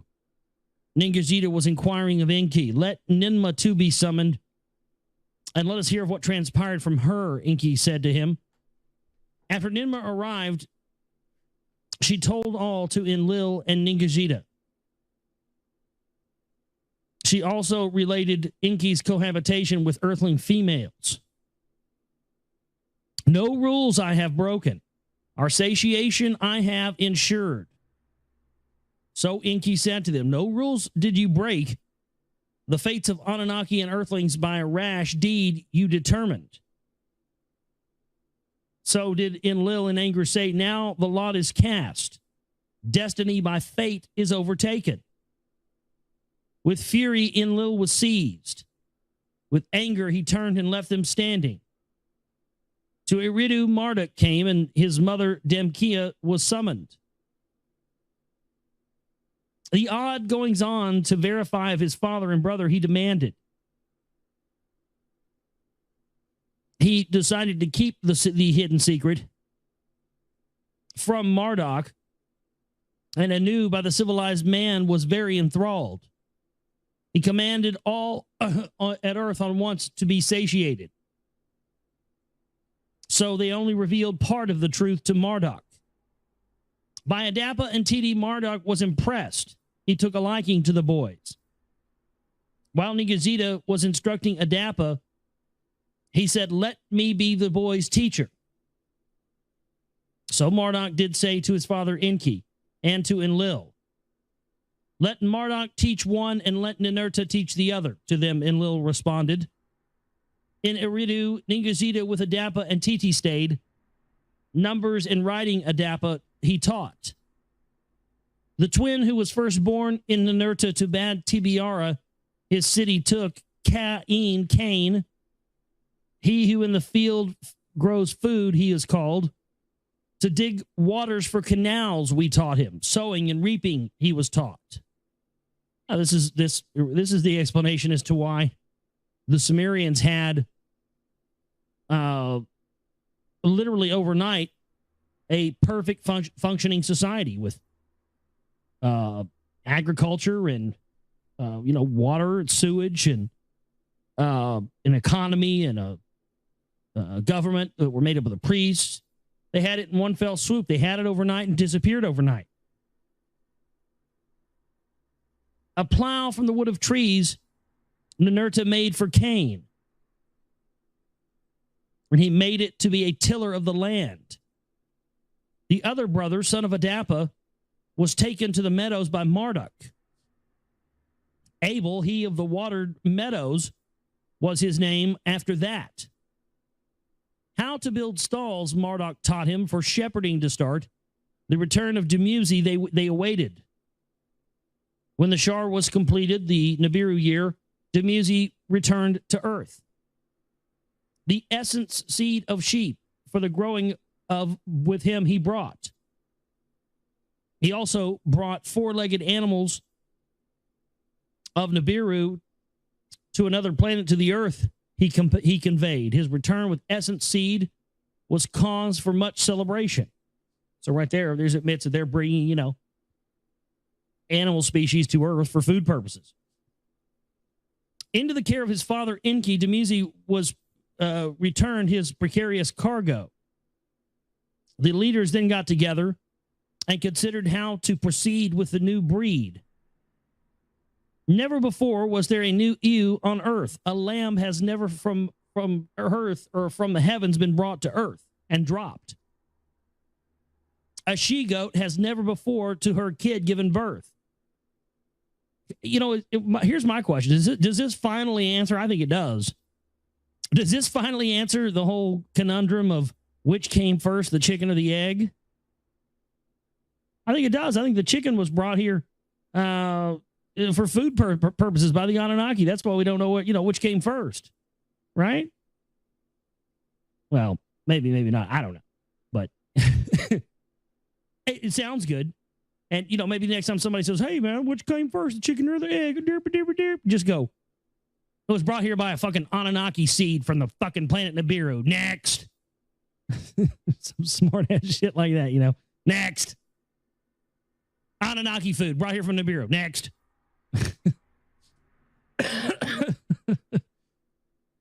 Weaving of sheep's wool has never before been established. The Anunnaki leaders, Enlil and Enki, Ninmah and Ningazita, were the creators. A creation chamber, a house of fashioning, they decided to establish. Upon the pure mound of the landing place in the Cedar Mountains, it was established. Near where the elixir seeds by Ninmah were brought and planted there was the creation chamber established. There was the multiplying of the grains and the ewes on earth had begun. Of Cain for sowing and reaping, Ninurta was the mentor. Of Abel, the arts of ewe and lamb rearing and shepherding, Marduk was the mentor. When the first crops were reaped, when the first sheep matured, let there be a celebration of firsts. Enlil, a decree proclaimed. See, this is where you start getting into the tradition of first, May Day, May 1st, blah, blah, blah. Oh, and yet another tradition. Before the assembled Anunnaki, the first grains and first lambs were presented. At the feet of Enlil and Enki, Ninurta guided Cain for him to place his offering. At the feet of Enlil and Enki, Abel, guided by Marduk, placed his offering. Enlil to the brothers gave a joyful blessing. Their labors he extolled. Enki his son Marduk embraced. The lamb for all to see he raised, meat for eating, wool for wearing. To the earth have come, Enki said. Now this is the account of the generations of Adapa. And we know Adapa was the first, just to clarify who Adapa is, Adapa was the first boy, the first male born of the...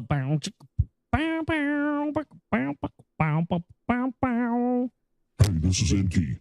I'm here on the Global Reality. I've come back to tell you. Oh, that sweet earth pussy. It's so good, baby. I can't resist. Oh, yeah. I'm back. Oh, Enki. But yeah, so he was the first result of the little hanky-panky alien sex going on where, Enki decides to break him off, dip his spoon in the pudding for one more go, and he's the result of that. Now this is the account of the generations of Adapa and the killing of Abel by Cain and what thereafter transpired. After the celebration of first was over, there was a sullen look on Cain's face. By the lack of Enki's blessing, he was greatly aggrieved. As to their tasks, the brothers returned to them, and Abel was boasting before his brother. I am the one who brings abundance. I am the one who satiates the Anunnaki. I am he who gives strength to the heroes, who wool for their clothing provides. Cain, by his brother's words, was offended. To his boasting, he strongly objected. It is I who the plains luxuriates, whose furrows with grains makes heavy, and whose fields birds multiply, and whose canal fish become abundant. Sustaining bread by me is produced. With fish and fowl, the Anunnaki's diet I variate. On and on the twin brothers, each other disputed. Through the wintertime they argued. When summer began and it was not raining and the meadows were dry, the pastures dwindled. Into the fields of his brother, Abel drove his flocks from the furrows in the canals to drink water. Cain was angered by this. He commanded his brother to move the flocks away.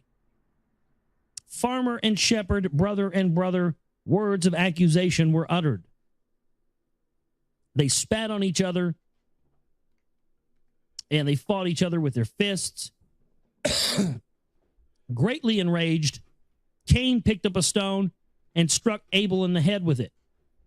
Again and again he hit him until Abel fell. His blood was from him was gushing. Oh yeah, Cain and Abel, they always, they really should. Yeah, this motherfucker's, he's stoning this bitch to death. Bam, take that. You like that? That's more where that come from. Take that. He's just not stopping on him. He's going nuts. Blood was gushing from him. When Cain saw his brother's blood, he shouted, Abel, Abel, my brother. Motionless on the ground, Abel remained. Yeah, you beat his fucking brains into oblivion with a rock, dude. He ain't getting up from that. From him, his soul had departed. By the brother whom he had killed, Cain remained, and for a long time he sat crying. It was Titi who was shown of the killing first by a premonition. In a dream vision, as she was sleeping, she saw Abel's blood in the hand of Cain. She awakened Adapa from his sleep, and she told him her dream vision. A heavy sorrow fills my heart. Did something terrifying happen? So Titi did say to Adapa, greatly agitated she was. In the morning, the two from Eridu departed. To the whereabouts of Cain and Abel they went. In the field they found Cain by the dead Abel. He was still seated. A great cry of agony, Titi shouted. Adapa spread mud on his head. What have you done? What have you done? To Cain they shouted. Silence was Cain's answer. To the ground he threw himself and wept. Adapa returned to Eridu city, and he told what had happened to the Lord Enki. Enki confronted Cain with a fury. Accursed you shall be, he said to him. From the Eden you must depart. Among Anunnaki and civilized earthlings you shall not stay. As to Abel in the fields, his body cannot for the wild birds remain. As the Anunnaki custom is, he in a grave below a stone pile shall be buried. How Abel to bury Enki to Adapa and Titi show, for the custom was not known to them. For 30 days and 30 nights, Abel was mourned by his parents. To Eridu for judgment, Cain was brought. The exile sentence to pronounce Enki wished. For his deed, Cain himself must be slain, so Marduk said with anger. Let the 7 who judge be assembled. So did Ninurta, mentor of Cain, say. Who ever heard of such an assembling? Marduk shouted. That for one not from Nibiru, Anunnaki leaders shall be called to judge? Is it not enough that one by Ninurta mentored the one by me and that was favored has been killed? Is it not that as Ninurta and Anzu did vanquish, so did Cain in against his brother rise? Like the fate of Anzu, Cain's fate should be. His life breath should be extinguished.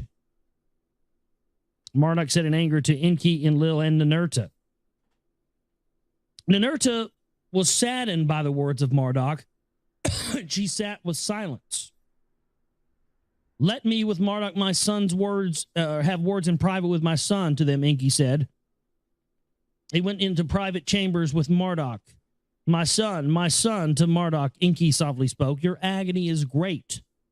Let us not agony with agony compound. A secret that is on my heart has heavily emburdened me, and let me tell it to you. Once upon a time, as by the river I strolled, the 2 earthling maidens caught my fancy. Bow, chicka, bow, chicka, bow, chicka, bow, bow. By them from my seed were Adapa and Titi conceived. Yeah, I mean, according to this guy, he's pouring just, he's just walking around with just pitchers full of sperm, and he just walks over to some girls, spread them. And he just like poured, because that's what it says, poured his semen into her. He just, hey, what's going on? Oh, it's just a pitcher of semen. Oh, would you like if I poured some in you? Oh, we could create a new species. It'd be great. Come on. Here you go. I wouldn't suggest trying that at the bars, though, guys. There was always that one guy that would, everybody's known this guy. Everybody's know this guy, and everybody's known somebody like this, guaranteed. This guy, he would go up to every single chick at the bar and go, and just straight up, just out of the blue, walk up to him and go, hey, you want to fuck? And he'd get slapped and kicked in the nuts, and he'd just keep going back for more, dude. Hey, you want to fuck? Get out of my face, creep. Hey, you want to fuck? And eventually, at the end of the night, you'd see him throwing up the deuces, dude. Going out to the parking lot with some chick. Because eventually he got to one, and eventually one said yes. Oh, man. So a new kind of earthling, a civilized man, was brought upon earth. Whether they procreate or were able to or not, Anu was in doubt. By the birth of Cain and Abel, the council on Nibiru and Anu were convinced. A new phase of the Anunnaki presence on this planet was welcomed and approved. Now that Abel has been slain, and if Cain too shall be extinguished, satiation will come to an end, and mutinies will be repeated. All that was achieved shall crumble. No wonder that you took a liking to Abel, the son of your half-brother he was. Now on the other one, have pity. Let the line of Adapa survive. So did Enki with sadness reveal the secret to his son Marduk.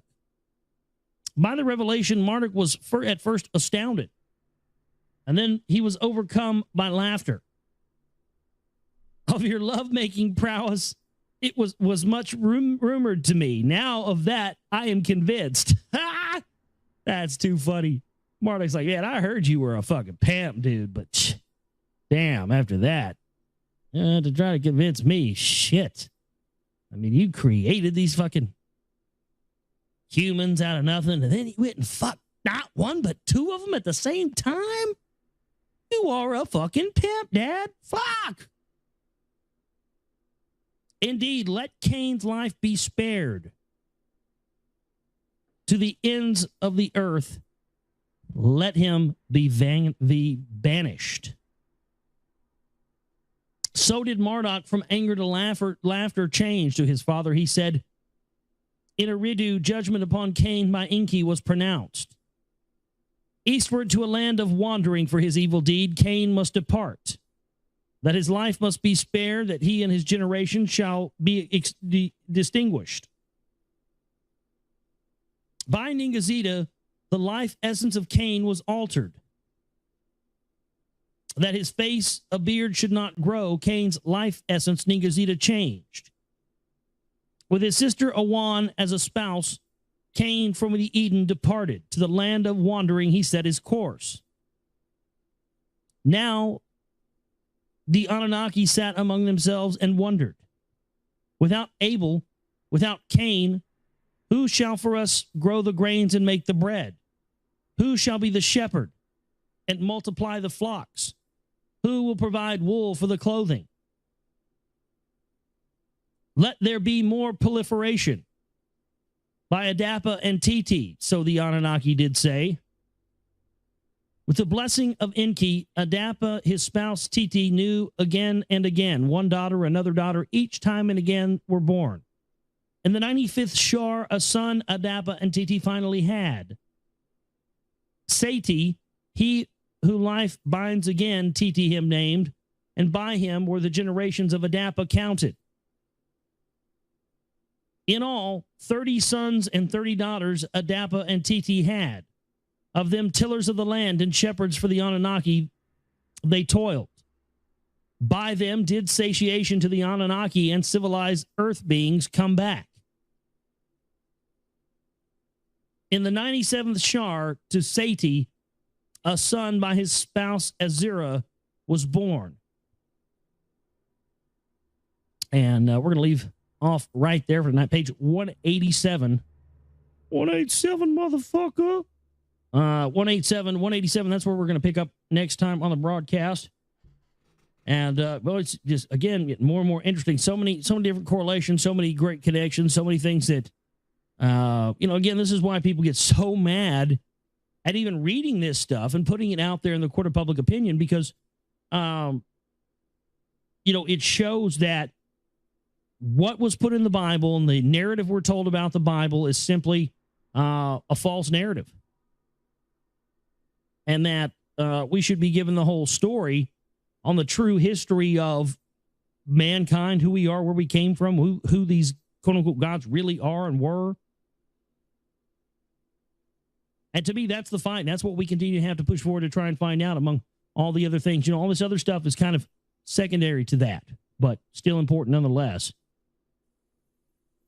I'm going to pick up a little bit back from where we left off, just a couple of sentences from where we left off last time. In all, 30 sons and daughters Adapa and Titi had. Of them, tillers of the lands and shepherds for the Anunnaki to lead.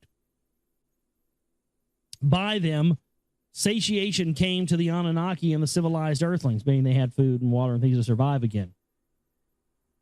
In the 97th Shar, to Sati, a son by his spouse Azura was born. By the name Enki, in the annals he was recorded. Master of humanity meant his name. By Adapa, his father, writing and numbers he was made to understand. And who the Anunnaki were and all about Nibiru, Enki was told by Adapa. To Nibiru Ki, the sons of Enlil, he was taken. They taught him the secrets of the Anunnaki. How the perfumed oils for anointing Nanar Enlil on earth the eldest showed him. How the elixir from the Inbu fruits were to be prepared, Ishkur, Enlil's youngest, instructed him. It was since then that by civilized man, the Anunnaki were called lords. Under the rites of worship of the Anunnaki, that was the beginning. Thereafter, Enki to his sister Nome was born. See, right there, they tell you they're setting themselves up to be worshipped. They come right out and admit that. No hiding of that. Certainly, whoever the Anunnaki were, they wanted to be gods to period, to somebody. They set themselves up as gods. There's just no question.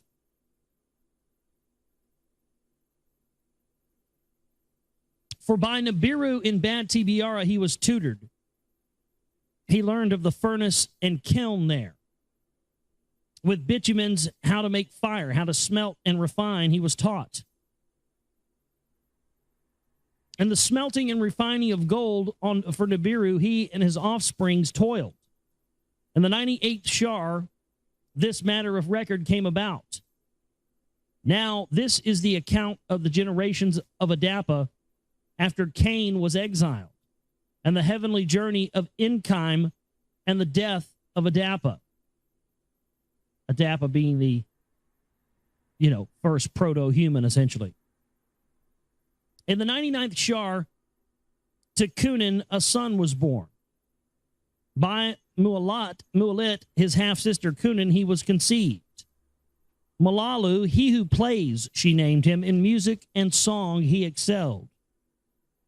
For him, Ninurta, a stringed harp was made. A flute for him he shaped.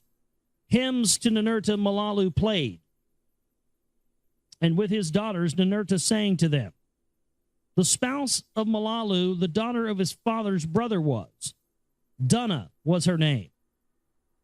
In the 100th Shar, since the count on earth had begun, a son to Malalu and Dunna was born. He was their firstborn. Irid, he of the sweet waters, his mother Dunna named him.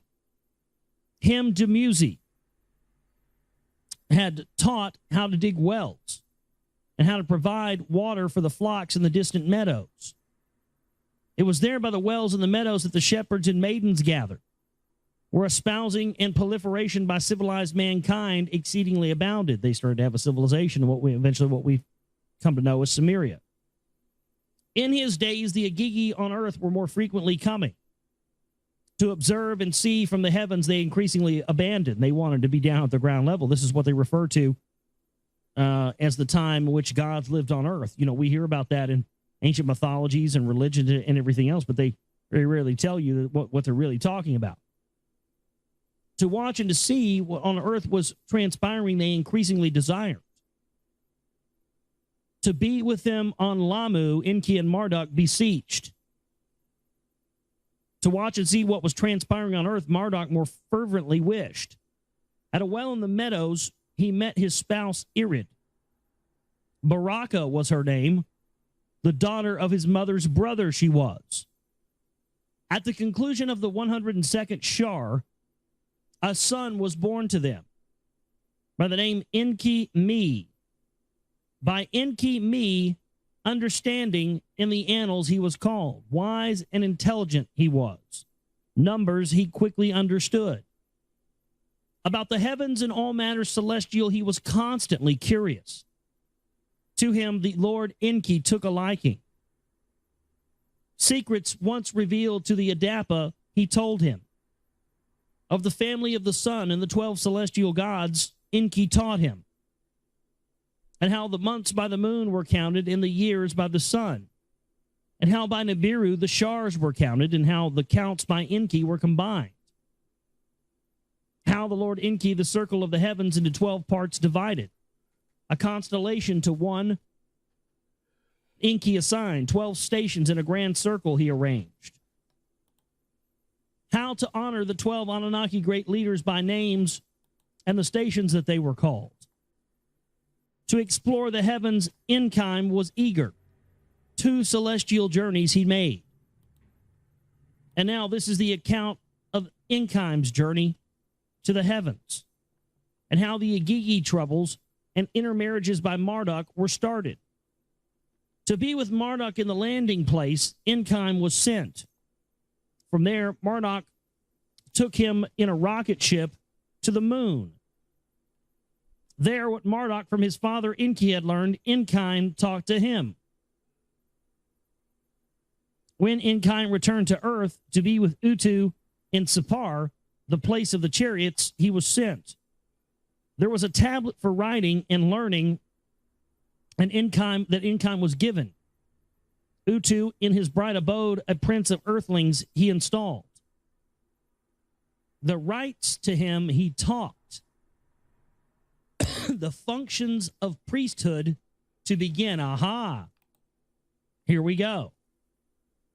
The rites to him he taught, the functions of priesthood. This is where, because again, this is historical fact, admitted fact, that in ancient Sumeria, the priesthood was the government.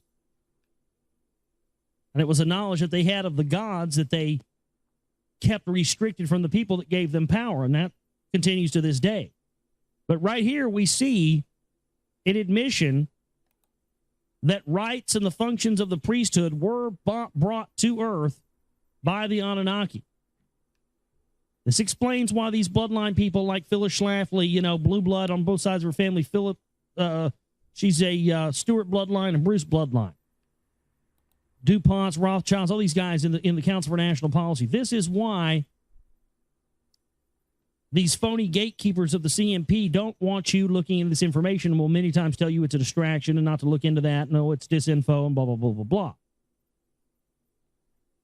Because if you ever pull back the curtain and find out really who's behind all this, the priest class, well, that fingers them to a T for being the gatekeepers and trying to get you to not look into this. I've known this for a long time, but bam, there you go. The functions of the priesthood and the rites were brought down from somewhere else and installed here. It is an artificial construct that has been installed upon us. It still blows my mind that people can't see where the real power on the planet comes from, and this is why. Because the priesthood were the ones that were given the true secrets and had the true knowledge. That was a double-edged sword that could be used either for the enslavement of mankind or for the freeing of mankind. They chose to enslave us.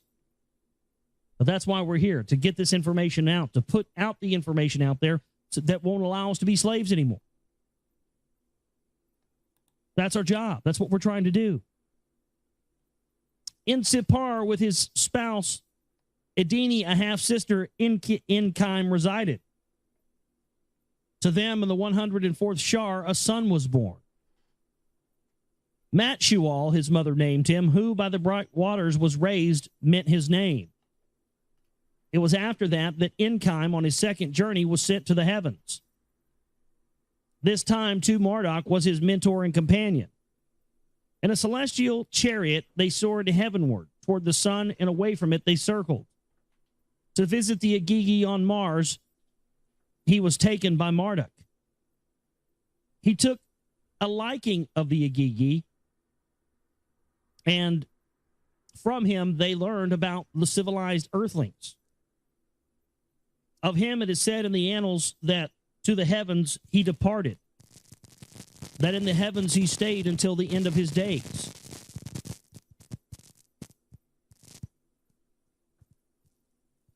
Before Enki for the heavens departed, all that was in the heavens he was taught. In the writings, Enki made a record for his sons to know that he wrote it. all that is in the heavens in the family of the sun he wrote down, and about the quarters of the earth and its lands and its rivers too. In the hands of Madashal, his firstborn son, he entrusted the writings. With his brothers Regem and Gadad, Gaydad, whatever you want to say, Gaydad, to study and abide by, Gai, to 104th Shar. In the 104th Shar, a son was born to Madashal. To the Agigi troubles and what Marduk had done, he was a witness. By his spouse Ednat, a son to Madashal was born. Lumach, mighty man, was his name. In his days, conditions on earth became harsher. The toilers in the field and meadow raised complaints. As a workmaster, the Anunnaki Lumach was appointed, the quotas to enforce, the rations to reduce. In his days, it was that the Adapa attained his death time. And when Adapa knew that his days were coming to an end, he said, "Let all my sons and sons of sons assemble themselves before me, that before I die I may bless them and speak words to them before I die." And when Sati and the sons of the gods had gathered, he asked, "Where is my firstborn? Where is Cain?" Adapa asked all of them, "Let him be fetched to them," he said. Before the Lord Enki Sati, his father's wish was presented. "What to be done of the Lord?" he asked. Enki then summoned Ninurta. "Let the banished one, of whom the mentor you were, to Adapa's deathbed be brought. In his bird of heaven," which I believe is code for Klingon bird of prey. You guys ever get I mean, seriously, every time I read this Anunnaki stuff, all I could see is fucking Klingons and, you know. I went out with this chick once that spoke Klingon. Oh, Jesus. Yeah.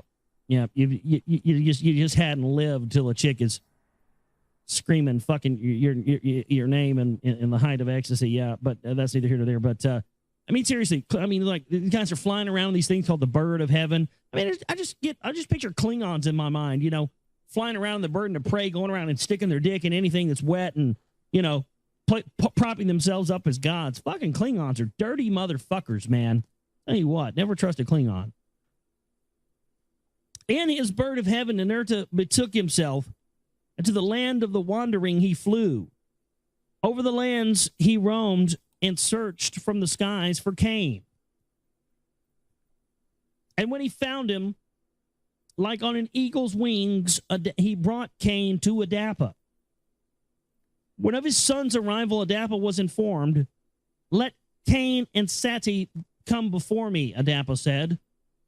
Before their father, the two came, Cain in the firstborn on the right, Sati on the left. And the eyesight of Adapa having failed, he touched his sons' faces for recognition. Now listen to this. And the face of Cain on the right was beardless, and the face of Sati on the left was with a beard. Anybody have any guesses who they're talking about here? The guy on the right had a beard, the other one didn't have a beard. And Adapa put his right hand on the head of Sati, the one on the left, and he blessed him and said, "Of your seed, earth shall be filled. And of your seed, as a tree with 3 branches, mankind shall survive a great calamity." And he put his left hand on the head of Cain on his right and said to him, "For your sin of your birthright you are deprived. But of your seed 7 nations shall come." Oh, my goodness. "In a realm set apart they shall thrive. Distant lands they shall inhabit. But having your brother killed with a stone will be your end." And when Adapa finished these words, saying, his hands dropped, And he sighed and said, now summon my spouse Titi and all the sons and all the daughters. And after my spirit leaves me, let the river carry me to my birthplace. And with my face toward the rising sun, bury me there. Like a wounded beast, Titi cried out to her knees by a Dapasign she fell.